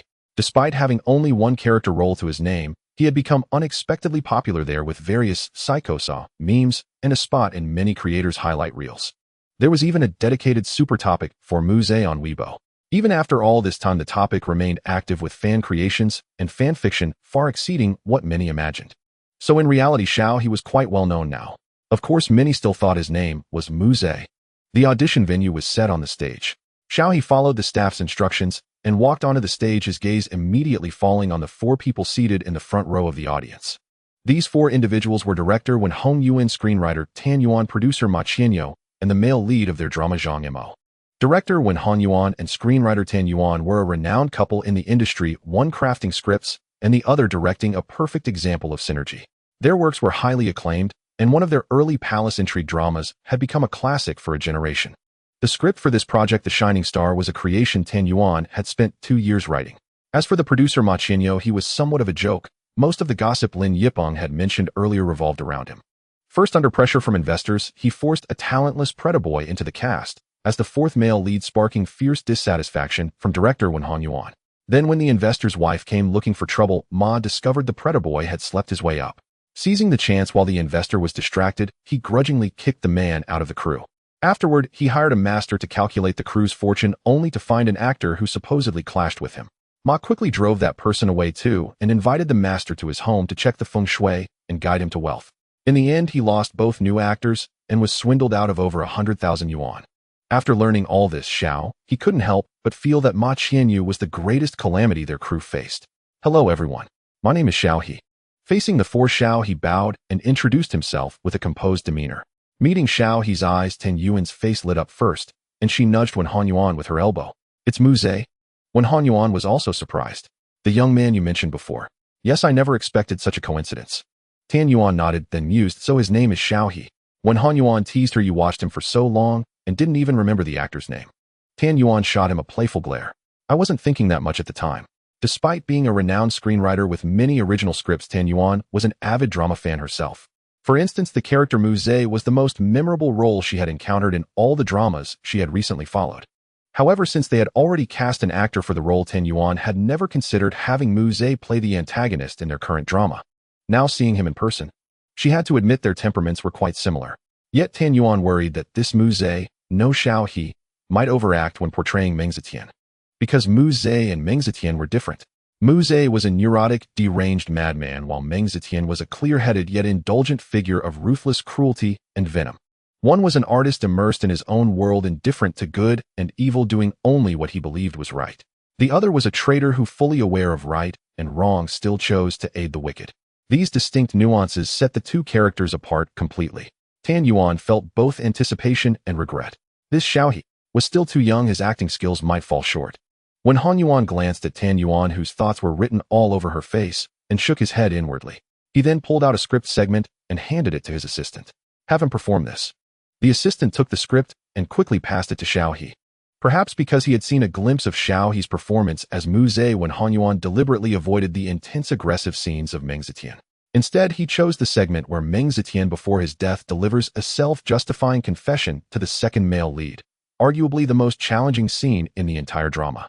In this scene, Meng Zetian confronts the second male lead by Ming Chuan and is already at a disadvantage, about to be executed for treason. To save his life and lull by Ming Chuan, Meng Zetian begins to play the victim, even kneeling to apologize, detailing his helplessness and pain and fabricating various excuses. He nearly deceives by Ming Chuan, but the male lead Li Shuo arrives in time and shoots Meng Zetian dead, preventing a potential counterkill. This scene demands not only the portrayal of Meng Zetian's fear of death and desperate struggle for survival, but also his hypocrisy and cunning. The actor must show Meng Zetian acting, revealing a glint of mocking triumph and murderous intent beneath his fearful and pleading eyes. For any actor, this was undoubtedly a tremendous challenge. He read the segment and smiled bitterly to himself. Trouble. This really was a test of his acting skills. Are you ready? About 5 minutes later, when Hanyuan asked from the stage. I'm ready. He could only brace himself and answer, then closed his eyes. All right, let's begin. As when Hanyuan's words fell, the young man on stage opened his eyes, and he had transformed into Meng Zetian, feigning fear while deep-seated resentment still lurked in his gaze. The moment their eyes met, when Hanyuan sat up straight, his eyes gleaming with interest. This kid has something. Meanwhile, Chun Yulin, who had finished his audition, stepped into the van heading back to the company, brimming with confidence. He glanced at his agent, the smile still lingering on his face, and asked casually, were those all the people who came this time? While the others had been sneaking glances at Chun Yulin, he too had been observing the audition candidates. After confirming they were all minor unknown actors, he completely let his guard down. In terms of acting, he believed he was no slouch, and in popularity, he was the most famous among today's candidates. He was confident that unless the director was blind, he would be chosen. The agent nodded. This audition was rushed. Only a few could make it in time, and none of them have an advantage over us. Chun Yulin sneered inwardly and yawned lazily. Then let's head back and get ready to join the crew. The agent replied, sure. But just as they began planning the upcoming schedule and shooting process, the agent received a call from producer Ma Qianyu. Hello, producer Ma. The agent's heart leaped with joy, thinking the decision had been made so quickly, only to receive devastating news. It's already decided. We didn't get the part. The agent's uncontrolled voice made Chun Yulin's smiling expression plummet. May I ask who got it? Oh, He. Who's that? Okay, thank you, producer Ma. After hanging up, Chun Yulin immediately demanded, who is this He? The agent shook his head with a grim face. I'm not sure. Seems like an unknown newcomer. Damn it, Chun Yulin cursed under his breath. Their assistant, who had remained silent until now, timidly raised a hand. I think I know him. Both men's gazes instantly locked onto the assistant. He's the actor who played Muze. The assistant withdrew his hand, carefully watching their expressions. The one who went viral on Bilibili as that killer. Huh. Some nobody. Chen Yuan laughed bitterly. Fine, you'll remember him. Xiaohe. The young man was struck by a bullet from another direction, staggering and collapsing to the ground. Cough. He clutched his pierced chest, gasping heavily on the earth. Even at death's door, his expression still brimmed with resentment and defiance, as if he would transform into a vengeful spirit, his gaze fixed intently on the figure yonder. You will not succeed. An idealist who sees no hope in the darkness will inevitably be drowned by the tides of the era. The efforts of countless souls ultimately meet the fate of failure. Yet he merely wished to survive in this age. We will triumph, we will succeed.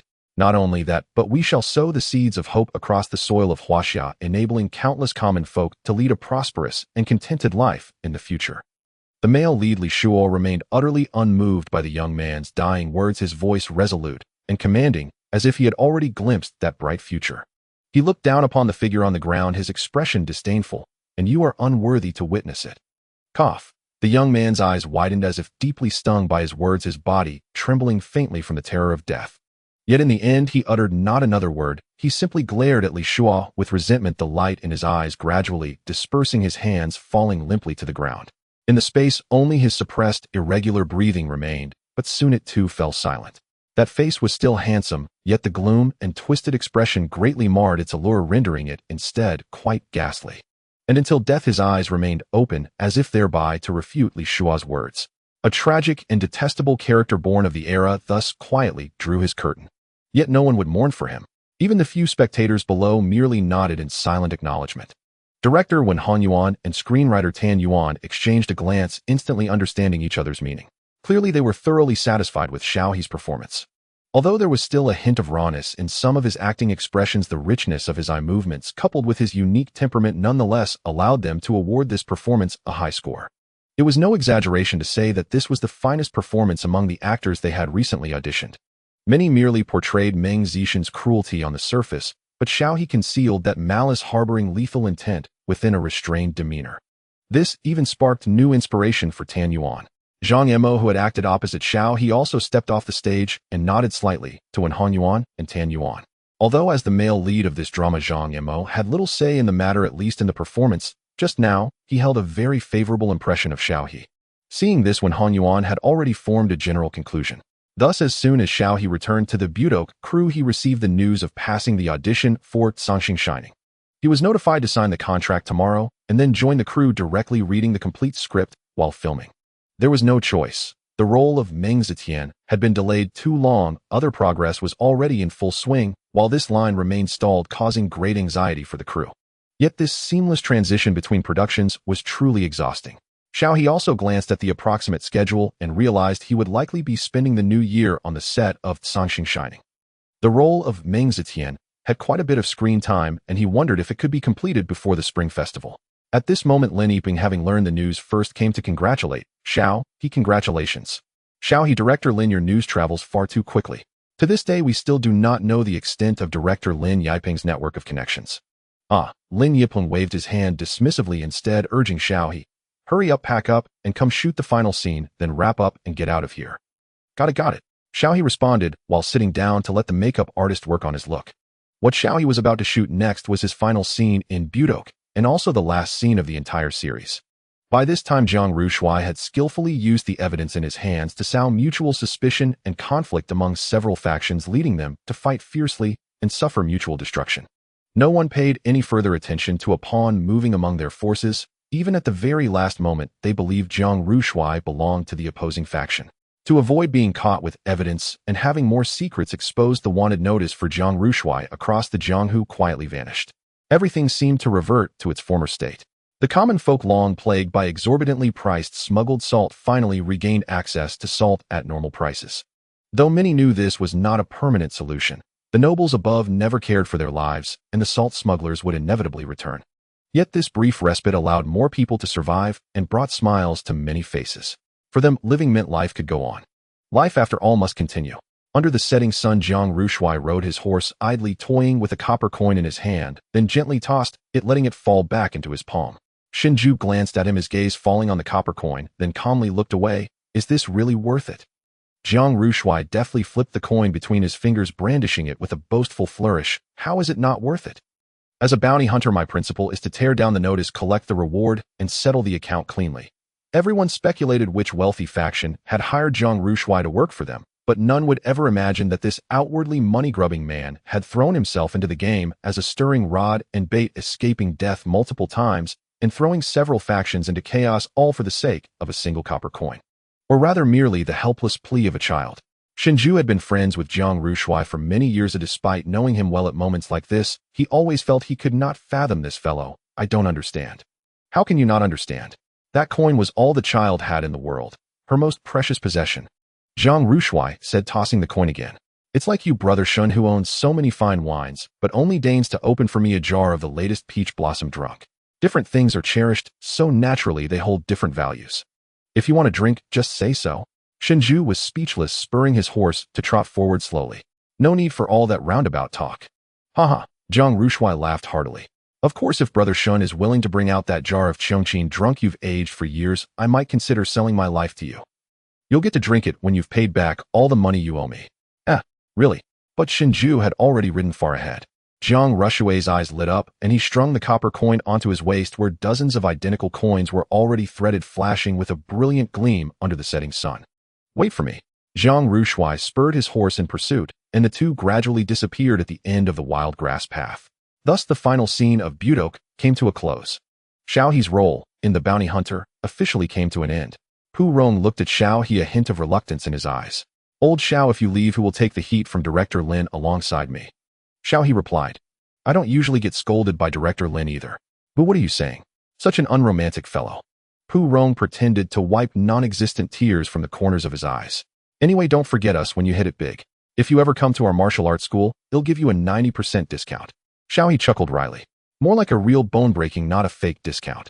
Having grown familiar, Xiaohe realized that Pu Rong was strikingly similar to Jiang Rushui, especially in that seemingly upright and reliable personality that was in truth quite flippant. Pu Rong playing Jiang Rushui was indeed a perfect match. Ahem, that reminds me. Pu Rong School has a rule: if you defeat the head instructor, you get free access to the facilities for life. Lin Yipeng chimed in from the side. Xiaohe said, so just say you want to beat me to death. Ha. Everyone burst into laughter. Though the crew was strapped for cash, the atmosphere was always excellent. They were all young, pooling their efforts, meticulously polishing their work. Moving forward with a group of like-minded companions was truly joyful. After bidding a reluctant farewell to the bounty hunter crew, Xiaohe returned to his school. To Xiaohe surprise, someone was in the dormitory this time. How? Xiaohe called out in surprise upon seeing the person seated in the room. Well, if it isn't our big star. He Juanhao strode over and gave Xiaohe a hearty punch on the shoulder. So you finally remembered to come back. Xiaohe winced, clutching his shoulder. Who's a big star? If I walk outside, he'd recognize me. Don't exaggerate. He Junhao's eyes widened. After all this time, you've already mastered humble bragging to this level. Xiaohe was speechless. He put down his backpack and luggage with a look of exasperation, then asked, you've got some nerve talking about me. You haven't been staying in the dorm yourself for ages. What made you decide to come back now? He Juanhao, the one who had previously dragged Xiaohe to be an extra and lent him a GoPro, was now a food and lifestyle blogger on Bilibili with over 9,000 followers. He was also the first to move out of the dorm. As a food blogger, He Juanhao often cooked or bought treats, and brands frequently sent snacks. Over the past 3 years of college, his dorm mates had never gone without his offerings, and their bond was strong. But Xiaohe sensed something was off. Why would He Juanhao suddenly come back to the dorm? His gaze swept over the instant noodles by the trash can, and he estimated that the other had been back for quite a while. After all, He Juanhao usually rented a semi-open high-end kitchen for his videos just to give his fans the best viewing experience. But now, He Juanhao was back in the dorm. What about his videos? Watching He Juanhao fall into a sudden silence, Xiaohe frowned.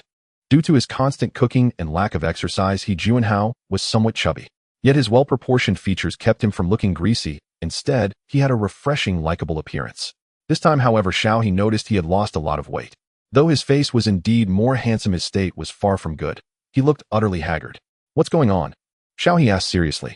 Boohoo, brother Xiao, boohoo. The man before him suddenly burst into tears, his wailing catching Xiaohe completely off guard. Wow, what's wrong? Xiaohe scrambled to grab tissues from his desk and handed them to He Juanhao. Brother Xiao, I lost my account. He Juanhao sobbed out the words before breaking down again. It was clear that He Juanhao had been under immense pressure lately, never revealing a hint of it in their group chat. Now questioned by someone familiar, all his grief and resentment came pouring out. What? How did you lose it? Xiaohe pulled him to sit down, his expression more serious than ever. Through He Junhao's tearful fragmented account Xiao, he pieced together the situation. He Junhao had been stuck at 9,000 followers for a while and was determined to push past 1 million this year. But his eagerness left him vulnerable to exploitation. An MCN agency claiming to be highly influential approached He Junhao, offering to sign him. They promised to boost his promotion, plan his traffic, and find more business opportunities to advance his career. Initially skeptical, He Junhao inquired within the industry and found the agency to be legitimate, having nurtured multiple creators with millions of followers on platforms like Bilibili, Douyin, and Xiaohongshu. He even visited the agency's office in person, spending over half a week researching thoroughly before deciding to sign. Yet despite his caution, he still fell into the trap. The agency initially provided traffic boosts and support.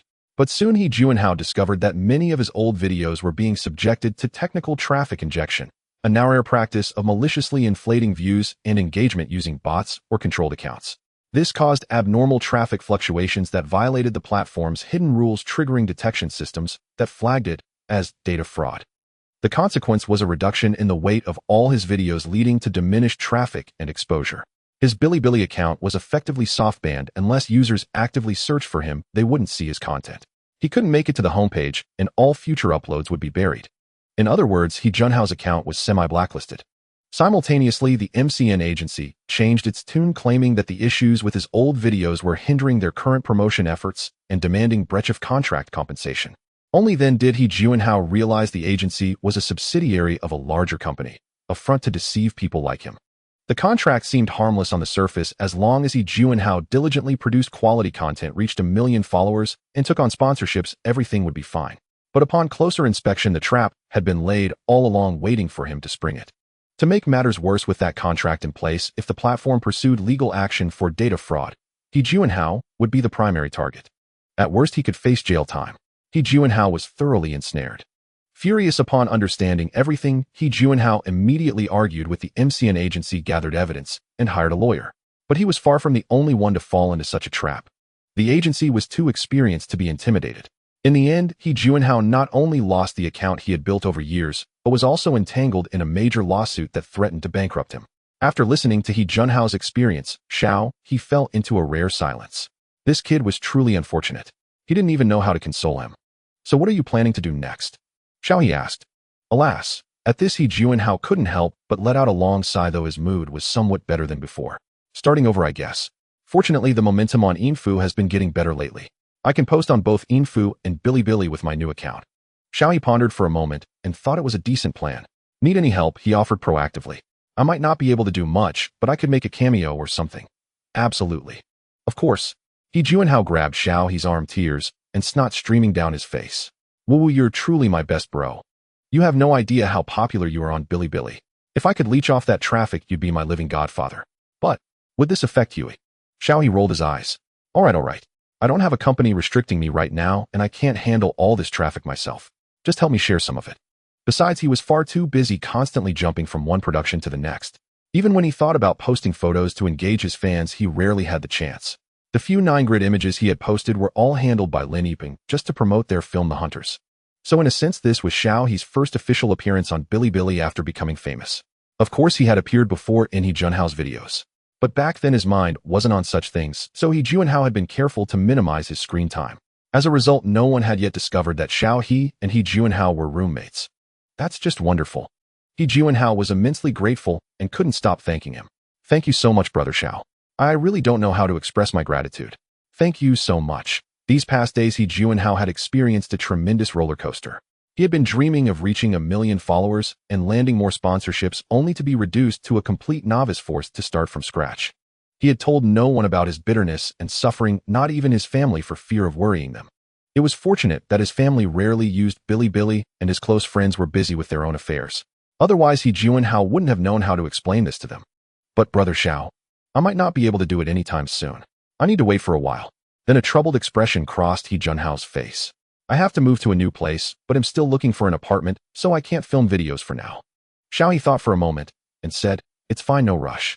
I'm heading to the set tomorrow, and he'll likely be at the film base for a long time. Once you've sorted things out, let me know, and I'll come find you. All right, Having settled on a plan, He Junhao regained his energy and began planning his next video with renewed vigor. Xiao He also breathed a sigh of relief and turned to open his computer. The computer screen lit up with the startup logo, and in the dark monitor the cold glint in the young man's eyes was reflected. What was that agency called again? Chuanxing. Let's see if I can't destroy you. In a certain building in Shanghai. What? How could this happen? Manager Yu slammed the desk in fury. I hired you to tell me the computers have a virus. The subordinates exchanged helpless glances. Manager Yu, this incident was too sudden. We have no idea what happened, a programmer said helplessly. This virus is completely unlike anything on the market. I suspect it's a hack from overseas, he added. At least he had never heard of such a virus domestically. Then call the police. I don't believe it. If you can't handle it, surely the police can. The assistant awkwardly interrupted. Manager, that might not be a good idea. Why not? This won't work, that won't work. Do you have any idea how much money we're losing every minute? Manager Yu roared. Call them. Call them right now. A programmer rolled his eyes discreetly. Unbelievable. The assistant said, Manager, maybe you should take a look first. Manager Yu stormed over to the computer, but when he saw what was on the screen, his expression changed instantly. This. On the screen were their agency's financial statements and tax declarations for the past 5 years, along with recent bank transaction details. It was like having the company's skin peeled off, exposing everything nakedly to the world. Staring at the damning data flickering across the screen, Manager Yu barked at the assistant. Is it like this on all the company's computers? The assistant, looking at the scrolling data, pouted. Yes, Manager Yu. Then why haven't you cut the power? Manager Yu shouted, cold sweat beading on his forehead. This stuff couldn't be leaked. If it got out, they were finished. We can't do that, the assistant said innocently. The programmers said that if we cut the power, all the infected computers would be destroyed. Didn't you just tell us not to shut them down, Manager? Every computer in the company was infected, including the routers and some servers in the server room. If they forcibly shut down or cut the power, all that equipment would be ruined and the losses would be incalculable. Manager Yes' lips trembled, but he didn't dare to take responsibility. Finally, he could only angrily urge the programmers, then hurry up and find a way to fix it. This is all company losses. Can you afford it? In response, the lead programmer let out a cold laugh, crossed his arms, and said indifferently, can't be saved. I suggest calling the police. We're just code monkeys, we can't solve this, and we won't take the blame. Don't try to threaten us with that kind of talk. Manager Yu was speechless. Thanks to the company's excessive overtime and exploitation, many employees were still in the office. Seeing the data on full display, some young people had already pulled out their phones to record cursing the unscrupulous company as they dialed the tip-off hotline, determined to see such an institution shut down. By the time the relevant authorities arrived, the virus had vanished without a trace, leaving only the videos on the employees' phones as proof of its existence. But that no longer mattered. This subsidiary named Chuanxing had a long history of tax evasion and had been involved in multiple cases of dual contracts and data fraud. With solid evidence, it was officially sealed off that very day, and Manager Yu along with several other leaders were all taken in for questioning. Given the situation, their chances of getting out were slim. They were likely headed for prison. In the morning, Xiao He was packing his things to leave when he suddenly heard He Junhao's ecstatic scream. Ah, great. What goes around comes around. Brother Xiao, that company that screwed me over got investigated. Manager Yu, who tricked me into signing the contract, was directly handcuffed and taken away. Haha, this is damn satisfying. Xiao He paused his movements, turned his head to glance at the overjoyed He Junhao, and smiled slightly. That really is great news. It's truly delightful. Serves him right for being malicious and exploiting his employees. As He Junhao spoke, he continued, cursing Manager Yu. It seemed everyone believed this incident was orchestrated by some programmer around Manager Yu. This just showed how inhumane the company was. Xiao He, who had orchestrated it all, merely smiled without claiming credit. He echoed He Junhao's words for a while before bidding farewell. Getting into the car, Xiao He arrived at the set of Starlight Shining. Starlight Shining was a joint production by multiple companies, including Fruit Video, Jiaxing Entertainment, and Taidong Entertainment, with an investment of up to 1.4 billion yuan, a solid S lineup. Directed by Wenhan Yuan and written by Tan Yuan. The male lead was Zhang Mo from Taidong Entertainment, while the second male lead was Su Shengxi from Jiaxing Entertainment. The plot unfolded gradually around the storylines of their characters. Nowadays, the trend of pairing veteran actors with rising stars to lead new talents had become standard in many productions.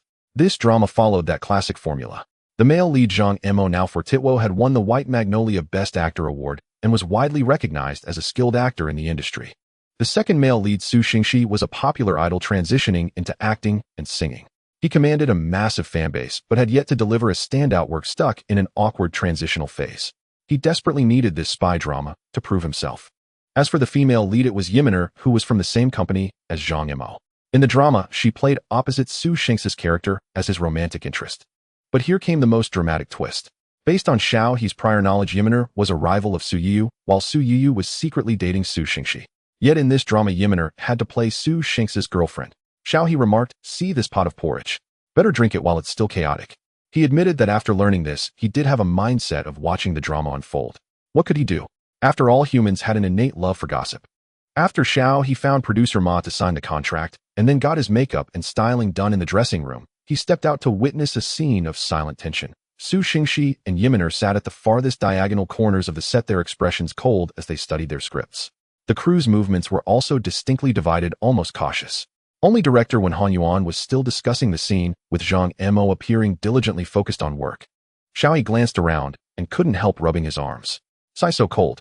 No wonder winter was approaching. The air was indeed chilly. Xiao He, you're here. Come, let me introduce you." At that moment, director Wen called out to Xiao He, signaling him to come over. Xiao He obediently stepped forward. "Ahem, everyone, let me introduce you. This is our new actor Xiao He, who will be playing Meng Zetian." With the director's words, the crew politely applauded. Xiao He didn't recognize anyone, so he simply nodded and smiled politely. Su Xingxi didn't take a minor actor like Xiao He seriously. He clapped along with a friendly demeanor, but soon excused himself under the pretense of a phone call. However, Lu Rulan beside him studied Xiao He intently, her expression thoughtful. Meanwhile, the actors from Taidong Entertainment were exceptionally kind to Xiao He. "I've heard about you from Lu Zheong."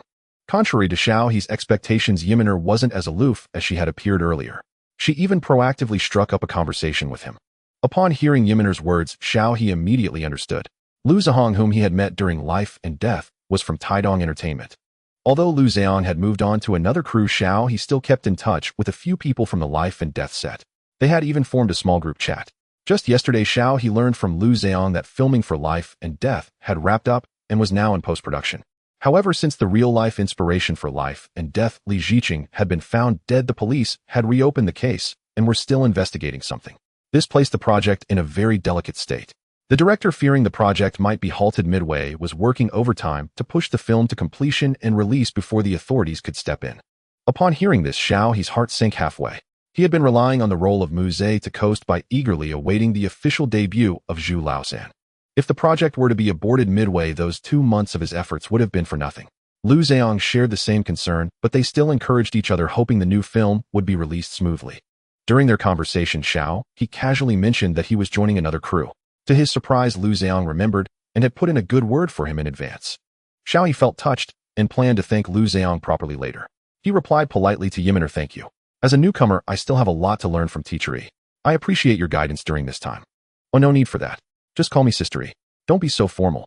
Unlike Su Yuyu's delicate white flower style, Yiminer had a bright and bold appearance. Her features were very striking, complemented by curved willow leaf eyebrows, the era's signature wavy hair, and a stylish Western-style dress. She looked both elegant and sophisticated. Xiao He couldn't help recalling how Yiminer's fans described her: a stunning red rose, timeless, radiant, and gorgeous. He had to admit that this praise wasn't just fan bias. Among the female celebrities he had met recently, Yiminer indeed had the best temperament and appearance. As they chatted, Yiminer helped Xiao He get acquainted with the rest of the crew. With her as an intermediary, the others finally regarded Xiao He with more seriousness, no longer treating him as a newcomer without a company or background. Xiao He smiled while inwardly marveling. Previously, when he worked on sets alone, he could handle everything himself, even without an agent or assistant. Moreover, in his earlier crews, the big-name actors were very low-key. Seasoned actors like Xue Jianhua and Bao Wei mostly handled things on their own. Except for Lu Zihong, who had a small assistant, even former child star Pu Rong worked solo. So Xiao He had never witnessed such a grand setup. In this large production, almost every actor, regardless of fame, brought their own team. Lesser-known actors had just one assistant, while bigger names like Su Xingxi and Yiminer brought an entire entourage. Over a dozen people from top to bottom, each with a specific job role, all centered around serving their employer. Compared to them, Xiao He, a small newcomer without a management company, truly stood out as an outsider. But he believed in making the best of the situation. He was here to act, not to befriend everyone. After following Yiminer around for a while, Xiao He politely declined her invitation and found a quiet corner to sit down obediently. On the other side, Lu Rulan walked over to Su Xingxi and said, "Go greet Xiao He later." Su Xingxi looked up and gave a helpless smile. "Sister Lu, I'm about to shoot the next scene. I really don't have time. Sorry." Lu Rulan glanced at him, but ultimately didn't expose his flimsy lie. She figured it no longer mattered. Thinking about her own plans, Lu Rulan lost her patience. Suit yourself. They'll go now. Keep a low profile. There are eyes on you everywhere. Okay, Sister Lu. Su Xingxi agreed obediently. Once she left, his expression darkened. What a nagging old woman, always meddling. He tossed the script aside, sank into the sofa, and started playing on his phone. Mr. Xiao, hello. A strange woman suddenly stood before Xiao He. He looked up bewildered. She was in her 30s with a sharp short haircut, wearing a black women's suit. Her stern, cold expression carried the authority of a school head teacher, making Xiao He instinctively sit up straight. Lu Rulan, currently an agent at Jiaxing. She handed him a business card. I see great potential in you. Consider me as your future agent. Xiao He was taken aback. He took the card, still adjusting his expression, when she continued. Review my credentials, and take your time. He'll leave you be. I hope to hear from you next time. Goodbye. She then strode away decisively on high heels. Xiao He hadn't even managed to say a word before she disappeared. She was remarkably efficient without a single wasted word. Still, she was the type of agent he liked, straightforward and easy to communicate with. Xiao He flipped the card in his fingers, but upon reading the text, he was slightly surprised. It wasn't a Jiaxing Entertainment business card, but one that only introduced Lu Rulan herself. This meant the invitation came from Lu Rulan personally, not on behalf of Jiaxing. Recalling her deliberate emphasis on currently, Xiao He vaguely guessed her intention. This agent Lu. She wanted to go solo. That wasn't bad. After a moment's thought, Xiao He put the card into his bag. Inside the studio, Meng Zetian suddenly closed the distance between them, his cold eyes carrying both mockery and subtle probing. This phone was only touched by you yesterday, and coincidentally Li Shua's mission failed with all our moles and informants missing. The young man he held was thin and refined, wearing gold-rimmed glasses. His eyes flickered behind the lenses as he clenched his fists. I don't understand, Captain Meng. If you suspect me, report me directly. Meng Zetian narrowed his eyes, staring unblinkingly at him. After a long silence, a smile suddenly spread across his face as he patted the other's shoulder. Haha, reporter, by still so timid. That won't do. If war breaks out, you'd lack the qualifications to be a war correspondent. Bai Mingchuan adjusted his glasses, forcing a tight smile. No need to worry about that. This is Shanghai. If war comes, it shouldn't reach me. Haha, indeed. Meng Zetian laughed heartily. They exchanged a glance, neither's smile reaching their eyes. Cut. When Han Yuan called out, his expression softening. All right, this take passes. The previously quiet office buzzed back to life as staff moved in to tidy the desk for the next scene. Xiao He released Su Xingxi, nodded slightly, and turned to get water. Su Xingxi stared at Xiao He's retreating figure, his expression grim. Xiao Su, when Han Yuan called him over. Su Xingxi immediately put on a smile and approached. Look at this part here. When Han Yuan began explaining the scene in detail, Xiao He walked aside, and Imaner handed him a bottle of water. Thanks, Sister. Xiao He took it and thanked her. Imaner's face showed concern. You've really offended Su Xingxi these past few days. Xiao He was puzzled. Huh. He sipped water, thinking back. Have I? It was just normal acting, wasn't it? He's not holding a grudge because of the role, is he? Lately, most of his scenes were with Su Xingxi. His character Meng Zetian was suspicious of Su Xingxi by Mingchuan relentlessly pursuing and trapping him, causing the rookie to suffer and rely on the male lead Li Shua for rescue. If he's immersed in by Mingchuan's emotions, hating you would be natural. But no, his acting is shallow, he can't empathize with the role. Imaner shrugged. Since you joined, he's been messing up takes with you, losing face. Xiao He's eyes widened. Really? But he messes up even more when acting with teacher Zhang. That's a veteran. Can you compare? Imaner was blunt. Su Xingxi is the biggest star here, backed by capital. Except for the veterans, everyone else deliberately defers to him. It's almost an unspoken rule. Huh. Xiao He was shocked. As a complete newcomer, he had no idea. So you really didn't know? Imaner looked at him sympathetically. No wonder. Without an agent, no one warned you. Imaner was currently in Group B filming under the assistant director and had only heard about Group A from the makeup artist. Xiao He was speechless. Whatever. It's not like he can kick me out. Honestly, Xiao He wasn't afraid of Su Xingxi at all. After all, he was the one who exposed Su Xingxi's relationship with Su Yuyu. Why fear a spineless coward? He chuckled. Imaner was surprised by his confidence, sizing him up. Just watch yourself. She had done her part. In the following days, Xiao He noticed nothing amiss. The filming pace was intense with higher workload than usual. He stayed vigilant for a few days, but found Su Xingxi wasn't targeting him. Instead, Su Xingxi left immediately after filming, seemingly busy with other matters. Puzzled, but not letting his guard down, he opened his golden finger panel after a scene. Muse's long-tail effect still lingered. With the recent accumulation, he had 5 more chances to draw.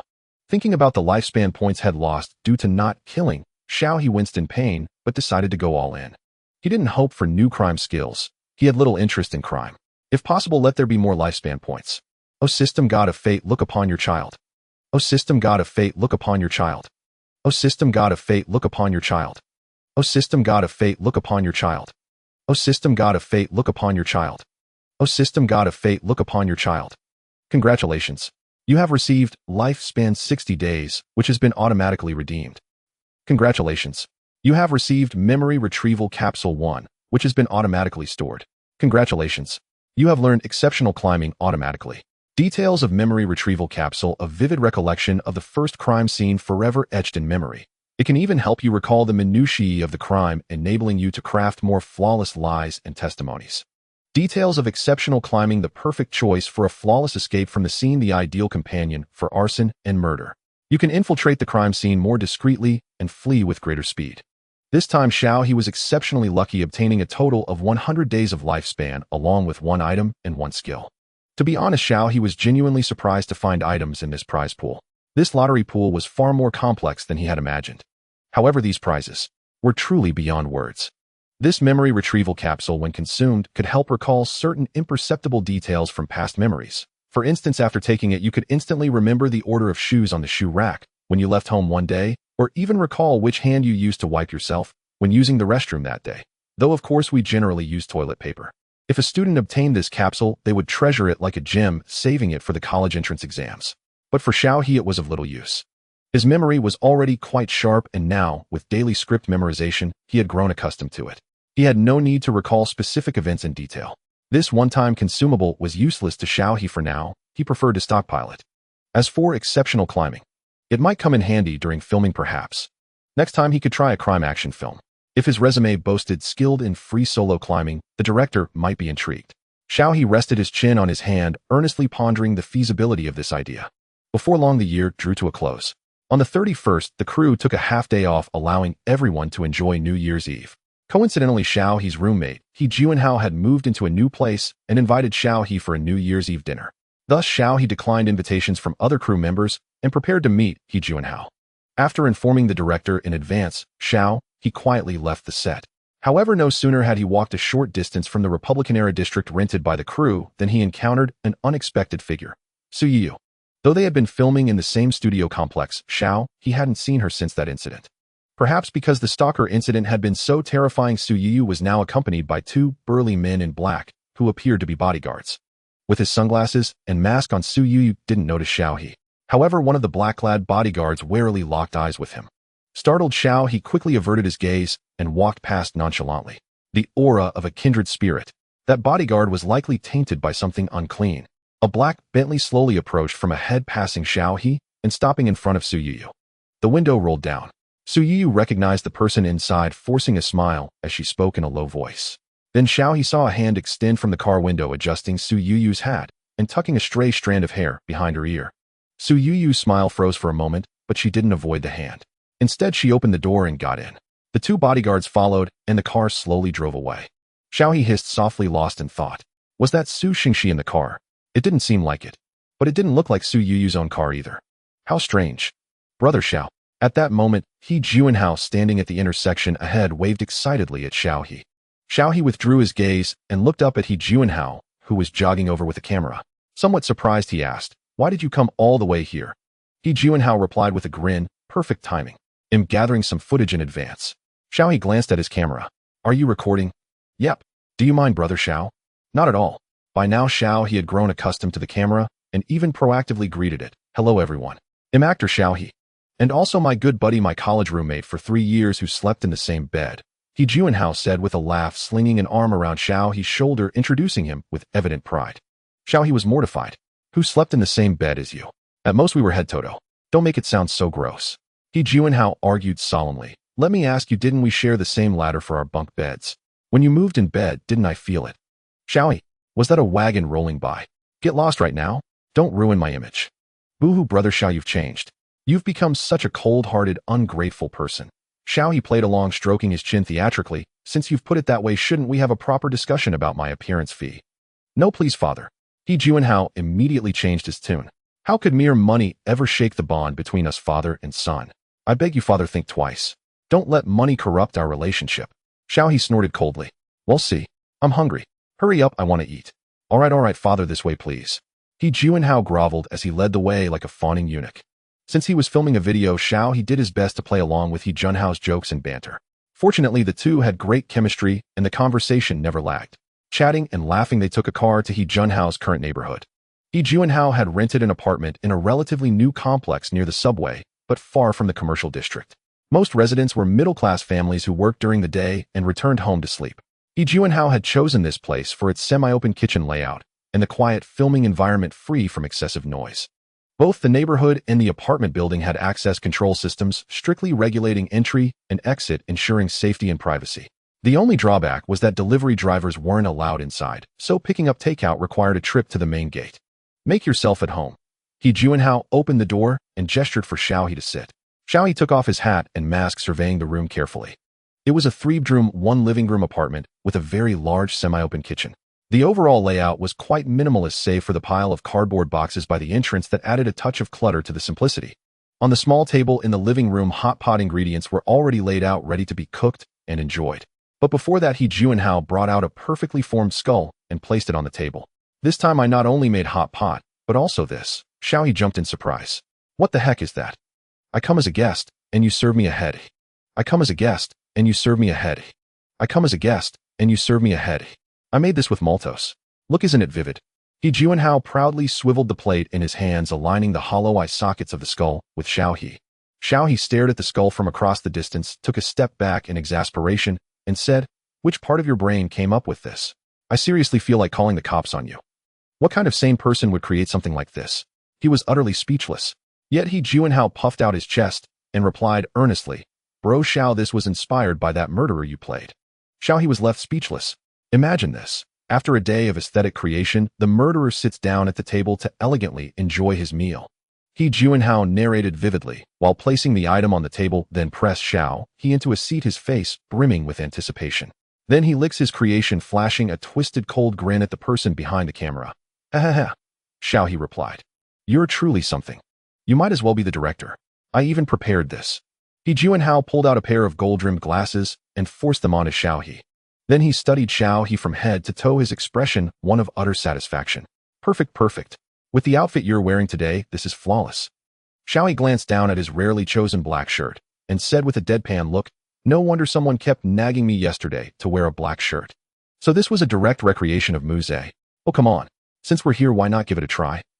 He Junhao's grin was unsettling, sending a shiver down Xiaohe's spine. Crossing his arms, Xiaohe eyed him warily. "This is the limit. Don't even think about pushing it. Bro Xiao. No means no. All right then." Seeing Xiaohe's resolute stance, He Junhao wisely knew when to stop. He pulled Xiaohe to the table, prepared the dipping sauce, and began setting up for the video. "Hello there. Welcome back to He Zhaishuai's food channel. Today I've brought a special old friend, Tata. Welcome Xiaohe, the actor behind Muze." "Hello everyone." For some reason it was unusually noisy outside today. He Junhao's apartment was on the 12th floor, not too low, yet during their shoot, they could still faintly hear the commotion from downstairs. He Junhao snuck a glance at the time and saw it was only around 6 in the evening. That shouldn't be right. Even with rush hour, this time of day usually wasn't this loud. How is it? Can we use the footage? Xiaohe had also heard the noise, but didn't pay it much mind, instead focusing on the clips in He Junhao's camera. "It's usable." He Junhao nodded, then picked up another DSLR camera and said to Xiaohe, "Perfect, you go ahead and eat some cake. They'll record a video and take some photos." "Sure." Xiaohe picked up the skull in front of him, examined it carefully, and praised sincerely, "The bone structure of this skull is remarkably accurate. Did you study it seriously?"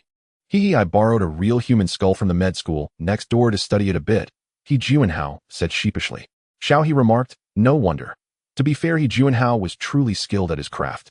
For an outsider to replicate a human skull to this degree was already an extraordinary feat.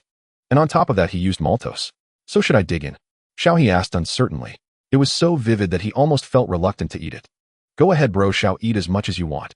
With He Junhao's go-ahead, Xiaohe took a deep breath and reached out to break off the skull's frontal bone. To his surprise, when the bone cracked open, there was a red filling inside. As the filling threatened to drip onto the table, Xiaohe quickly slurped it up, only to find it was strawberry jam. Xiaohe was stunned. Staring at the red goo dripping down his hand, he was utterly shaken. At that moment, he truly wanted to crack open He Junhao's skull to see what criminally creative ideas were brewing in that head of his. Meanwhile, He Junhao, ever the instigator, was directing excitedly, "Hey, perfect, look up. I want that look. Blood at the corner of your lips, a shadowy gaze. Ah damn, that's twisted. Perfect." Xiao He thought whatever as long as you're happy. Drawing on his professional actor instincts, Xiao He smoothly recreated a pose from the show. He leisurely tasted the red jam on the web of his right hand, then slowly lifted his gaze. His dark, deep eyes were like an ancient bottomless while hiding murderous intent beneath a calm surface, as if he might devour the person before the camera at any moment.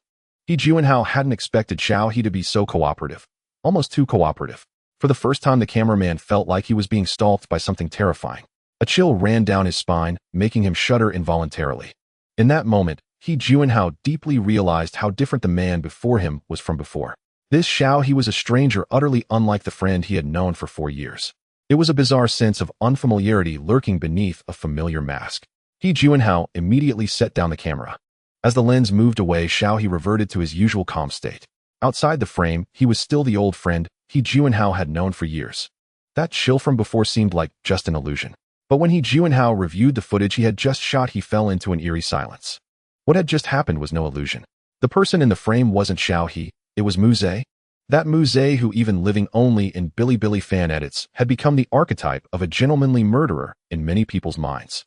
Bro Xiao, you're definitely going to blow up, He Juanhao said with unprecedented seriousness. Xiao He was amused by this sudden declaration. Well, I hope your words come true. Initially, he had only wanted to survive. But after encountering all sorts of people in the entertainment industry, Xiao He had changed his mind. Since he was already here, if those people could become stars and idols, why couldn't he? After all, he had a knack for wielding the blade. After the photo shoot, Xiao He went to the bathroom to wash his hands while He Juanhao noticed the noise downstairs growing louder. Puzzled, he walked to the balcony, opened the window, and looked down. There was a dense crowd gathered below, all craning their necks upward, staring in their direction. He Juanhao was confused. What are they looking at? Instinctively, He Juanhao thought they weren't looking at his apartment, so he followed their gaze upward. That's when he saw thick smoke billowing from a floor above. Holy crap! He Juanhao exclaimed, quickly pulling out his phone.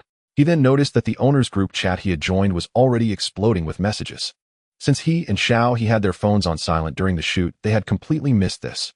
He Juanhao immediately started catching up on the situation in the group. There were many people sending messages, mostly videos and photos taken from downstairs. He Juanhao randomly clicked on the latest video, and his eyes widened in shock. In the video, a little girl was hanging from the balcony of the burning apartment. What's wrong? Xiao He flicked the water droplets from his fingers, having just stepped out, when he heard He Juanhao's exclamation. Xiao Gu, there's a fire upstairs. And there's a child trapped up there. What? Xiao He frowned, strode to the balcony, and leaned half his body out to look upward. Around the 16th or 17th floor, thick smoke was billowing. Below the smoke, a little girl in pajamas clung helplessly to the outer railing, peering down at the people below. The girl appeared to be only 7 or 8 years old. Climbing over the balcony railing on her own was the only thing she could manage. Facing the rising heat and encroaching flames, she neither cried nor fussed, simply holding onto the railing, obediently standing there in silence. God, where's the fire truck? Why isn't it here yet? He Juanhao frantic leaned against the railing and peered into the distance.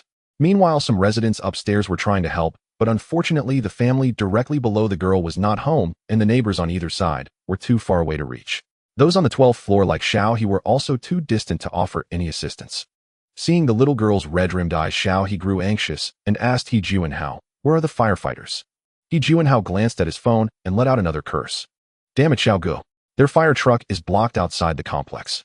My God, what the hell is the guard at the gate thinking? What are they thinking? Isn't this murder? Xiao He was also shocked. Can they really be this stupid? Damn it, people like that deserve to die. As He Juanhao spoke, the crowd below suddenly gasped. He Juanhao's heart skipped a beat, and he leaned out again to see the little girl, now hanging entirely outside the building, only her hands desperately gripping a post beneath the railing, her body swaying in the air as if she might fall at any moment. Oh my God.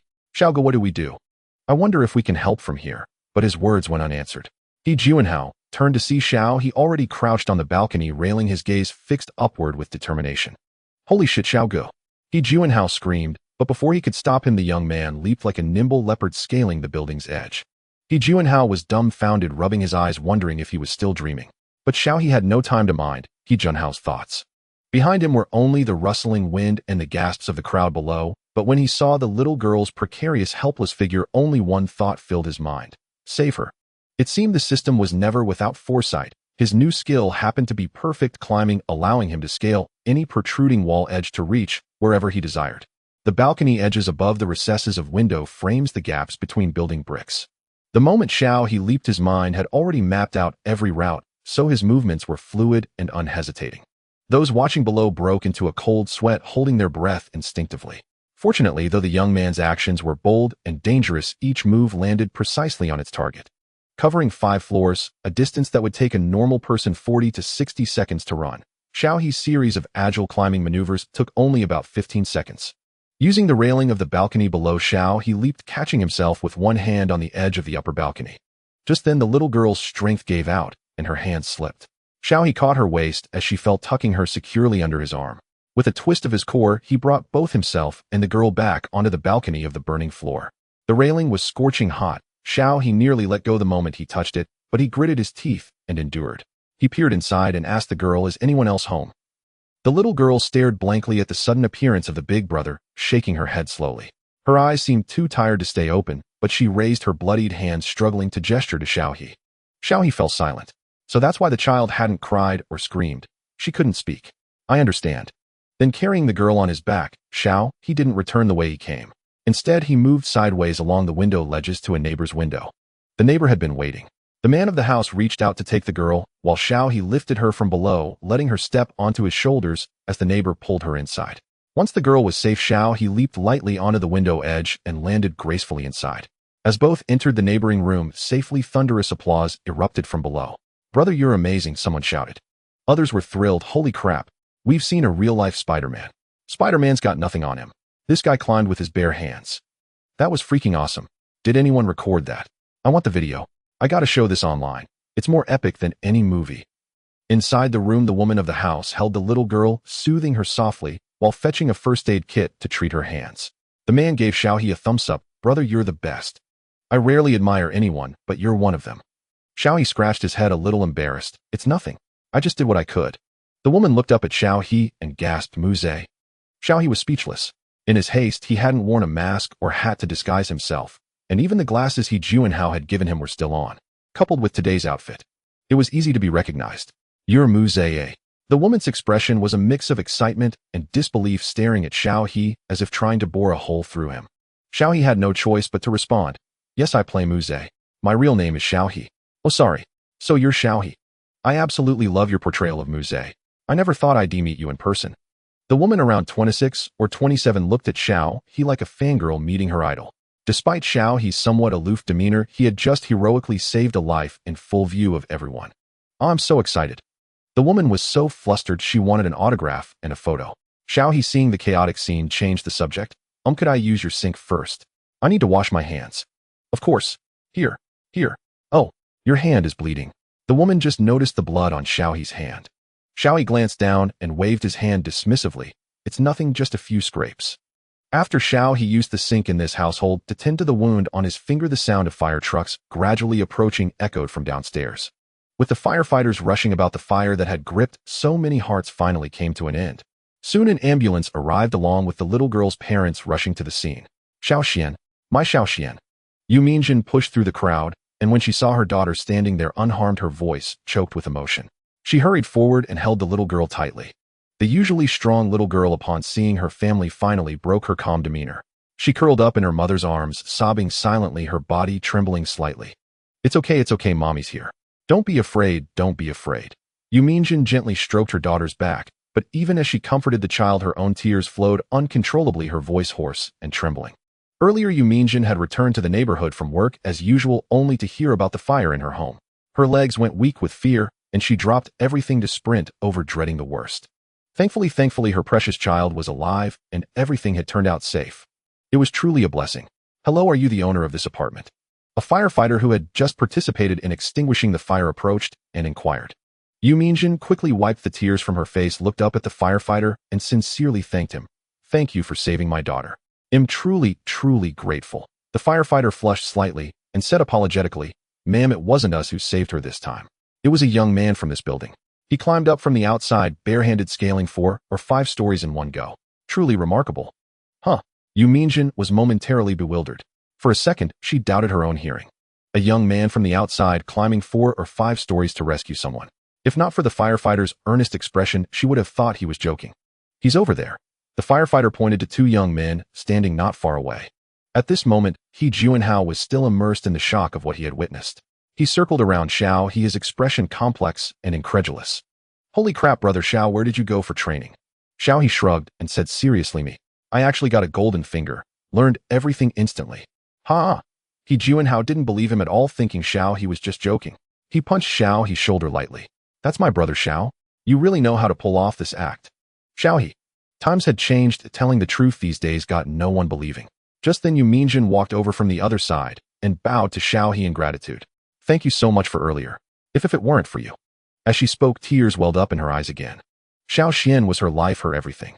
She couldn't imagine what her life would have become if Xiao Xian had died. Oh, it's nothing. Just a small favor.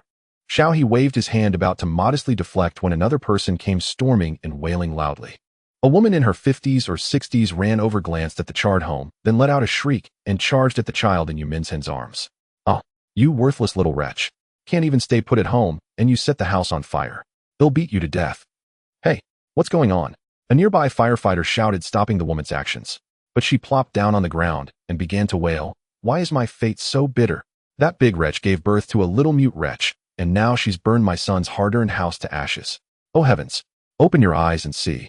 This life is unbearable. Yu Minjin held the little girl tightly, her expression dark. Mom, is this the time to talk about the house? Xiao Xian almost died. She should have died. She deserves to die. Why didn't that worthless thing die? Which bastard saved her? Got nothing better to do, must be brain-rotted. Xiao he. At that moment Xiao he felt like a stray dog watching the drama, suddenly kicked by this woman. Hey, what do you mean by that? Are we wrong for saving someone? He Juanhao immediately spoke up in protest. The woman thought He Juanhao was the rescuer. Seeing that he looked like a college student and easy to bully, she put her hands on her hips and launched into a tirade. Right? How did you save her? Did you barge straight into our house? Did you take the chance to steal our things? And that door, you kicked it in, didn't you? That won't do. You have to pay for the door. He Juanhao laughed in disbelief. Huh? Ma'am, are you joking? Is it wrong to put out a fire? We should have just let the whole place burn down. The firefighters nearby also took offense. We kicked the door in, so what? You left a child home alone, and despite our repeated warnings not to bring electric bike batteries inside to charge, you not only did that, but also locked the door when you left. The child couldn't get out and almost died. And now you're blaming others. At the firefighter's words, Yu Minjin's face turned very grim. Mom, haven't I told you not to bring the battery inside? It's a huge safety hazard. And you're usually home at this time. Where were you today? Xiao Xian needs care, and in a situation like this, she couldn't even call for help. You nearly killed her. The woman's eyes darted away for a moment under Yu Minjin's questioning, but then she retorted indignantly, what? Am I supposed to be stuck in this house all day slaving away for you two? Can't I have any time for myself? Don't you tell me where I should be. That little wretch is just stupid. Couldn't even put out the fire herself. Useless. Just like her mother, no skills at all. Then the woman launched into a litany of Yu Minjin's supposed faults, her words and demeanor making everyone around deeply uncomfortable. He Juanhao listened for a while and rolled his eyes. So you're just sexist, wanting a grandson and treating your granddaughter like dirt. You don't even seem human. The woman instantly flew into a rage, pointing at He Juanhao's nose and spewing. What did you say, you bastard? You motherless, fatherless thing.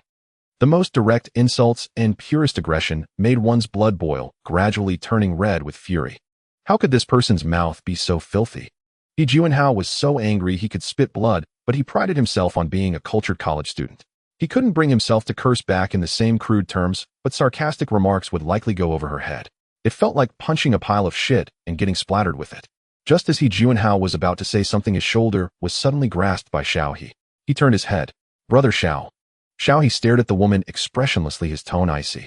I was still trying to be sure earlier, but now I think there's no need. Then he pulled out his phone and dialed the police. Hello, officer. I suspect there's child abuse happening here. Please come quickly. Then he pulled out his phone and dialed the police. Hello, officer. I suspect there's child abuse happening here. Please come quickly. Then he pulled out his phone and dialed the police. Hello, officer. I suspect there's child abuse happening here. Please come quickly. Then he pulled out his phone and dialed the police. Hello, officer. I suspect there's child abuse happening here. Please come quickly. Then he pulled out his phone and dialed the police. Hello, officer. I suspect there's child abuse happening here. Please come quickly. Then he pulled out his phone and dialed the police. Hello, officer. I suspect there's child abuse happening here. Please come quickly. Then he pulled out his phone and dialed the police. Hello, officer. I suspect there's child abuse happening here. Please come quickly. Then he pulled out his phone and dialed the police. Hello, officer. I suspect there's child abuse happening here. Please come quickly. Huh. Everyone was startled. What? Child abuse. He Jianhao was dumbfounded. Who? Xiao He put away his phone slowly, raised his eyes to look at the auntie before him, adjusted his glasses, and said calmly, naturally it's her. Everyone's gaze fell upon the auntie. The auntie's expression twisted for a moment as she lunged at Xiao He. What are you talking about? You little bastard. Due to the auntie's swift movement, the nearby firefighters couldn't stop her in time. However, Xiao He nimbly sidestepped and subtly hooked her foot. The next moment, the auntie crashed heavily to the ground. Ouch! She let out a piercing scream like a stuck pig. You did that on purpose. Xiao He looked innocent. Is it wrong for me to dodge? His series of actions were flawless. In the eyes of those around, it appeared as though the auntie had tried to claw at Xiao He's face, but had lunged too fiercely and fallen flat on her face. They'll call the police to arrest you. Ouch! It hurts so much. The auntie wailed and complained, but Xiao He merely shrugged. Accuse me all you want. Everyone here has clear eyes and saw what happened. They can testify for me. Indeed, the others nodded in agreement. He Jianhao seized the opportunity to sneer. How ridiculous. Earlier you tried to extort us, and now you're not even pretending, just outright faking a fall. Utterly absurd. Yu Mingjin trembled with rage. Mom, what exactly do you want? Are you really trying to harm Xiaoxian? Faced with such a situation, her mother-in-law showed no concern for the child, only shifting blame and falsely accusing their benefactor. Yu Mingjin, now both embarrassed and furious, felt the thought she had earlier rising uncontrollably. Perhaps she really should get a divorce. Although her husband was usually good, marriage wasn't just about two people. Pointless persistence would only make life a mess. Soon the police car arrived. Due to different jurisdictions, Xiao He didn't recognize the officers who came this time. But that didn't matter. Xiao He went straight to the point and said to one of the policemen, "Hello," and the one who called the police. The moment he saw Xiao He, Officer Yin furrowed his brow but quickly relaxed. We've already received the relevant calls. You're the young man who saved the child, right? On their way, they had already learned part of the situation, especially about the rescuer. Everyone said he had climbed 5 stories barehanded from outside the apartment building. The officers were curious about this legendary figure. Now seeing him, he was indeed a very remarkable young man. It's me, Xiao He nodded. Hey, race the situation, officer. After I rescued the child, she vomited due to violent coughing. We found undissolved white pills in her vomit. Combined with her current lethargic state, I suspect the child might have been fed sleeping pills or something similar. What? You're talking nonsense. Yu Mingjin and the auntie's voices rang out simultaneously. Yu Mingjin looked in shock at the child, who had been listless and curled up in her arms after crying, then turned to the auntie and demanded anxiously, Xiaoxian hasn't been sick recently, so why are there pills in her stomach? Weren't those sleeping pills you bought for your insomnia? Have you been feeding them to my daughter all along? The auntie quickly averted her gaze. I didn't. This young man is talking nonsense. Those were vitamins. How did it become sleeping pills? He's spouting pure rubbish. Yu Mingjin sneered. Didn't you secretly take those vitamins yourself? Would you be so kind as to feed them to my daughter? Previously, she had indeed bought some vitamins, but the old woman had eaten them all herself. When Yu Mingjin tried to reason with her, the old woman said it was a waste to give them to Xiaoshuan, accused her of being extravagant, and claimed children in the past grew up fine without vitamins. So Yu Mingjin stopped buying them. And now the old woman was putting on airs. Officer Yin observed the expressions of both the auntie and Yu Mingjin, forming a general conclusion, then said to Xiao He, "You're quite observant." Xiao He just smiled. "I'm not very familiar with pills either. The neighbor lady over there happens to be a nurse, so she's more sensitive to such medications." When rescuing the child, Xiao He had found it odd that she seemed sluggish and listless, almost dazed. He initially thought she might have some mental issues. It wasn't until the neighbor discovered the pills in the vomit that he realized the child wasn't slow. The medication was still taking effect, leaving her in a daze. At first, Xiao He hadn't thought much of it. Adults feeding children pills might be normal. But after witnessing the auntie's series of actions and attitude, his suspicions grew. As the saying goes, a fool's sudden impulse can outwit a schemer's careful planning. Xiao He even had reason to suspect the auntie had done it deliberately, taking the battery back to commit murder. She wanted to kill the child in the house. However, given how much the auntie valued the house, it probably wasn't that extreme. This reminded Xiao He of a news story he had read. A nanny, to make childcare easier, deliberately fed children oryzanol and melatonin pills with sedative effects, keeping them drowsy and well-behaved all day, even saving money on lunch. The children, too young to understand, remained undiscovered by parents for a long time. But this was her own granddaughter. Such behavior was truly monstrous. Xiao He's reasoning was sound, and the auntie's reaction seemed genuine. The police became vigilant, and Yu Mingjin was resolute in seeking the truth. Since Xiaoxian couldn't speak and the only sign language she knew was hindered by her burns, the police could only ask Yu Mingjin to take good care of her at the hospital. They collected the vomit for analysis and investigated the fire scene. Xiao He learned of the aftermath from He Jianhao. Due to the property management's security guards delaying the ambulance, the company compensated afterward. However, the residents were furious and insisted on change, eventually successfully replacing the management company. He Juanhao could finally have delivery men bring food to his door. Investigation revealed that the auntie hadn't intended to harm Xiaoshuan, but the abuse was essentially confirmed. She had secretly starved the child, skipped lunch, and regularly fed her sleeping pills before going out to play cards with friends. Taking the battery to charge was pure stupidity. She never expected it would lead to losing the house and nearly killing her granddaughter. After learning the full truth, Ms. Yu decisively filed for divorce. Her husband, unable to persuade her otherwise, agreed. Xiaoxian would be raised by Yu Mingjin from then on. As for the Annie, she would face 1 to 3 years of criminal liability for abuse and arson with combined punishment. Upon hearing this outcome, Xiao he could only say serves her right. Returning to the present, Xiao he observed that the situation on site was gradually becoming clear. He exchanged a glance with He Juanhao, and the two quietly slipped away from the scene.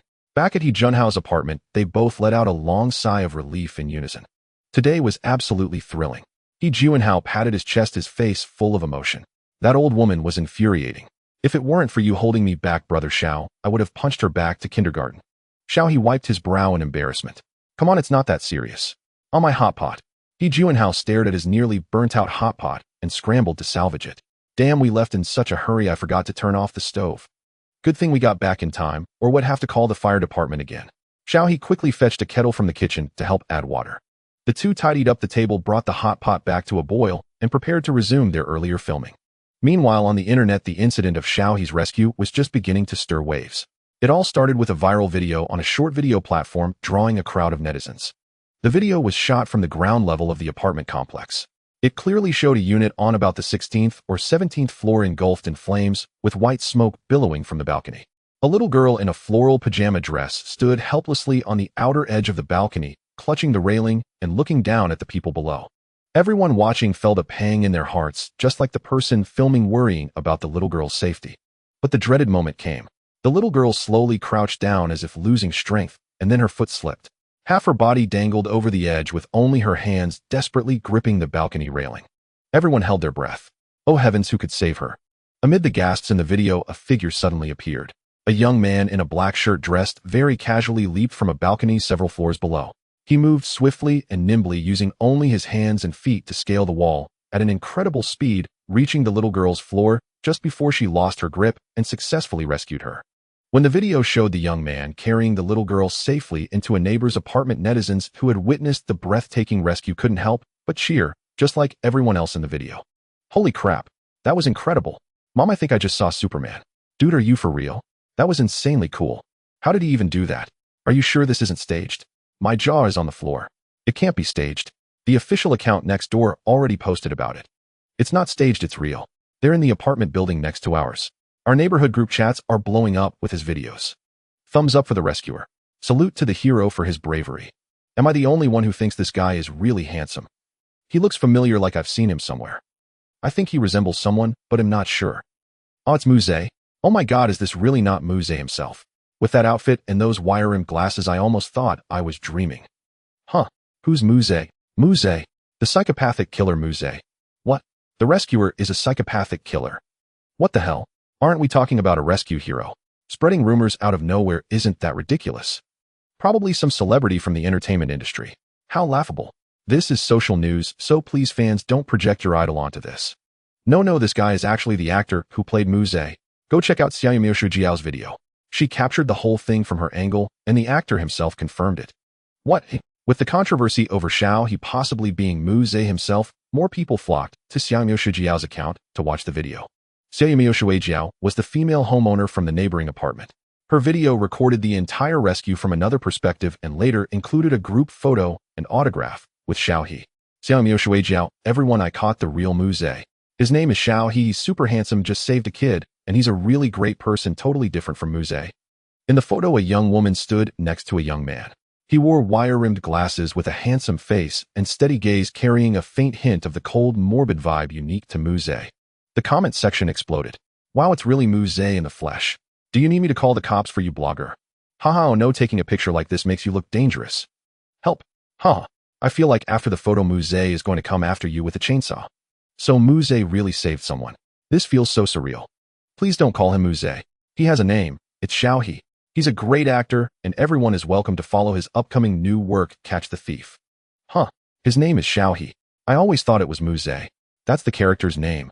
Because this incident combined topics like positive energy actor and brave rescue, by the time Xiao received a call, it had once again trended on the hot search. Huh. I'm trending again. Xiao slurped a meatball from his bowl and, prompted by Pu Rong, opened the hot search list. Sure enough, his name was already up there. Since Xiao hadn't disguised himself during the rescue this time, the hot search finally bore his real name, though Muze was also prominently featured. Xiao sighed, helplessly clicked on a few videos to watch, then quickly exited. Damn it, Xiao, after all this time on set, you've been hiding your skills from me. Pu Rong fumed on the other end of the line. You're almost like Spider-Man climbing any wall like that. I never knew you had this death-defying talent. Xiao replied innocently, you never asked before. Since he wasn't asked, he'd just deny it outright. Pu Rong was speechless. Then he asked, by the way, I saw in the video that your hand seemed injured. Are you okay? I'm fine.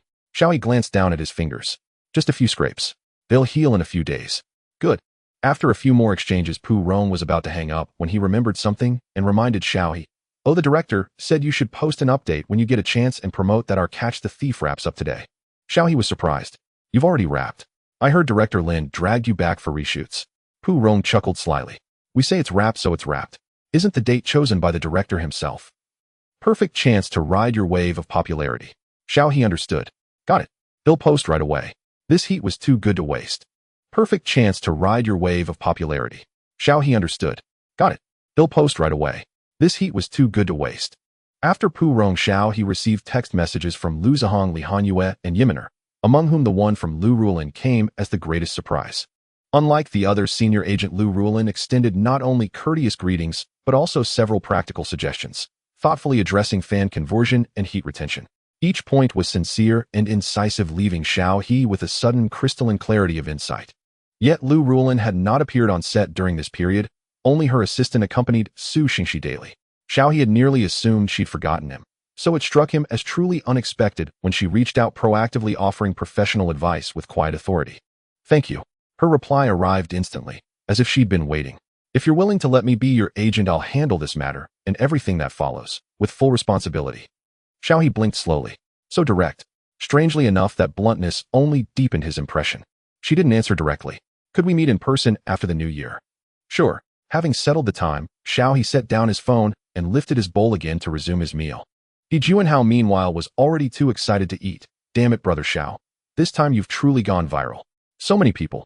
Xiao murmured, not bad. Though today's beef is a bit tough. Brother Xiao, how can you stay so calm? Right now I'm begging you to go live. It's pure traffic and heat. Hissa. This duck blood is scalding hot. Brother Xiao. Delicious. Juanhao surrendered. With a sigh, he propped his chin on his hand and watched Xiao savor his hot pot with unself-conscious delight. Only you, brother Xiao, could remain this composed amid such chaos. Just habit. Xiao said, shrugging with effortless, almost ironic nonchalance. But the very next moment, just as he'd finished that smug little display, came retribution. His phone lit up with a call from Mom Supreme. Xiao swallowed hard. Juanhao leaned over, glanced at the screen, and immediately wore an expression of profound pity. Brother Xiao, I won't betray you, but go bravely. I can't save you. Xiao stared silently. Suddenly the hot pot lost all its aroma. Xiao's father served in government, his mother taught Chinese literature at a high school. Though their household wasn't wealthy, it had long thrived in harmony. His parents deeply affectionate, respectful of Xiao's choices, and fully supportive of his decision to study computer science in Shanghai. From childhood onward, Xiao had always been the obedient, easygoing son, never causing his parents a moment's worry.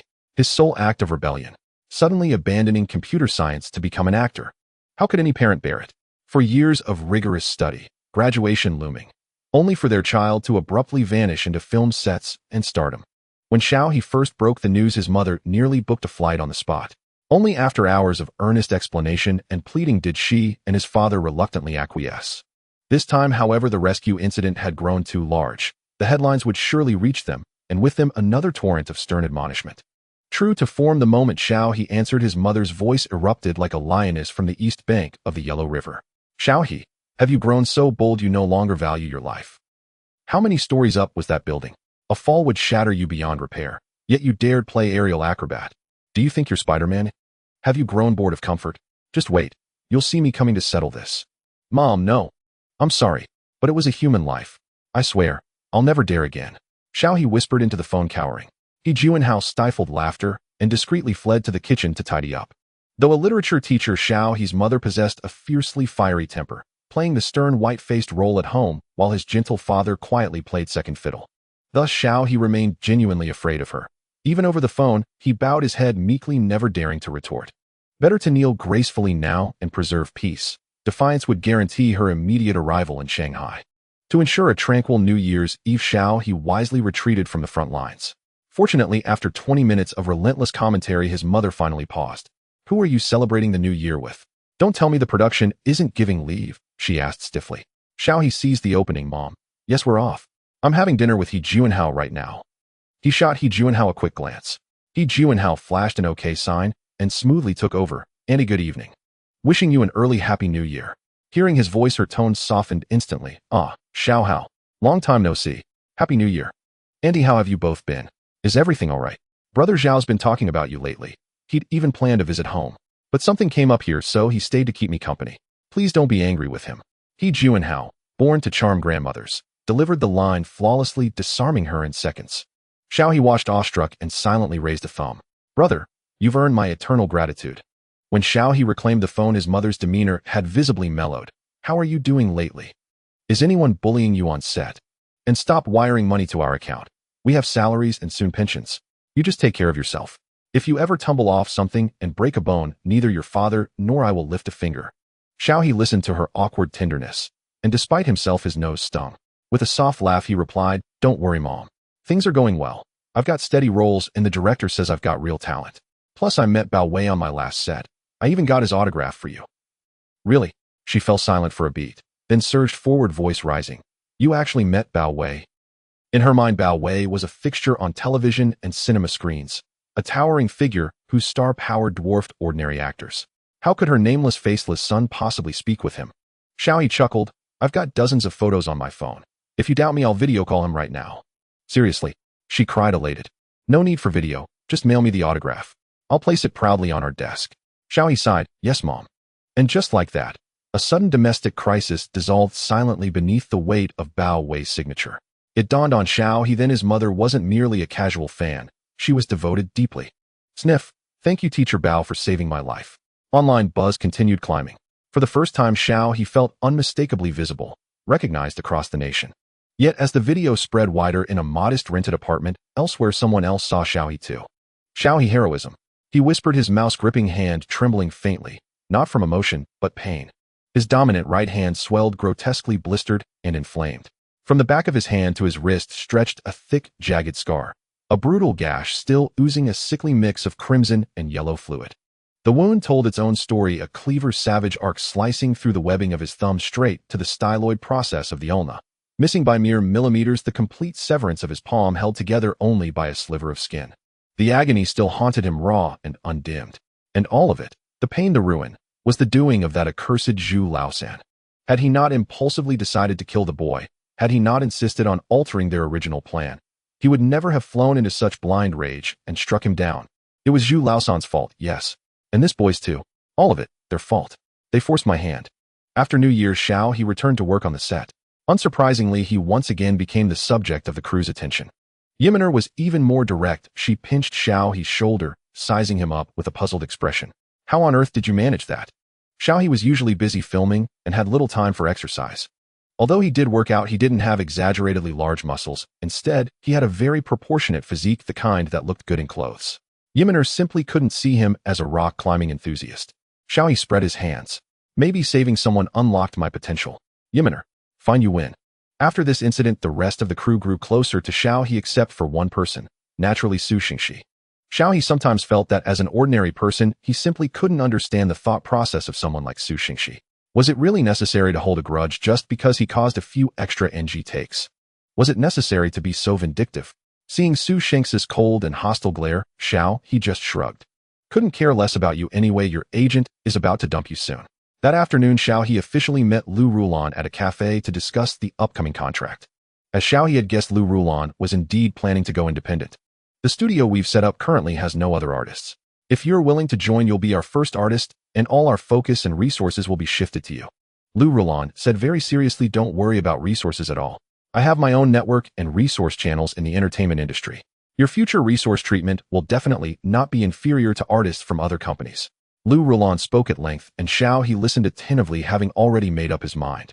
He had to admit Lu Rulan was definitely his best choice at the moment. Xiao He had already looked into Lu Rulan's background online. Before handling Su Xingxi, she had always managed acting-oriented stars. Several of her protégés had won highly respected industry awards. He had complete faith in her abilities, especially regarding Su Xingxi's relationship scandal. Although its exposure had caused a considerable impact on him initially observing Su Xingxi's career, now Xiao He realized he hadn't been affected in the slightest. His fans still doted on him, he remained a top star, and not a single endorsement or booking had been lost. Xiao He was certain that Lu Rulan's meticulous efforts were behind this. But why did you choose me? Xiao He asked. This was also what puzzled him most. As a newcomer, Lu Rulan had shown him great enthusiasm from the very beginning, even frequently extending an olive branch. While flattered, he was also somewhat perplexed. Before Lu Rulan, there had been other big companies and agents approaching him. But seeing that he was a newcomer, without formal training, they imposed very harsh terms contracts with an 8,020 split, no right to choose scripts, mandatory compliance with company arrangements, and a 10-year commitment. The contract Lu Rulan brought, however, offered a 6,040 split script selection, prioritizing the artist's wishes, and a 3-year term. The difference was clear. Lu Rulan didn't hide anything either, speaking frankly, signing you is indeed the optimal choice among all my options. She had noticed this newcomer back when Su Xingxi's relationship was exposed. Despite lacking formal training, his acting was in no way inferior to other domestic stars. At the same time, he kept a low profile, diligently working on various sets without blindly chasing traffic and hype. Lu Rulan used her connections to inquire and found that everyone had a positive opinion of Xiao He. A newcomer with talent, ambition, no blind pursuit of fame, decent character, a foundation of work, a certain fanbase, no prior agency, and no contractual disputes. Lu Rulan couldn't think of a better choice than Xiao He. After hearing Lu Rulan's words, Xiao He paused for a second, then nodded. All right, hey, race to a pleasant collaboration.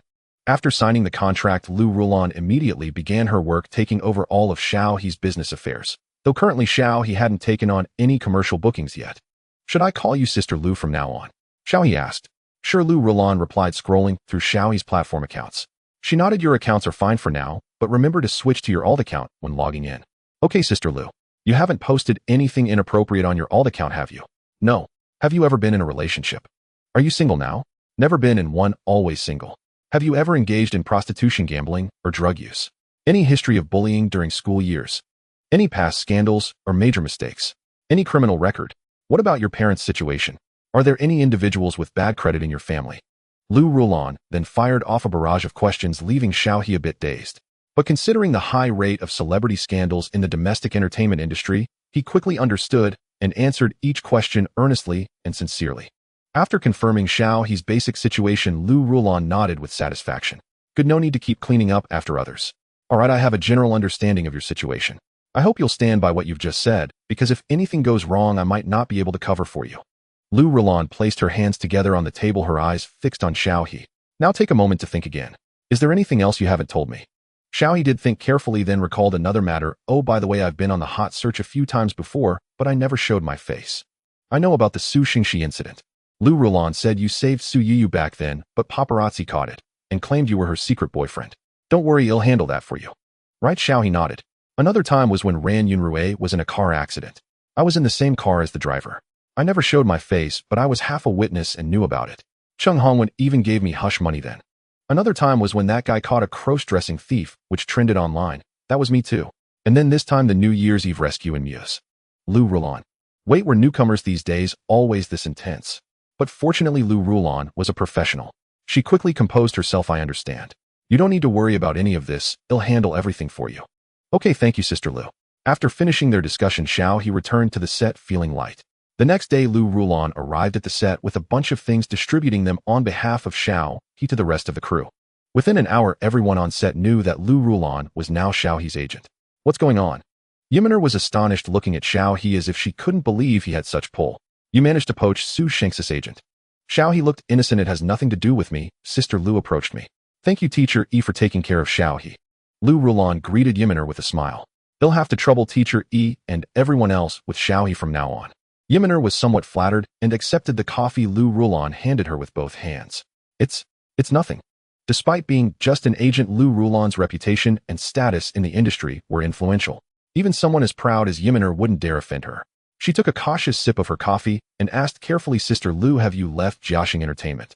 "Yes, I have other plans," Lu Rulan explained casually. Yiminer understood. Coincidentally, not long after Lu Rulan arrived on set, Su Shengxi's new agent also showed up. As soon as he arrived, he headed straight for Lu Rulan and Xiao He. "Oh, I thought it was some formidable figure who made Sister Lu willingly leave Jiaxing, but it turns out to be a hero who saved someone." The man appeared to be around 40, dressed immaculately in a suit, but his words carried an unsettling tone. Xiao He raised an eyebrow slightly. Lu Rulan also suppressed her earlier smile.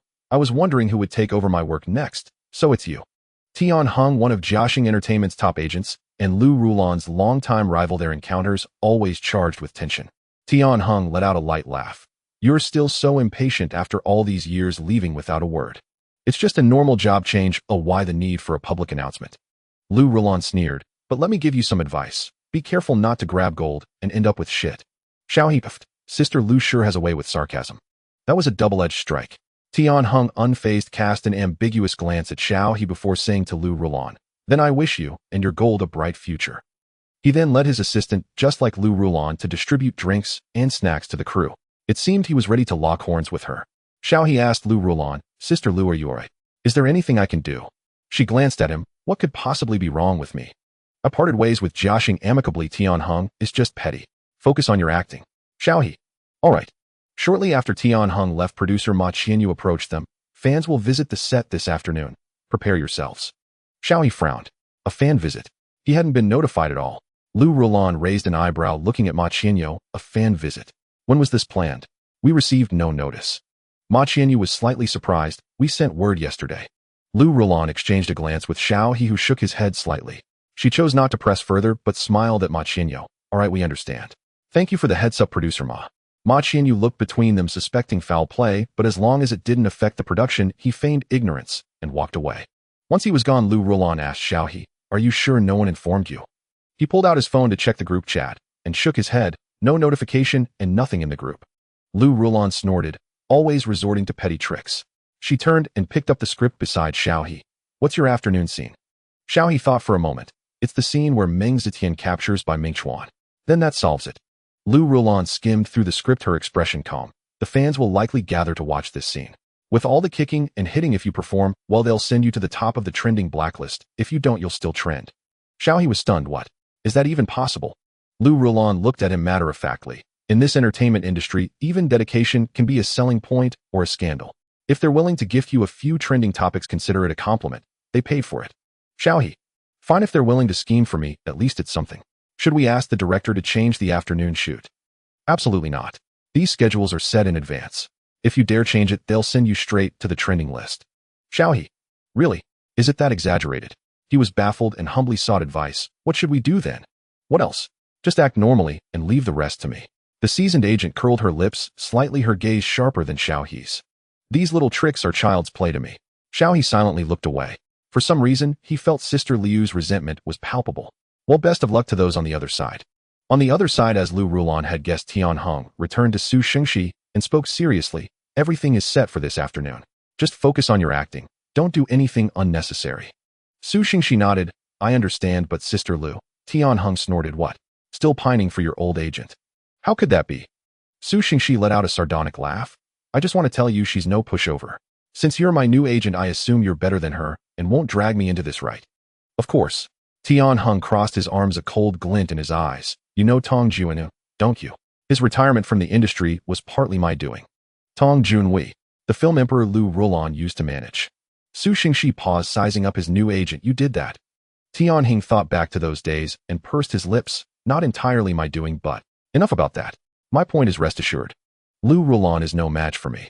Su Shengxi stared at Tian Heng, silent for a long moment before finally looking away. "Got it." That afternoon, the fan visit began. As a production featuring top idol Su Shengxi and rising star Iman Nair, this drama was destined for turmoil from the start. The fans visiting the set were mostly Su Shengxi's and Imaner's supporters. As the fourth male lead, Xiao, he also had to greet them, having mentally prepared to be a backdrop. But to his surprise, among the visitors were several fans who had come specifically for him. He was momentarily stunned when they approached for photos and autographs. "Hello, Xiao, we're all your fans. We absolutely love your musée. And your heroic rescue on New Year's Day was incredibly cool. A young girl in a floral dress, beautifully dressed, looked at him with sparkling eyes. Can I take a photo with you?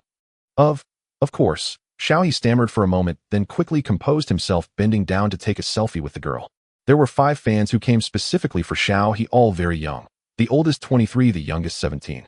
He was curious how they found out about the visit since he himself had only learned of it that morning.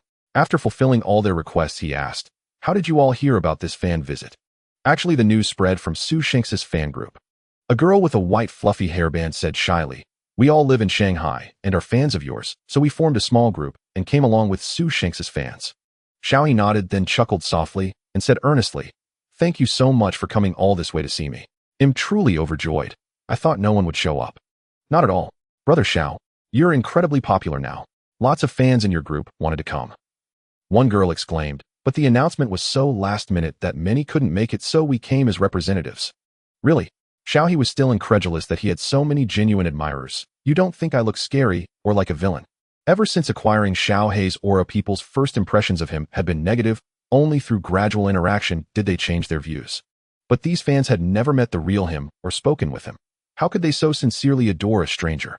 Brother Xiao just cooperated with our requests and wasn't fierce at all. There's no way he could be a bad person. The fact that he took the initiative to save someone means we'll always support you. The eldest of the young girls spoke with great sincerity. Performance and appearance can't truly reflect a person's heart, but their instinctive actions in critical moments never lie. A person willing to risk their life to save others at a crucial moment. How bad could they really be? Exactly. The other girls chimed in, craning their necks to look at Xiao He's fingers. "We heard from people on site that your hand was injured back then. Are you okay now?" Xiao He curled his fingers, slightly concealing the emotion stirring within him, then slowly showed them his hand. "It's fine, but it's already scabbed over." Fortunately, the character he was portraying always wore leather gloves, so the wound didn't affect the filming. Still, saving a life and earning the recognition and affection of strangers made Xiao He feel that everything was worthwhile. Then Brother Xiao must take good care of it, so it doesn't scar. One of the girls rummaged through her bag and handed Xiao He a box of ointment. "A fan from our group asked me to give this to you. It's supposed to help with scars. If you don't mind, you can give it a try." Xiao He took the ointment and tucked it solemnly into his pocket. "Thank you. Tell her she didn't need to spend so much." No, it's all voluntary. We're so happy to be here representing everyone to meet you in person." Xiao He's eyes crinkled with a smile. "Then you must pass on my gratitude to them too." "We will," the girls said in unison. Xiao He chatted with them a little longer, and then Lu Rulan approached carrying several bags. She distributed them to the girls one by one. "These are some drinks and snacks Xiao He prepared for you all. Take a few extra back. Thank you so much for coming to see him today." This was something Lu Rulan had gone to arrange after noticing the situation with Xiao He's fans earlier. "Wow, thank you. Thanks, Brother Xiao." "Thank you, Sister Agent." One of the fans took a closer look at Lu Rulan, then her expression shifted to surprise. "Are you Sister Lu? Aren't you Su Shanx's agent?" Lu Rulan had mentored several award-winning actors and actresses before taking over as Su Shanx's agent, often accompanying him to events. So she wasn't entirely unfamiliar to those deeply involved in fan circles. Lu Rulan nodded with a smile. "They'll be handling Xiao He's affairs from now on." The fan looked puzzled, but under the circumstances, she didn't press further. She simply smiled and happily accepted the gift. Amidst the cheerful chatter, a man in a mask and hat with his hands in his pockets slowly lifted his head. His eyes, bloodshot and intense, fixed unblinkingly on the young man, surrounded by girls staring at his face, as if trying to discern something within it. "Hey, aren't you going to see Sister Monaire?" A fan stood beside the man, puzzled. He only then withdrew his gaze, turned, and plunged into the crowd on the other side, ignoring the friendly reminder. The fan.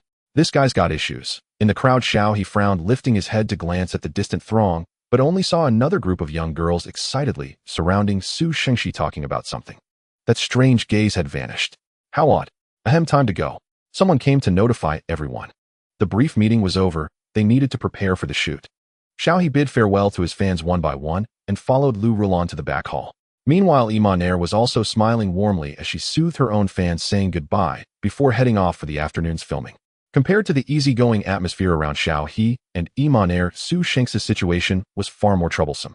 His fans clung to him reluctantly with endless words and countless excited shrieks, making it hard for him to break free. By the time Xiao He and Monaire were ready, Su Shengxi finally arrived under director Wen Hongyuan's dark glare. Sorry, I'm really sorry, Director Wen. The fans were just too enthusiastic." Tian Heng apologized to Wen Hongyuan while signaling Su Shengxi to go for makeup. to give fans a close-up of his best look. He hadn't worn his filming makeup, but his usual idol style. Now after meeting the fans, Su Xingxi had to redo his entire look. Already late, this only prolonged the delay. When Hong Yuan's face remained dark for a long moment, but ultimately, he said nothing, merely urging, "Hurry up." Yes, I'll push them right away. Everyone's been working hard. And so everyone had to wait on set for Su Xingxi. Xiao He returned to his seat.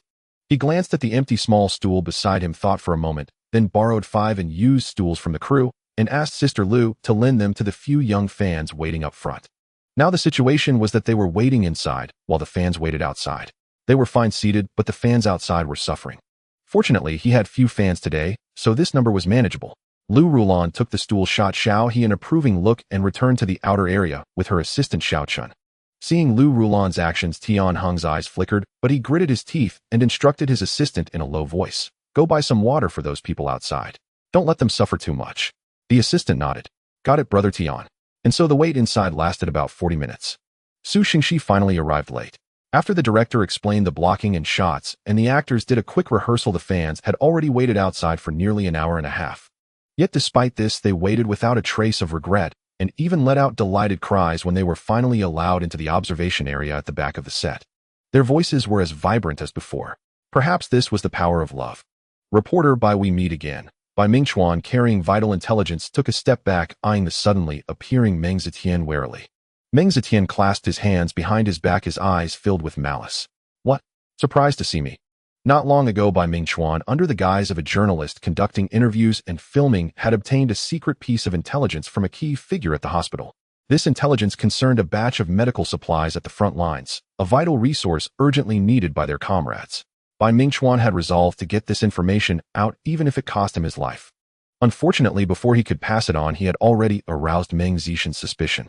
Facing Meng Zetian's probing, by Ming Chuan felt immense pressure. But, thinking of the hidden intelligence, he suppressed his emotions. "Captain Meng, is there something you need from me?" "There are indeed some matters I need you to cooperate with for investigation." Meng Zetian waved his hand, and his men surrounded by Ming Chuan. "This show of force doesn't look like you're asking for my cooperation," by Ming Chuan said, stepping back. "Arresting someone so openly, doesn't it look bad, eh?" "Ha ha." Meng Zetian laughed as if had heard a joke, slowly approaching by Ming Chuan with a gaze as cold and venomous as poison. "Reporter, by you haven't actually been brainwashed by your own sugar-coated articles, have you? Since when did we ever care about appearances when making an arrest?" Bang! A dull punch landed on by Ming Chuan's stomach. "Ugh!" By Ming Chuan clutched his abdomen, his face twisted in agony as he slowly sank to his knees. Meng Zetian's subordinates swarmed forward, firmly restraining by Ming Chuan. "He'll give you one chance. Hand over the intelligence you're carrying, and perhaps he'll leave your father's corpse intact." Meng Zetian spoke in a light tone. By Ming Chuan looked up at him, his eyes still filled with grievance. "It really wasn't me. I know nothing. My father is acquainted with that person. If you arrest me without distinguishing right from wrong, Captain Meng, you'll have a hard time explaining yourself." Bai Mingchuan's father was the president of the largest newspaper in Shanghai, one of the despised lackeys who collaborated with the puppet regime, whitewashing the atrocities committed by the invaders on this land and brainwashing the common people. But a good sprout can grow from bad soil. Bai Mingchuan, a journalist who studied abroad in his early years and later returned to work alongside the lackeys, had actually developed beliefs and ideals completely different from his father's. For the faith in his heart and the lives of many, he knew he absolutely could not fall here. He had to stall for time as much as possible, at least until his comrades arrived. Meng Zetian, however, saw through his delay tactics and sneered, "Don't try to use your father to intimidate me. He's just a dog. We can replace him anytime. Do you think that person will avenge you?" Then he waved his hand, signaling his men to search Bai Mingchuan. Bai Mingchuan's eyes flickered, and he suddenly broke free from the grasp of the men behind him, lunging at Meng Zetian. "You bastard, Meng Zetian. You're just taking revenge for personal grievances.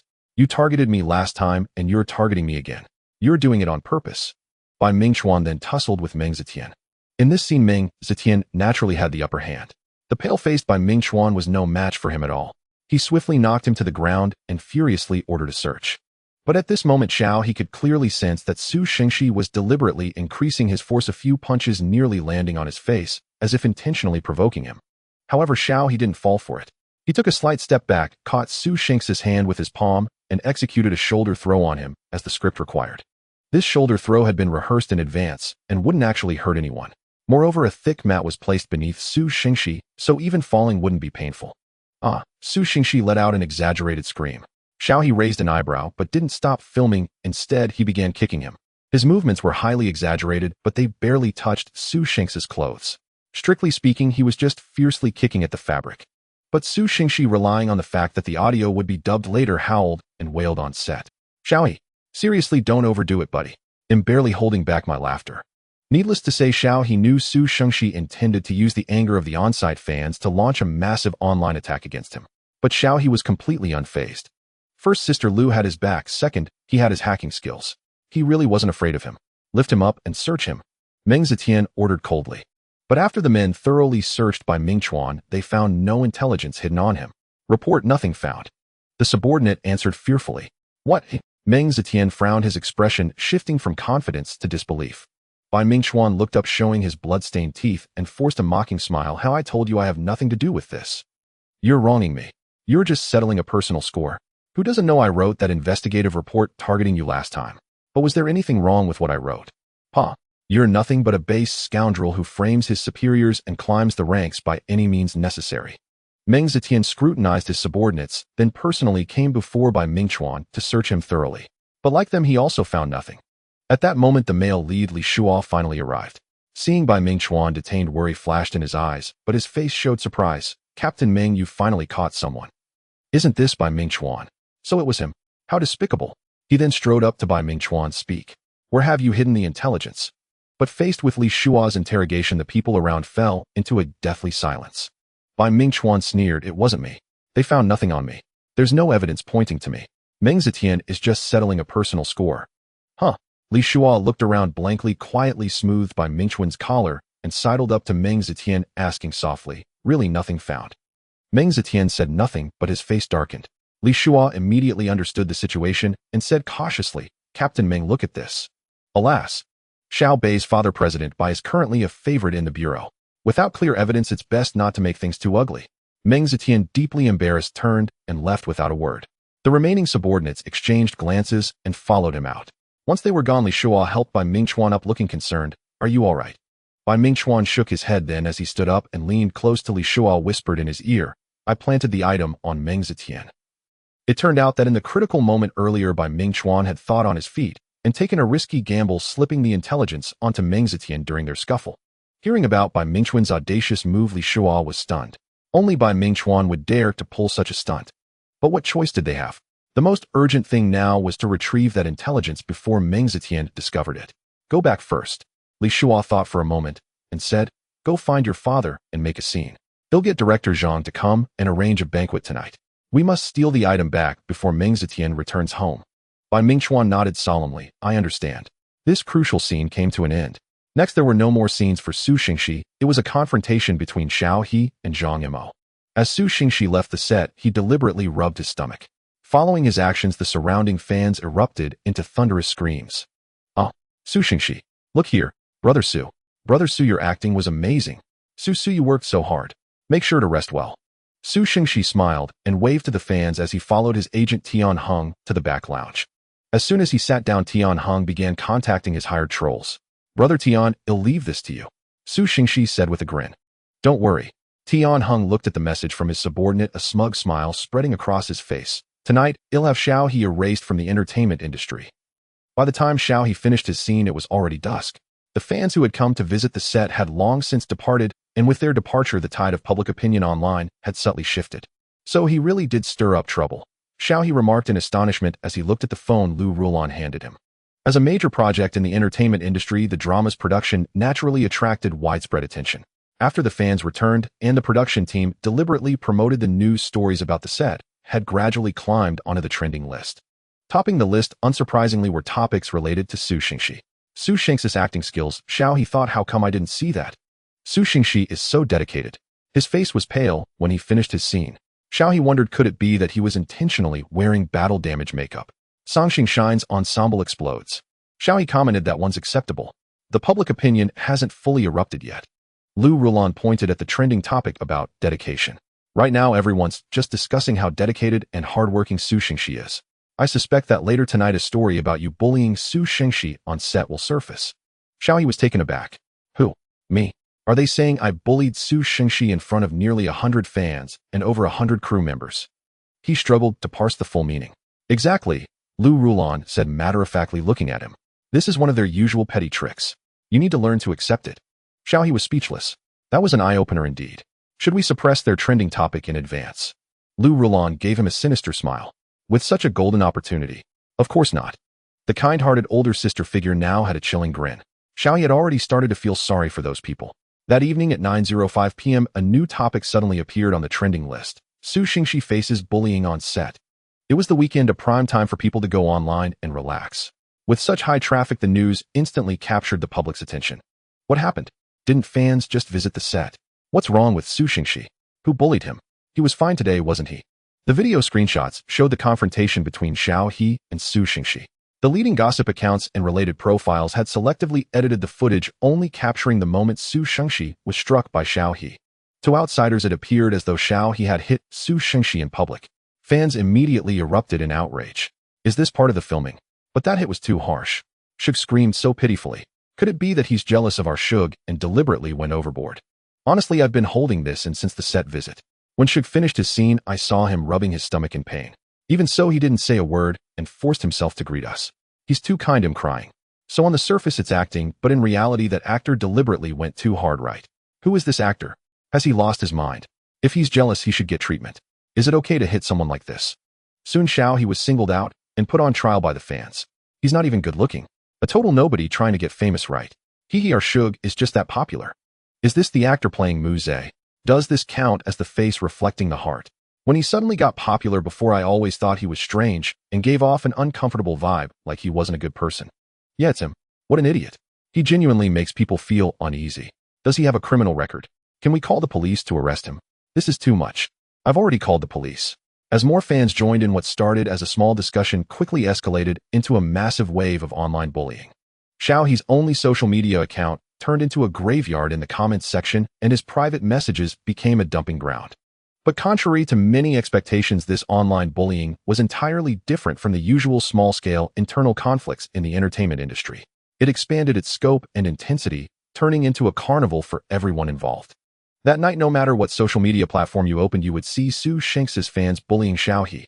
In a hotel room in Shanghai, Xiaohe hung up the call from the production team, who had tried to comfort him, and turned to look at sister Lu in the living room.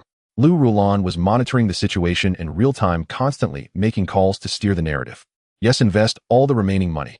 Continue buying trolls to insult Xiaohe. Find a few accounts to guide the fans' direction.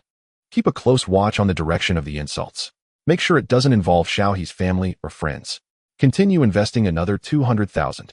Xiaohe watched in disbelief like a country bumpkin as Lu Rulan nonchalantly spent $500,000 in that short time, all to buy people to insult him. He was deeply shaken. Was this the power of the wealthy? Seeing Xiaohe's dazed expression, Lu Rulan thought he was upset by the fans' insults. Frowning, she approached him and said, "Don't look at online stuff lately. It's all mixed with truth and lies, and it'll affect your mood." Most trending topics in the entertainment industry were bought with money, an unspoken rule in the circle. There was a lot of truth and falsehood mixed in, so there was no need to take it seriously. "Oh, I'm fine." Xiaohe set aside his astonishment and asked, "Sister Lu, aren't you afraid of losing money by investing so much?" Lu Rulan paused, then covered her mouth with a light laugh. Though over 30, the seasoned agent was still elegant and charming. Her laughter carried a magnanimous air reminiscent of a wealthy woman, much like the online descriptions of the difference between the laughter of the rich and the poor. "Don't worry, I won't lose money," Lu Rulan said after her laughter subsided. To cultivate a top actor who excels in both popularity and acting skills, necessary investment is justified. Besides, with such foolish enemies practically knocking on her door, she would regret it for life if she didn't seize the opportunity to deal with them. Keep your family and friends calm and tell them to lay low. I've already instructed the trolls to control the scope of the online bullying, targeting only you and avoiding your loved ones. If acquaintances in the circle call, say as little as possible and just pretend you don't know. Xiaohe nodded. All right. Of course, despite Lu Rulan's assurances, Xiaohe had written a program to screen the online content. Any attacks that escalated to his close ones or attempts to dox him or his family were blocked and marked for future payback after the incident. Meanwhile, on the other side, Tian Hong was frantically making calls. "Hey, this is way too intense. Tone it down. Don't turn the general public against us." "We didn't," the trolls protested. "We've been following your instructions." "Then why has it turned out like this?" "This situation has spiraled out of control, bro. Your fans are really fierce. Do you still need us?" Tian Heng took a deep breath. "Quick, guide the narrative. Don't let it escalate further." If left unchecked, it was about to become a social issue. Seeing the fans clamoring to call the police on Xiao He, a cold sweat trickled down Tian Heng's forehead. Fun was fun, but if the authorities got involved, everyone would be in deep trouble. Tian Heng sensed something was off. Noticing that Xiao He's account had remained completely silent and inactive, a foreboding feeling crept into his heart. Something was wrong. He felt that a major disaster was imminent. This wasn't that woman's style? Recalling the crazy stunts Lu Rulan, that lunatic, had pulled before, Tian Heng shuddered violently. Recalling the crazy stunts Lu Rulan, that lunatic, had pulled before, Tian Heng shuddered violently. Finally, what Tian Heng dreaded most came to pass. A flood of fans swarmed the official police social media accounts in various districts of Shanghai to report the incident, urging the authorities to intervene and protect their idol. Passers-by unaware of the situation might have thought Xiao He was a wanted fugitive who had issued death threats plotting to murder their beloved star. As their frenzy escalated, onlookers who had witnessed the entire saga could no longer hold their peace. Already harboring negative impressions of some celebrity fan groups in the domestic entertainment scene, this incident only deepened their disgust. I'm done. I really don't have the energy to play along with your antics. Can't you go argue somewhere relevant? Stop polluting everyone else's online space. To be fair, can some of you fairies stop overinterpreting everything? I'm a black belt in judo. I just went and found the full video the fans posted earlier. I can say with certainty that your idol is perfectly fine. Honestly, his cooperation technique was laughably clumsy. That shoulder throw was so obviously fake, like he was afraid of getting hurt himself. Wait, weren't you all marketing your idol's professionalism this afternoon? How did you suddenly turn around and start cyberbullying the actor opposite him, who makes action scenes without getting injured? If you're this sensitive, maybe you should go back to idol dramas. It's hilarious. Your idol hasn't said a word, so why are you all here making such a song and dance? I'm one of the fans who visited the set today. Honestly, I didn't even see Xiao He do anything to Brother Su. Their moves were all pre-arranged. They rehearsed it on site beforehand, and the shoot followed the choreography. I don't understand why the internet is blowing up like this. Another set visitor here. I was happily watching a bunch of handsome guys film, and then I came back to this mess online. My world has collapsed. Honestly, this is the funniest thing I've seen all year. Your idol has so many fans and is the biggest name on set. Yet you're telling me a nobody actor bullied him right in front of fans and crew. I find that hard to believe. As everyone knows, Su Xingxi is currently one of Jiaxing Entertainment's biggest cash cows. The last person who spread rumors about him is now behind bars. If this were true, Jiaxing would have already gone after Xiao He. Jiaxing Entertainment staying silent. Got something on your mind? Tian Heng watched the comments gradually turn against them and finally understood Lu Rulan's intention. This madwoman had orchestrated a scheme of destructive praise. The fans' campaign of online bullying was wrong in itself, yet she deliberately fanned the flames, letting the fire burn back onto them. No matter what, this would severely damage Su Xingxi's reputation. Trembling, Tian Heng pulled out his phone, ready to have Su Xingxi clarify the matter online and put an end to this farce. But when he opened his phone, an unexpected figure suddenly entered the fray online. Whoa guys, look. Is that Chen Yulin? He just accidentally liked my comment. Tian Heng thought, who? Chen Yulin. What's he doing here? What business is it of his? The comment that Chen Yulin liked was also quite intriguing. Does this Xiao He have some connections? I saw he only played a fifth male lead before, so how did he suddenly become so popular? Could it be that some backers are forcefully promoting him? Chen Yulin liked your comment. Chen Yulin unliked your comment. Damn, case closed. Su Xingxi is just afraid to offend him, so he swallowed his pride. Even after being hit, he didn't dare speak up. Damn it. When will Xiao He get out of the entertainment industry? Are we keeping someone like him for New Year's? Shining Star's crew, say something. Recast him now. Rumor has it that Xiao He's current role was stolen from Chen Yulin. No wonder. He's a real cancer in the industry. Tian Heng's vision went dark.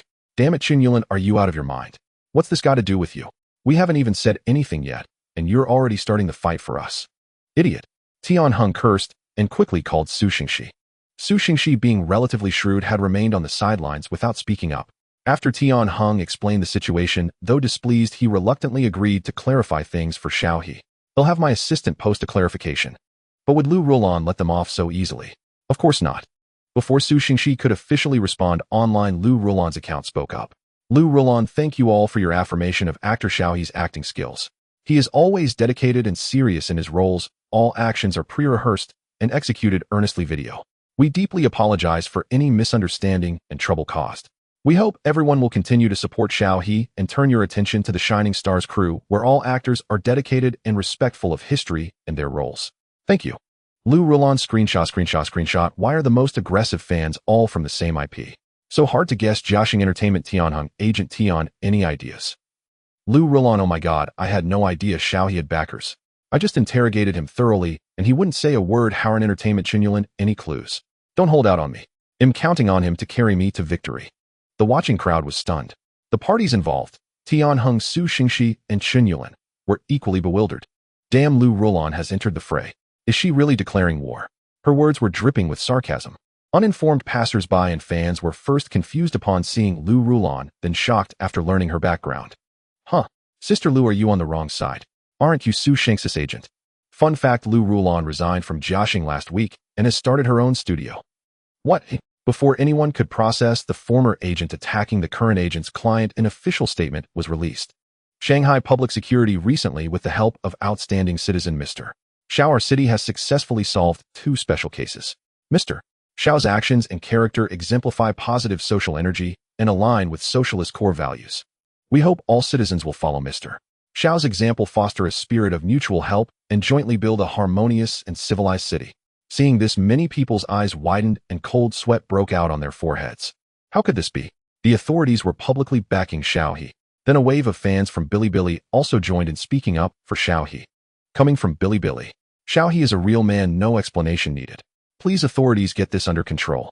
These fans have gone mad, indiscriminately slandering a good person.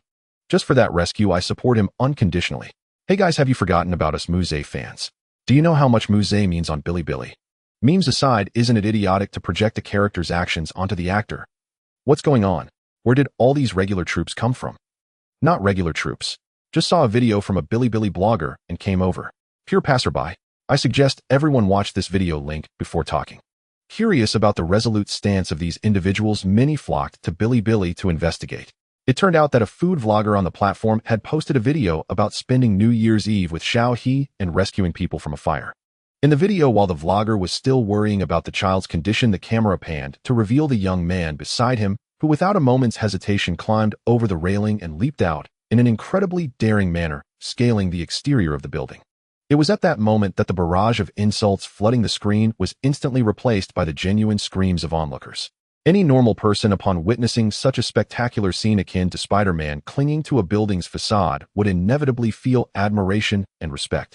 Spider-Man has superpowers, actors have harnesses, but Xiao He truly climbed out with his bare hands. Moreover, unlike the previously circulated online clips, this vlogger's video offered a direct close-up perspective. You could even clearly see the distant ground below, a sight dizzying enough to make one's head spin with just a glance. Faced with this footage, the netizens who had been misled by the public opinion quickly snapped back to their senses. Was Xiao He truly a man of despicable character who would assault a colleague out of jealousy on set?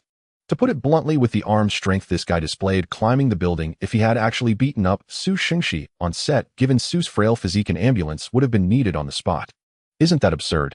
Seeing a brave rescuer face such a massive wave of online bullying merely due to the malicious speculations of certain fans, these awakened netizens were filled with righteous indignation, their rebellious spirits ignited. This led to the current war of words between the public and the fans. I have only one thing to say: Su Shengxi, Chinyulin, and that Tianheng are all utter scumbags. Who agrees, who disagrees? Su Xingxi uses the 18 dragon subduing palms, Chinyulin uses the 18 dragon subduing palms, Tianheng uses the 18 dragon subduing palms. Before seeing the bullying trending topic, I thought it was some bloody scene, but you tell me it was a film set. Go home, kid. If you don't need your brain, please donate it to someone who does. Okay. Chinyulin, what are you doing? What does this have to do with you? Why must you come looking for trouble? The public ultimately outnumbered the fans, and now many fans themselves dared not speak. The one-sided situation thus reversed in an instant. Seeing the situation online, Lu Rulon finally put away her phone with satisfaction. That Bilibili vlogger, is he your friend? She asked Xiao He. Xiao He nodded. Yeah, he was my college roommate. He Junhao's account was still a developing new channel. Posting this video would surely invite attacks from Su Shengxis fans, yet he was still willing to take the risk to help Xiao He. Xiao He was deeply moved. Of course, in He Junhao's words, negative publicity was still publicity. When else would he ride such a wave if not now? Xiao He found it both amusing and exasperating. He's a decent person, Lu Rulon said. Don't forget to thank Officer Zhang and Officer Li for this matter. Xiao He replied naturally. Earlier, when Su Shengxis fans were constantly tagging several official accounts of Shanghai, the relevant official publicist had already noticed the situation and immediately contacted the police station in the corresponding jurisdiction, the one where Officer Zhang and Officer Li served. Since both officers were not unfamiliar with Xiao He, the matter was directly handled by them. The two acted quickly, directly contacting the production team to obtain the filming footage and surveillance records, while also calling in colleagues from the cyber police to investigate this instance of online bullying. Simultaneously, to curb the escalating unhealthy trend online, after confirming Xiao He's innocence, Officer Zhang coordinated with Officer Yin, the head of the jurisdiction where Xiao He had rescued people from the fire, and they jointly released a statement to vouch for Xiao He. After all, Xiao He had genuinely received several certificates of commendation for acts of bravery. His actions in saving lives and assisting police in solving cases were beyond question. Faced with such a situation, the police naturally had to express their stance. "This matter is settled for now," Lu Rulan said, picking up her suit jacket from beside her. "Get some good rest. When you go to the set tomorrow, there'll be a good show to watch." "Okay, thank you for your hard work, Sister Lu." "It's nothing." Lu Rulan opened the door and stepped into the hotel corridor. Since Lu Rulan had previously entered the production with Su Xingxi, her room was not on the same floor as Xiao He's. Xiao He was currently staying on the 7th floor while she was on the 9th. She needed to take the elevator upstairs. As she reached the elevator entrance, one arrived at her floor. A man wearing a mask and a hat stepped out of the elevator. Lu Rulan brushed past him, entered the elevator, and pressed the button for the 9th floor. However, she was unaware that the masked and hatted man actually stopped directly in front of Xiao He's room. He knocked on Xiao He's door. Inside, Xiao He was just about to grab his pajamas and head to the bathroom for a shower. Hearing the knock, he assumed Lu Rulan had forgotten something and opened the door without any suspicion. The moment the door opened, he met those gloomy eyes. They felt both unfamiliar and familiar. Unfamiliar were the eyes themselves, but familiar was the scent of blood, a kindred spirit. Alarms blared in Xiao He's heart, but his face only showed a frown. "Who are you?" "Wrong room." He moved to close the door. Bang! But the man raised his hand to block the door. That hand bore a hideous scar with raw flesh and oozing pus and blood. Xiao He, possessing the bone-cleaving knife skill, instantly recognized the tool that had inflicted such a wound, a butcher's knife. In that instant, Xiao He vaguely guessed the man's identity. He was immensely grateful for his golden finger, his big heart, which allowed him to remain calm and maintain a composed expression. "Who are you?" "Samantha Fan, huh? Get lost now. Believe me, you'll call someone." Xiao He bluffed fiercely while frantically tapping on his system interface. This guy meant trouble. He needed to get some skills quickly, find something to save his life. "Congratulations.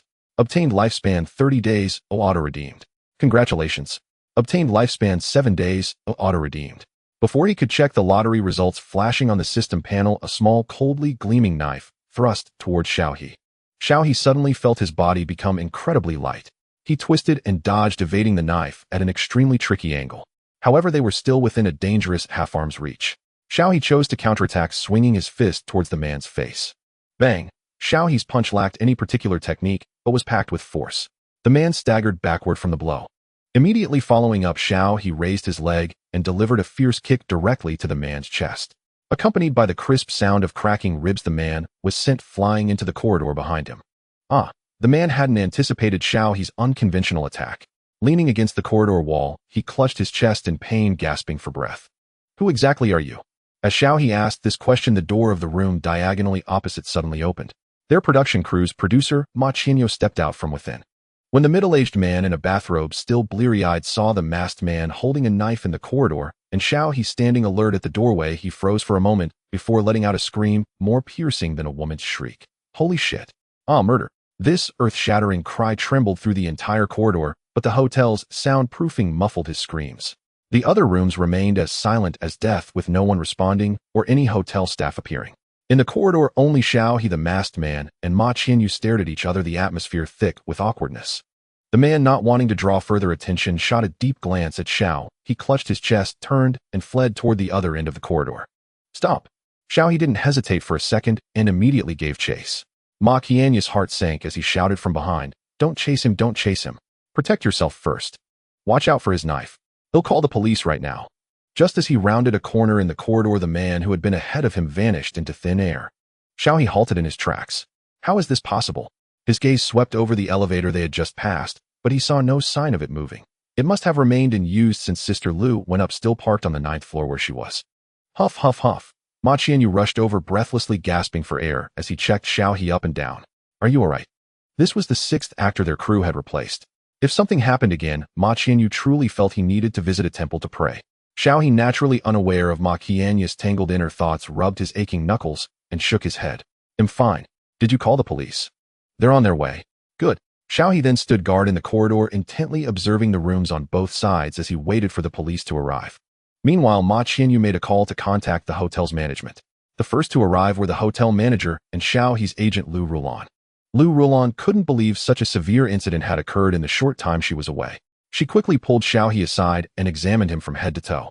After hearing Ma Qianyu's account, the manager's face turned pale. He could only apologize profusely to Xiaohe and inquire about his injuries. What about your surveillance footage? Where did that person go? Is he still in the hotel? You need to give us an explanation for all of this. Lu Rulan said coldly. The manager suddenly remembered something, his face growing even whiter as he stammered. I am so sorry, President Ma. President Lu.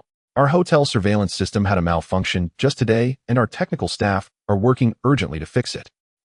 We might not be able to provide the footage. What? Ma Qianyu's voice rose sharply. You're saying there's nothing? How convenient. Are you in cahoots with that anti-fan?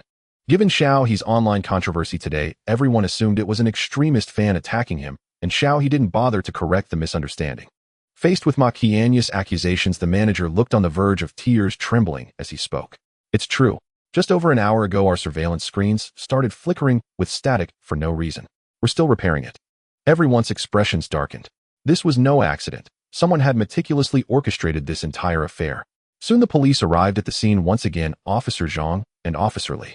After hearing the details, Officer Zhang immediately asked for a description of the suspect and his key features. Well, he's about 1.78 meters tall, thin, wearing a black hat and mask with a long scar on his hand. Xiaohe described the man's basic traits in detail, then pointed to the corridor beside him. I chased him to this spot, but he disappeared around the corner. The elevator and stairwell showed no signs of use, so I suspect he hid in one of the rooms. Officer Zhang and Officer Li both grew serious. Can you confirm that? If the assailant had entered a room, the occupant might still be in danger. Xiaohe replied, I didn't see it with my own eyes and I have no evidence, but based on the situation, that's most likely what happened. What about your surveillance? Officer Zhang asked the hotel manager. The manager grimaced. Officer, our surveillance happened to be broken, but it wasn't on purpose. The issue started about an hour ago. I suspect that guy might have caused it. Our system is checked regularly and has never had problems before. Are all the rooms on this floor occupied? Yes. This floor mainly houses the crew of Pure Light as first. We need to conduct a safety check on every room on this floor immediately. Officer Zhang declared, then turned to Xiaohe. ID also asked Mr. Xiao to accompany us to help identify the suspect. All right. Xiaohe nodded. Soon the police began knocking on doors one by one, starting with the two most suspicious rooms, those closest to the corner. Given the suspect's escape speed and timing, these were the most likely hiding spots. Officer Zhang knocked for a while before someone finally opened the door. To everyone's surprise, it was Ran Yunrui. Oh right, the hotel manager had mentioned that this floor housed the cast of the idol drama Pure Light as first. If memory served, Ran Yunrui was playing the male lead. Xiaohe still vividly remembered his foul-mouthed tirade. Damn it, look what time it is. What the hell are you knocking for? Ran Yunrui, groggy and irritable, was replaced by vigilance and confusion when he saw the police and the crowd before him. What's all this about? Hello, we're from the Haiban District Police Station. Hey, race my badge. Officer Zhang flashed his credentials while sharply scanning the room. Are you alone in there? Yeah. Ran Yunrui scratched his head. What happened? Mind if we come in to check? This is an invasion of privacy. Even if you're cops, you can't just. Ran Yunrui grumbled, but didn't dare defy the police. He stepped aside to let Officer Zhang enter. The hotel manager, forcing a smile, explained the situation to Ran Yunrui. Ran Yunrui's eyes widened. Holy shit. That happened. Are you sure the guy hasn't escaped? Then find him fast. Send more people. This is terrifying. He could threaten our lives at any moment. Ran Yunrui, who had been indifferent moments ago, suddenly grew eager and urgent, his attitude a complete reversal. He even began angrily berating the hotel manager. This is ridiculous. If you weren't the best hotel around here, I wouldn't even want to stay.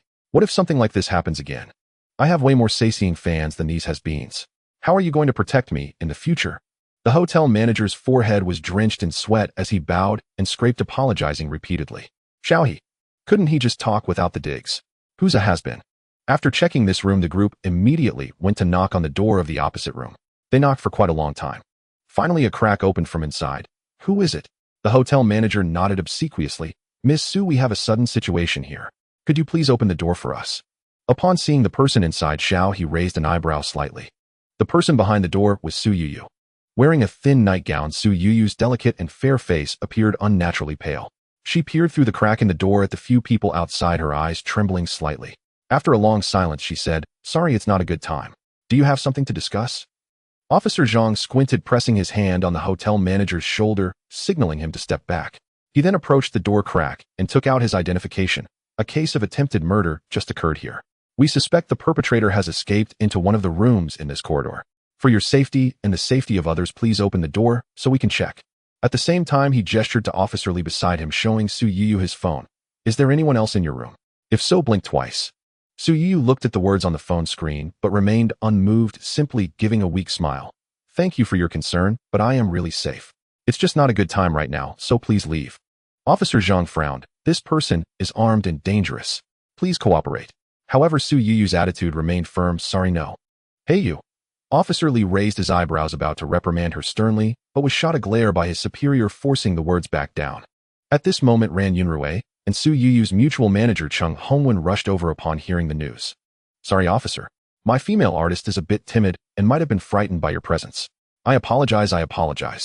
Chung Hongwen, skilled at reading expressions, quickly apologized and added on behalf of Su Yu, "She is a female artist, so she might care about her image. Please wait a moment, let me talk to her." However, just as he was about to turn to look for Su Yu, she suddenly slammed the door shut. Chung Hongwen. "The others?" Officer Lee muttered under his breath, "What are we waiting for? She's definitely inside." Officer Zhang glanced at him. "You can't just expose everything and force your way in, can you? They definitely have a hostage, and this would only put the hostage in danger." The situation was becoming troublesome. Considering the safety of the hostage, Officer Zhang prepared to call for backup. Meanwhile, He pondered for a moment and quietly slipped out of the crowd. He opened the window at the end of the corridor and moved his body, squatting down. Officer Zhang, with keen eyes, remembered He's earlier heroic act of saving someone from a fire and frowned, wanting to stop him. However, He ignored him and climbed out of the window. Seeing that he was too late to stop him, Officer Zhang could only grit his teeth and mutter, "This brat." It was already deep into the night, and the outside was dark. He's movements were not conspicuous in the night.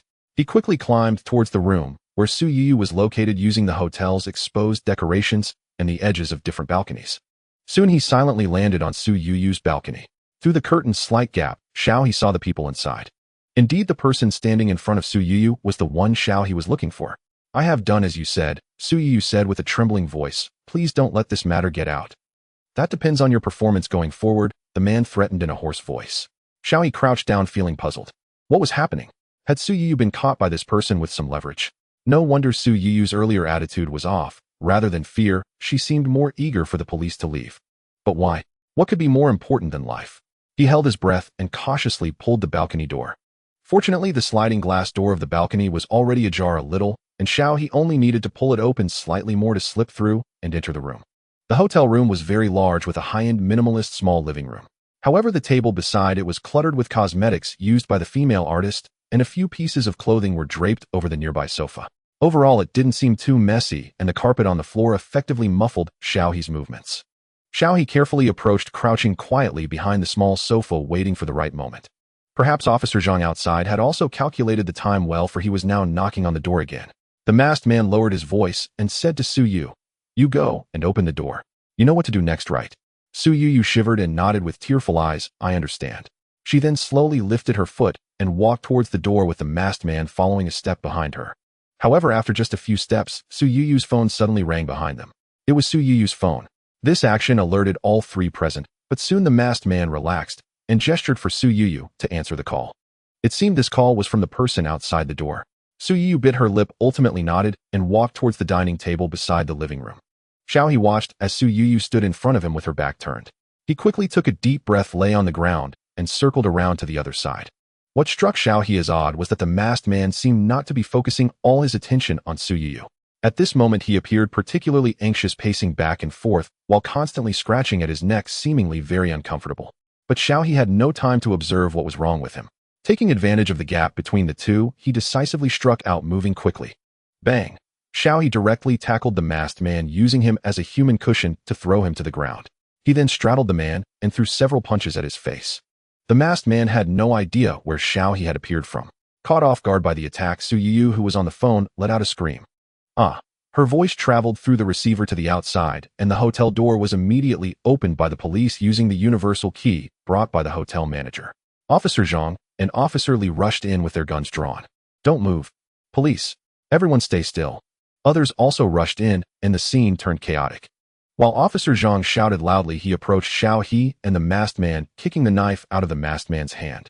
The small knife flew out and landed at the balcony door, while Xiao He also timely ceased his assault, raising his hands to show he was harmless and stepped aside to allow Officer Zhang to subdue the masked man. "Are you okay?" Officer Zhang asked Xiao He while swiftly handcuffing the masked man. "I'm fine," Xiao He replied. The masked man finally recovered from the few righteous punches delivered by Xiao He and began to struggle violently. His gaze toward Xiao He seemed to condense into tangible flames of anger and hatred, but Xiao He simply smiled at him and provocatively displayed his middle finger. "Behave yourself." Officer Zhang unceremoniously handcuffed the masked man's other hand and pulled off his mask. Upon seeing the man's overly gaunt face, he suddenly frowned. "Xiao, do you know him?" "Actually, I already guessed his identity, but I couldn't possibly say that I deduced it from the shape of the wound and the weapon. That would be too strange for a college student, so I decisively shook my head. I don't know him. He just came up wanting to stab me." Ooh, I was completely baffled. Officer Zhang scrutinized the man, contemplating. "I see." He felt that this guy looked somewhat familiar. He began to carefully check the pockets on the man's body. In the end, he only found a phone and an empty self-sealing bag. Officer Zhang looked at the self-sealing bag, examining the residue inside, and his expression changed slightly. Meanwhile, the man on the ground suddenly began to convulse. Cough, cough. Ah! His actions startled everyone, even Xiao. He took a few steps back, cautiously watching the man on the ground. "Hiss, hiss, I feel terrible, terrible." Officer Zhang restrained the man's movements and examined his face closely. Then with a serious tone, he instructed Officer Li, "Call for an ambulance. This person is likely suffering from drug withdrawal." Upon hearing this, Zheng Hongwen, who had been talking to Su Yiyu, immediately fell silent, and the others who came to watch, including Lu Rulan, the hotel manager, and Ma Qianyo, also dared not speak. No joke, that was drugs. If this got involved, things would get serious. Xiao He had no idea how things had suddenly turned out this way. What kind of wretched life was this? Watched by the police, hunted by his own kind. What now? Was he not allowed to survive on either side? Officer Zhang stared at the man whose convulsions were growing increasingly violent, his brow furrowed so deeply it seemed almost knotted. His voice tensed as he said, "Shall Li, tell them to hurry up. This guy's drug addiction is off."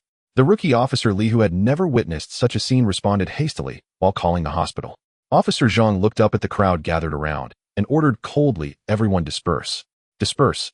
Open the windows over there. Keep the air circulating." Seeing this, no one dared to approach. A wide space cleared instantly, and everyone wished they could flee miles away, staying far from this man, careful not to get involved. Naturally, Xiao He stepped back as well, but as he watched the man writhing in agony on the ground, he frowned slightly. To be honest, this was the first time Xiao He had witnessed a drug addict in withdrawal up close. No wonder the guy was weaker than Xiao He had imagined. A complete novice with no combat experience, Xiao He had still managed to take him down with nothing but wild punches. So this guy's body had already been hollowed out by those substances. At the same time, Xiao He felt a surge of anger within him. Thinking back to history and the peaceful era safeguarded by countless narcotics police officers. Both users and dealers were utterly despicable. A guy like this, he should have punched him a few more times. It was truly infuriating. After the convulsions, the man began to vomit. Many couldn't bear the sight and fled the room. Fortunately, the nearest hospital was very close. Once the ambulance arrived, the man was taken away immediately and rushed to the emergency room for treatment. Meanwhile, Xiao He and the others followed Officer Zhang to the police station to give their statements. But unexpectedly, no sooner had they arrived than news came from the hospital. The suspect, due to long-term heavy drug use, had suffered severe damage to his organs. Recently, he had engaged in polydrug use exceeding his bodus capacity, leading to severe poisoning. He died shortly after arriving at the emergency room. Polydrug use was inherently extremely dangerous. Even if sent to the hospital, doctors needed time to determine which drug or combination had caused the poisoning. Thus, such an outcome was foreseeable. All parties had fulfilled their duties, but some people always sought self-destruction, disregarding their own lives. They had no one to blame but themselves.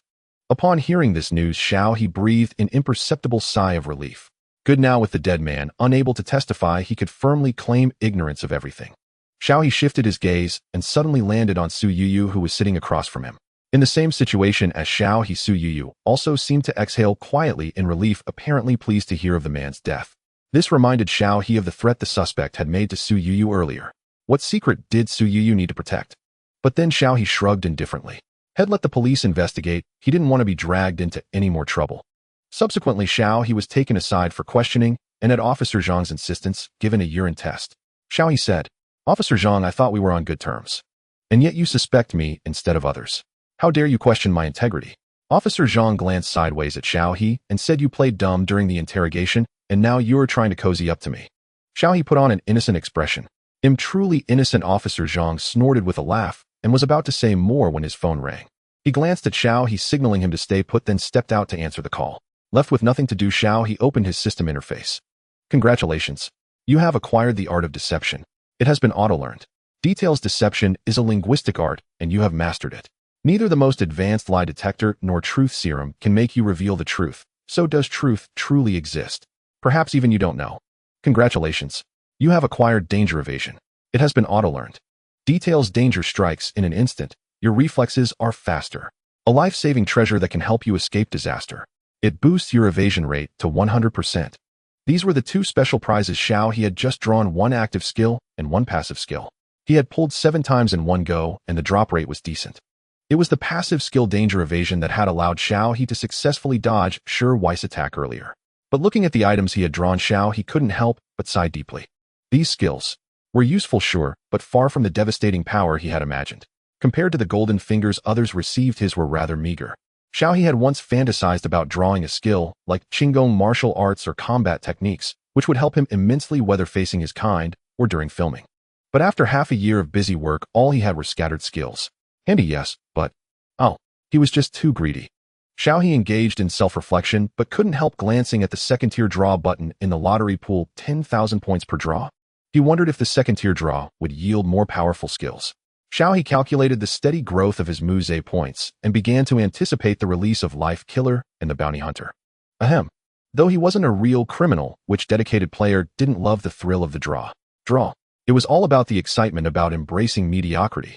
Draw for the principal. I may not use it, but I must have it. About 20 minutes later, Officer Zhang walked in with a peculiar expression. You're free to go. Head back. Officer Zhang waved his hand. Xiao He looked bewildered. Huh? Officer Zhang said the investigation just concluded. This guy Wei was the perpetrator in several other cases, and also one of your haters. Killing you was a spuro-themit thing. You were just collateral. Xiao He. Officer, do you hear what you're saying? Seeing Xiao He still confused, Officer Zhang kindly explained, we re-examined the entire hotel and found another body. That was Weiss' original target. Before this, he had already committed multiple murders and was a wanted fugitive. He was paranoid and violent. Once he attacked a passerby just for looking at him. You were lucky to have dodged quickly. If he had escaped this time, there would have been more deaths. Xiao He let out an ah and fell into a brief silence. This guy was clearly coming for him. How was there anyone else involved? How are you so sure he was after someone else and I was just incidental? Xiao He asked with difficulty. The murder at the hotel was rather peculiar. It was likely Weiss' attempt to replicate an old crime, a challenge to the police. The case has been transferred to another department, so I can't share details. Officer Zhang stopped short, unwilling to reveal more. But Xiao He understood. Zhu Laosan had also been trying to replicate a murder. These two lunatics were cut from the same cloth. Unbelievable.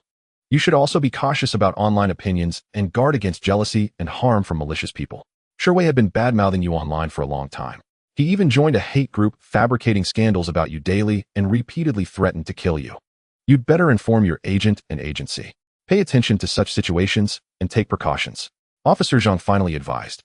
Xiao He said, okay, got it. Thanks. So it really was a hater and he was just collateral. Damn, had he become the clown. Xiao He said, okay, got it. Thanks. So it really was a hater and he was just collateral. Damn, had he become the clown. Xiao He said, okay, got it. Thanks. So it really was a hater and he was just collateral. Damn, had he become the clown. No matter how one puts it, this matter has finally passed. The group returned to the hotel and the sky was already dimly bright. Su Yuyu was the last to come out. After being rigorously interrogated by the police, she was in a very poor state, her face cold and expressionless. As she passed by Xiao He, she couldn't help but glare at him fiercely, completely losing her previous innocent demeanor. Xiao He shrugged and calmly looked back. Su Yuyu with a pale face returned to her newly booked room. Meanwhile, Lu Rulan stopped Cheng Hong with a smile on her face. Brother Cheng, is your artist all right? Fortunately, my Xiao He risked his life to save her, otherwise this would have been very frightening. Cheng Hongwen, who had been nervous all night, was in extremely poor condition, but upon seeing Lu Rulan and recalling her fierce online battle with Tian Heng and Su Xingxi, he could only force a smile. This time we really owe it to Xiao He. Both Su Yuyu and I are very grateful to him. I heard that last time Yuyu almost got hurt by a stalker, and it was also Xiao He who helped. Lu Rulan casually probed. Cheng Hongwen recalled the previous incident, his smile becoming even more rigid. Yes, it seems so. Oh, this is also fate, isn't it? Our Xiao He is such a warm-hearted person willing to help others even at the risk of his own life. If such spirit could be conveyed to the fans. No, sister. Cheng Hongwen immediately reacted, stopping Lu Rulan's words, his smile becoming a bit more sincere. These matters, I think it's better to keep a low profile. Recently, Xiao He's presence online has been quite high profile, and I believe we don't need to disclose everything. Although this was a good marketing point, Su Yiyu was in a terrible state and repeatedly urged Cheng Hongwen not to leak this incident online to avoid attracting more attention and discussion. Moreover, if it were to be made public, wouldn't it be disgusting for Xiao He to keep tying their Yiyu to the savior narrative? At this moment, Cheng Hongwen completely forgot about wanting Xiao He to pretend to be Su Yuyu's boyfriend. In truth, Xiao He had no interest in tying himself to their artist. Lu Rulan fiddled with her long fingers, her tone casual. That won't do, will it? Recently, Xiao He has been greatly affected by the online public opinion. We just want to leverage these events for good marketing. Cheng Hongwen's mind worked quickly, and he immediately understood Lu Rulan's intention. Internally, he cursed this woman for losing all sense of shame, yet he smiled and said, Sister Lu, how about this? Our Haoan Entertainment has a project next year. If I remember correctly, Director Feng seems to have a film starting casting in June this year, right? Lu Rulan asked with a smile. Cheng Hongwen choked. Damn, which idiot leaked that information? And that this woman knew about it. Cheng Hongwen forced a smile. Sister Lu, you know about this quota. Our little Rand depends on this opportunity to transform herself. Lu Rulan crossed her arms, clearly unimpressed by his reasoning. It's not like I'm taking your Ran Yunrui's spot, it's just adding a slot for your company. Cheng Hongwen. So, what's the difference? There are so many people vying for Director Feng's roles, adding another one would only make the other agents in the company tear him apart. However, Cheng Hongwen thought of Ran Yunrui's barely visible acting skills and felt relieved. Alright, but this is just an audition opportunity. If your Xiao He doesn't perform well, then don't blame me. Lu Rulan chuckled. Don't worry, it will definitely be better than your family's chances. Cheng Hongwen pouted and said nothing. Thus, when Xiao He returned home, he unexpectedly gained an audition opportunity. Xiao He, what happened? In the afternoon, Xiao He arrived at the filming set, and the glances from those around him were quite complex. Xiao He thought it was the online brawl from last night that had changed their perception of him, but it didn't matter. He simply found a spot to sit. After about 10 minutes, Tian Heng and Su Xingxi arrived. Their attitudes were completely different this time. Tian Heng wore a big smile and immediately approached Xiao He to ask about his well-being. Teacher Xiao, how are you feeling today? What did you eat this morning? Come, we brought you breakfast specially. Xiao He. Teacher Xiao, I'm not saying this lightly, but you definitely have the fate to become a huge star. Look at you, you have acting skills, looks, and character. Oh, and your character is beyond question. You're a great hero who saves people. If it weren't for Sister Lu snatching you first, I would have signed you right away. Su Xingxi remained silent, throughout merely smiling at Xiao He, as if he were a living statue. Xiao He, no, don't do this, I'm scared. Xiao He felt uncomfortable and rubbed his arm, forcing a smile. Thank you for your concern, Manager Tian, but I didn't rest well yesterday. Could you please let me have some quiet time? Tian Heng was taken aback. Then I won't disturb you. He then pulled Su Xingxi away, leaving the area very discreetly. Xiao He tisk. He looked at Lu Rulan. Sister Lu, what is wrong with them? He could not discern what these two were up to. Could it be another new tactic, subtly digging a pit for him? Lu Rulan casually glanced at the departing duo, her tone indifferent. They think you were attacked by Su Xingxi's fans yesterday, so naturally, they don't dare offend you again. Xiao He was stunned. Huh? Why would they have such a strange idea? The online criticism of you was so intense, and then you encountered danger with police and ambulances arriving. Don't you think they would be afraid? Lu Rulan continued. Producer Ma was also present at the time, and he's quite the blabbermouth. Once he returned, he spread the word everywhere, leading to the rumor that you were chased by Su Xingxi's fans and almost needed emergency treatment. If this matter escalates, they would truly be in deep trouble. Originally, the incident of Xiao He bullying Su Xingxi on set had already stirred up a lot of ridicule online. After Xiao He's character received an official endorsement, Su Xingxi's fans were left like clowns, having lost any advantages. Passers-by shook their heads at the mention of it, opting to block and report them, reaching a new height of disdain for Su Xingxi's fans. If it were to come out now that Xiao He was chased by Su Xingxi's fans, and it escalated to a criminal level, Lu Rulan felt that Su Xingxi would likely become a thorn in everyone's side in the entertainment industry. After all, cursing was one thing, but who would think about settling it face-to-face? Being a star now seemed like a dangerous profession. Should I promote you online? Lu Rulan asked. I promise it will just be a rumor, letting them taste the backlash of public opinion. Xiao He shook his head. Forget it, this incident was just a coincidence. There's no need to shift the blame onto them. Rather than making a big deal out of it, Xiao He preferred that it pass quickly without attracting too much attention. Lu Rulan understood Xiao He's intention, shrugged. and wasn't too disappointed. Instead, she said, "All right, but they started it, so they should compensate. It'll help you secure some resources."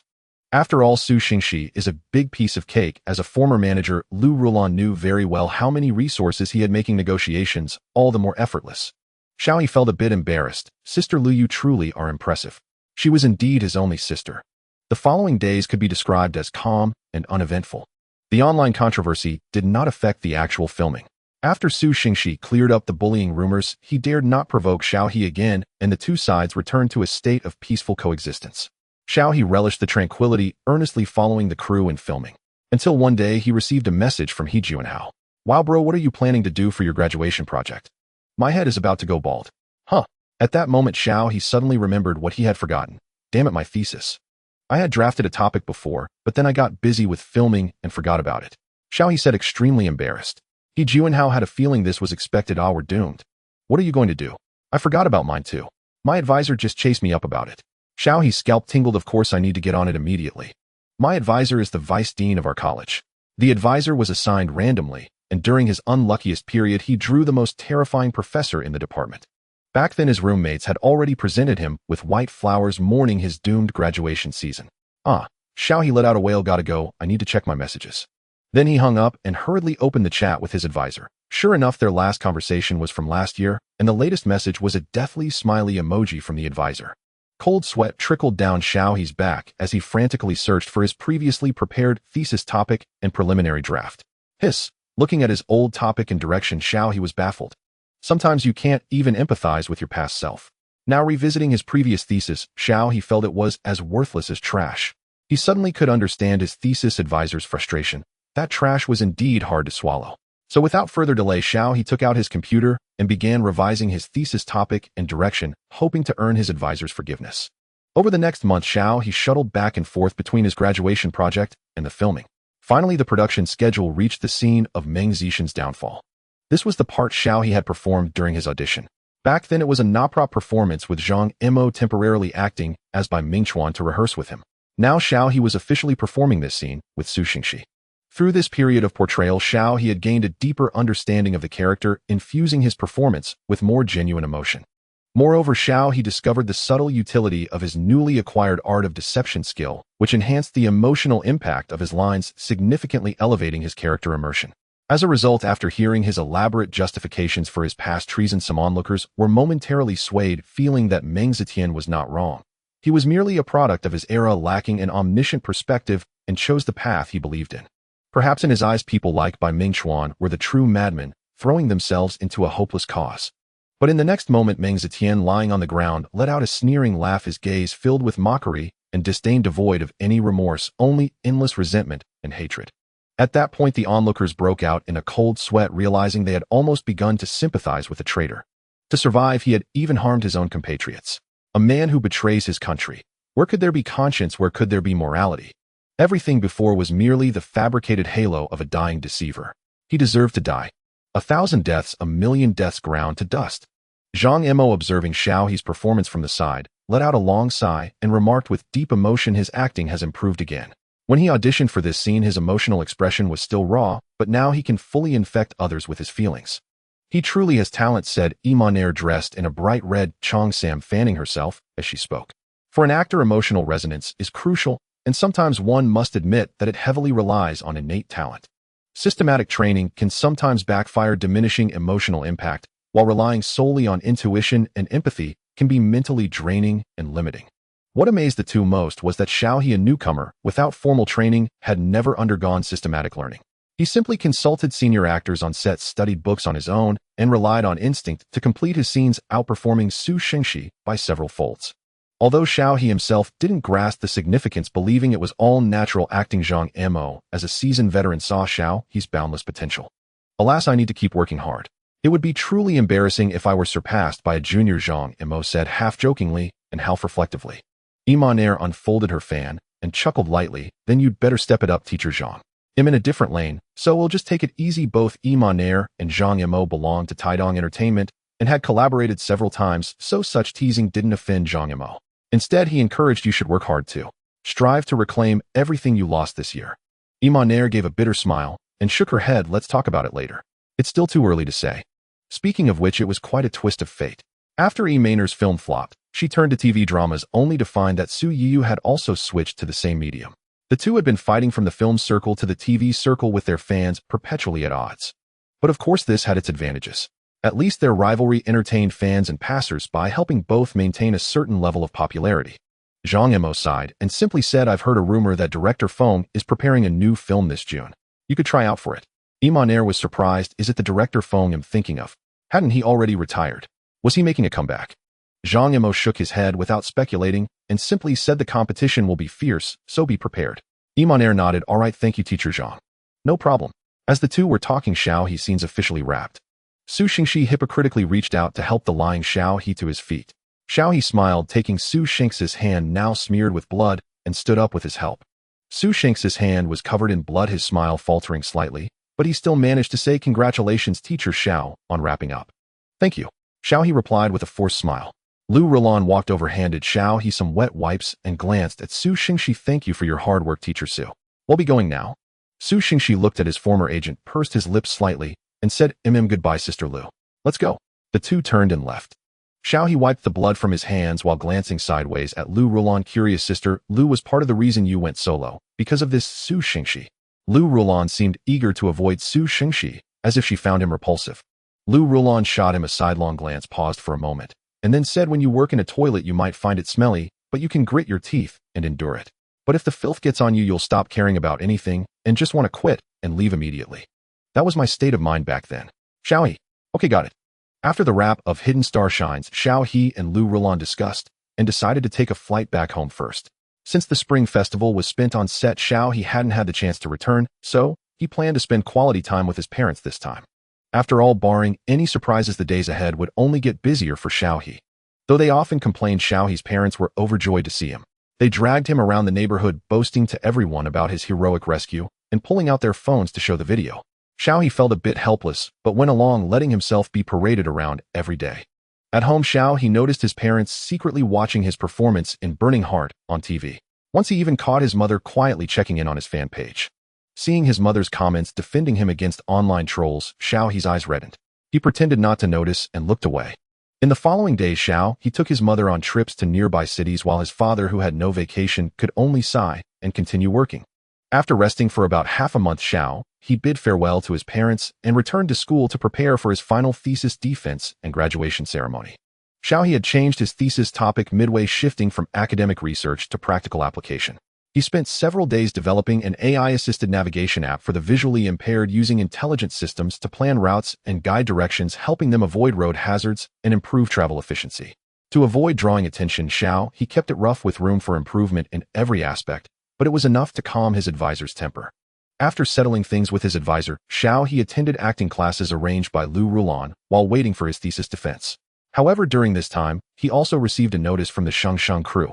It turned out the crew was preparing for pre-release promotion, competing with several other films for the Mayday box office.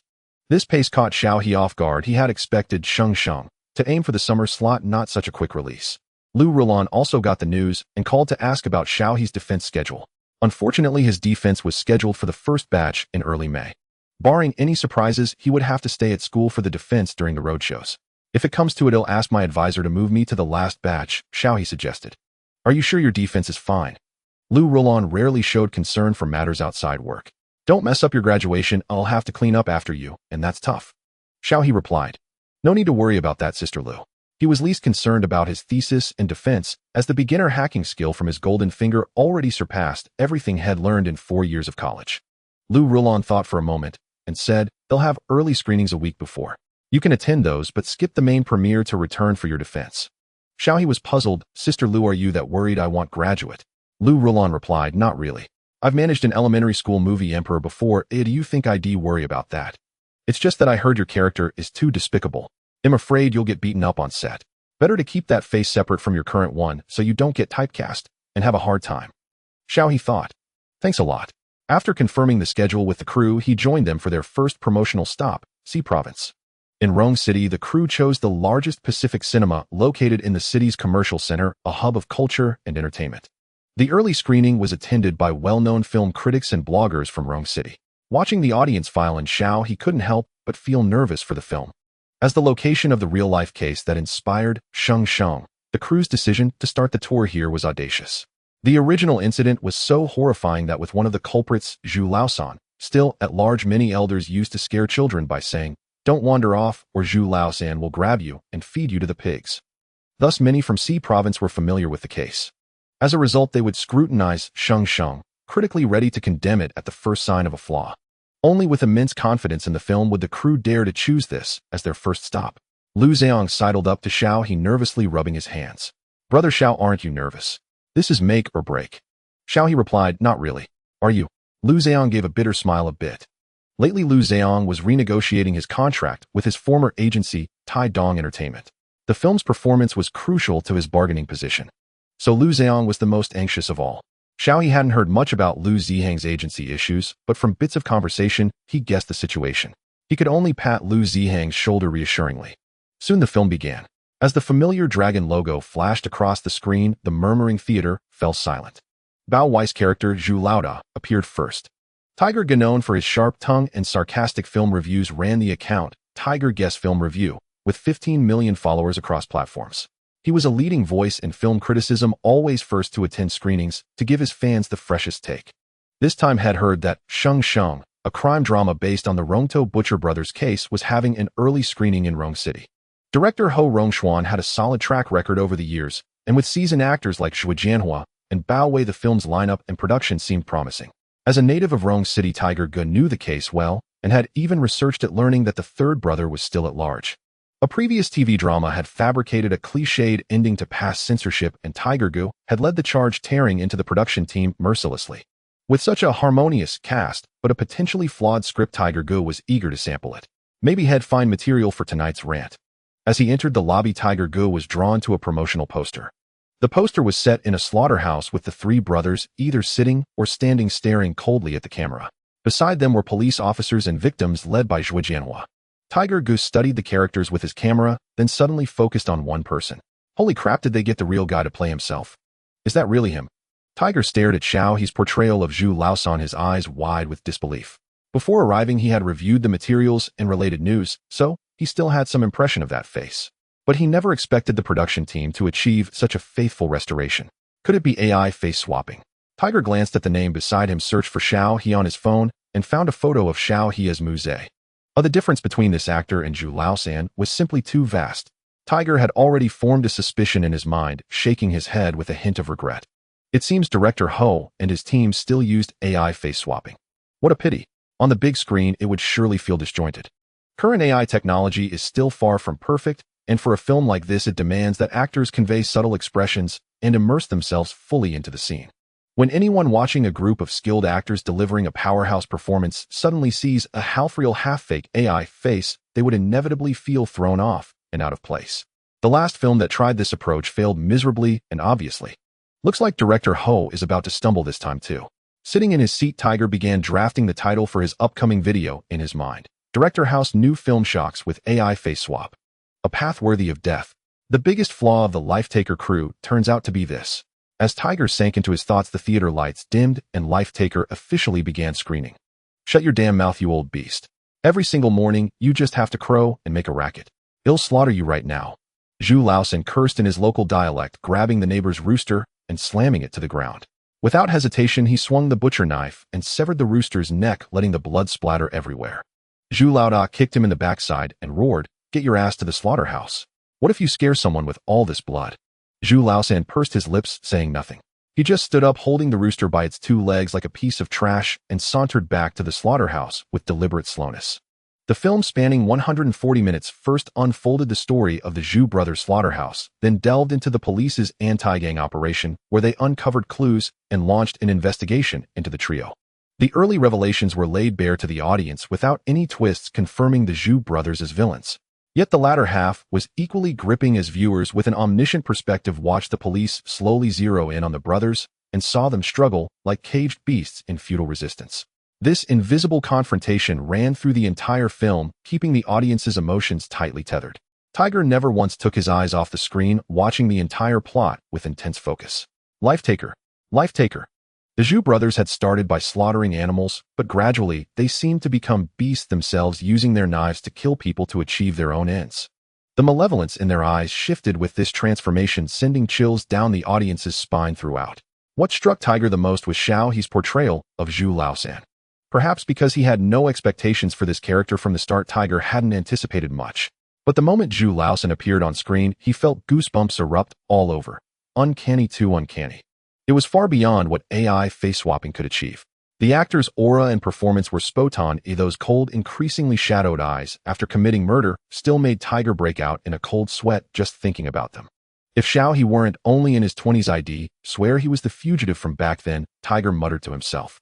Especially later, there was a sequence where killing a chicken and killing a person were mirrored. After Zhu Laosan caught Wu Xiaohua, who had fled to the door, he threw her to the ground and assaulted her, then slashed her neck with his knife, letting the blood spray everywhere until it was washed clean by a heavy rain. He then dragged her by the legs, slowly hauling her back to the slaughterhouse, leaving only a faint pool of red blood. This scene echoed the earlier chicken-killing moment, creating a stark contrast. Recalling his action of carrying the chicken, it was no different from how he carried the person. A demon walks the earth, yet heaven remains blind. Tiger couldn't help but seethe with anger at the ending, where Zhu Laosan still escaped into the mountains, his whereabouts unknown. That's it. Just like that. Can't they really catch him? 20 years later, it remained a tragic irony that struck straight at the hearts of the victims' families, evoking not only fury, but also a faint sense of regret. As the screen gradually dimmed and the credits began to roll with the music, Tiger rubbed his sore eyes and took a deep breath. Just as he was about to pull out his phone to jot down his thoughts, the screen before him lit up again. 20 years later. Tiger's eyes widened, and he quickly sat up straight. Holy crap, the crew is this bold. They actually dared to rewrite the ending. Early yesterday morning, a body was discovered in the basement of a bar in Haiban District, Hushi City. A figure with graying hair, but an upright back, appeared in a narrow corridor accompanied by the news broadcast. Tiger recognized him as the Special Task Force leader played by Zhu Jianhua. But over 20 years had passed, and he had aged from a robust middle-aged man into his twilight years. According to reports, the deceased is Zhu Dixin, 45 years old, from Lushi City C province. Police investigations confirm that he is one of the fugitives from the Rongtou slaughterhouse massacre 27 years ago. Are you sure? The leader grabbed the person beside him, his voice trembling faintly. 27 years. Every time he thought of this case, he couldn't sleep at night, endlessly regretting his caution back then for not arresting the Zhu brothers sooner, leading to Zhu Laosan's disappearance and turning the case into a lingering regret for many.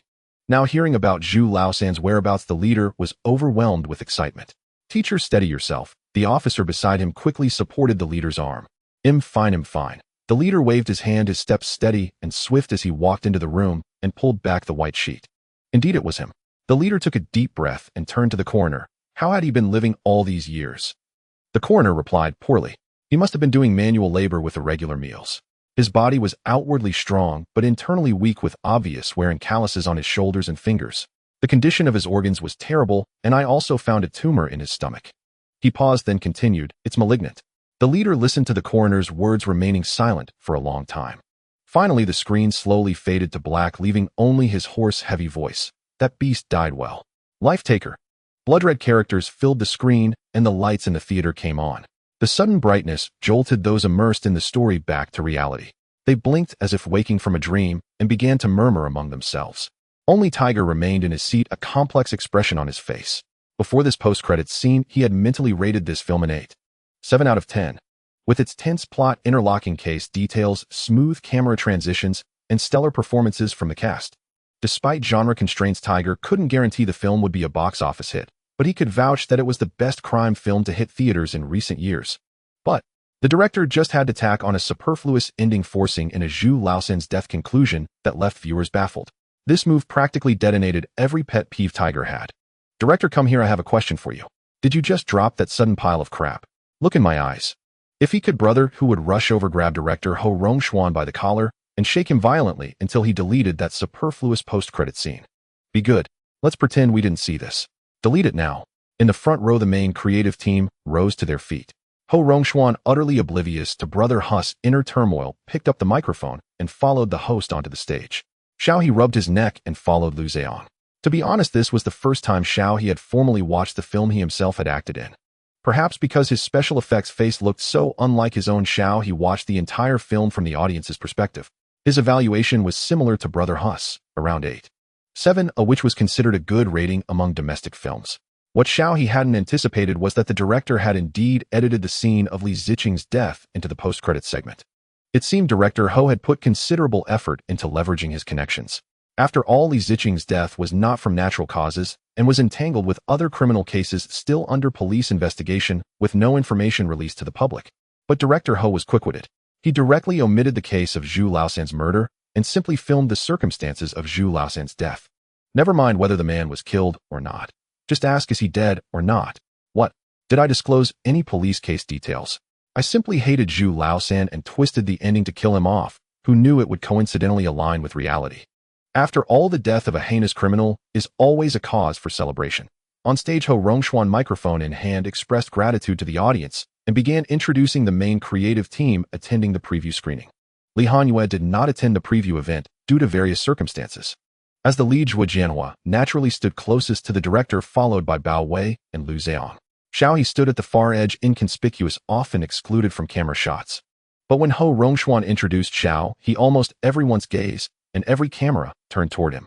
The reason was simple. Unlike the other three who had long earned recognition for their acting prowess, this newcomer, with virtually no prior work, had completely exceeded the audience's expectations.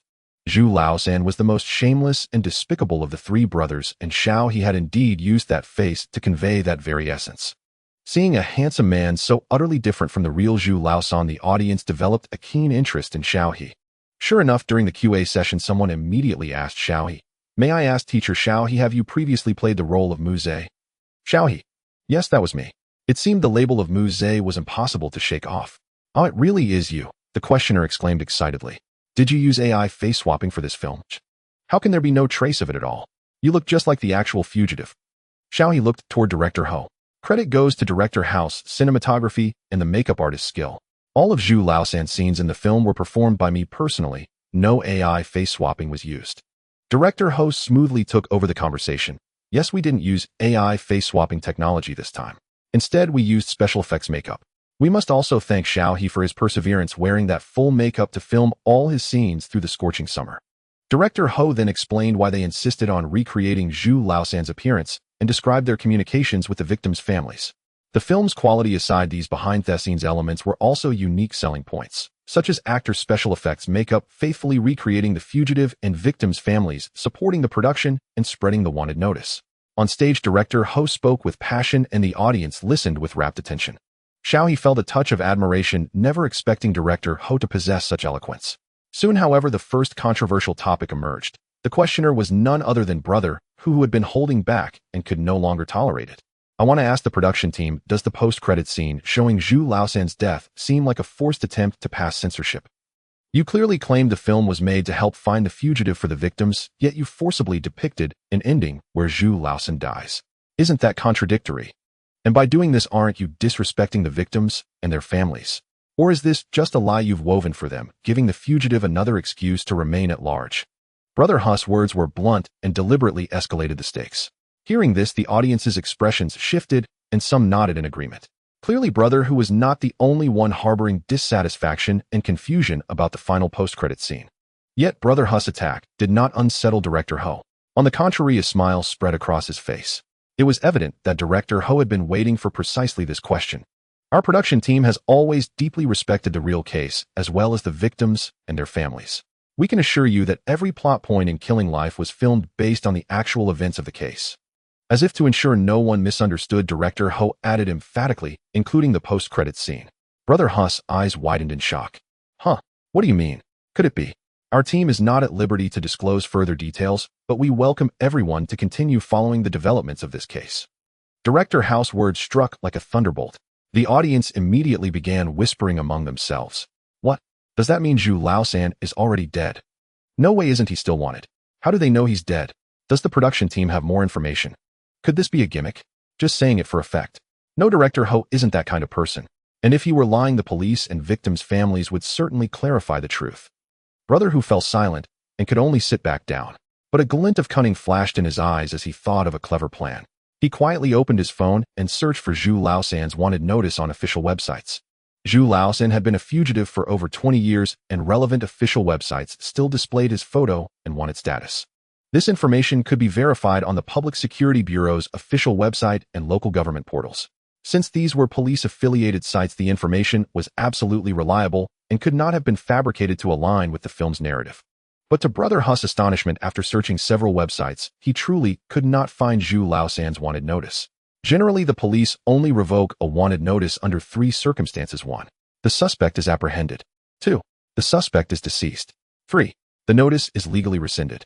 To rule out the possibility that the website simply didn't archive notices from over 20 years ago, Brother Who checked other wanted notices and even found one that had been active for 30 years.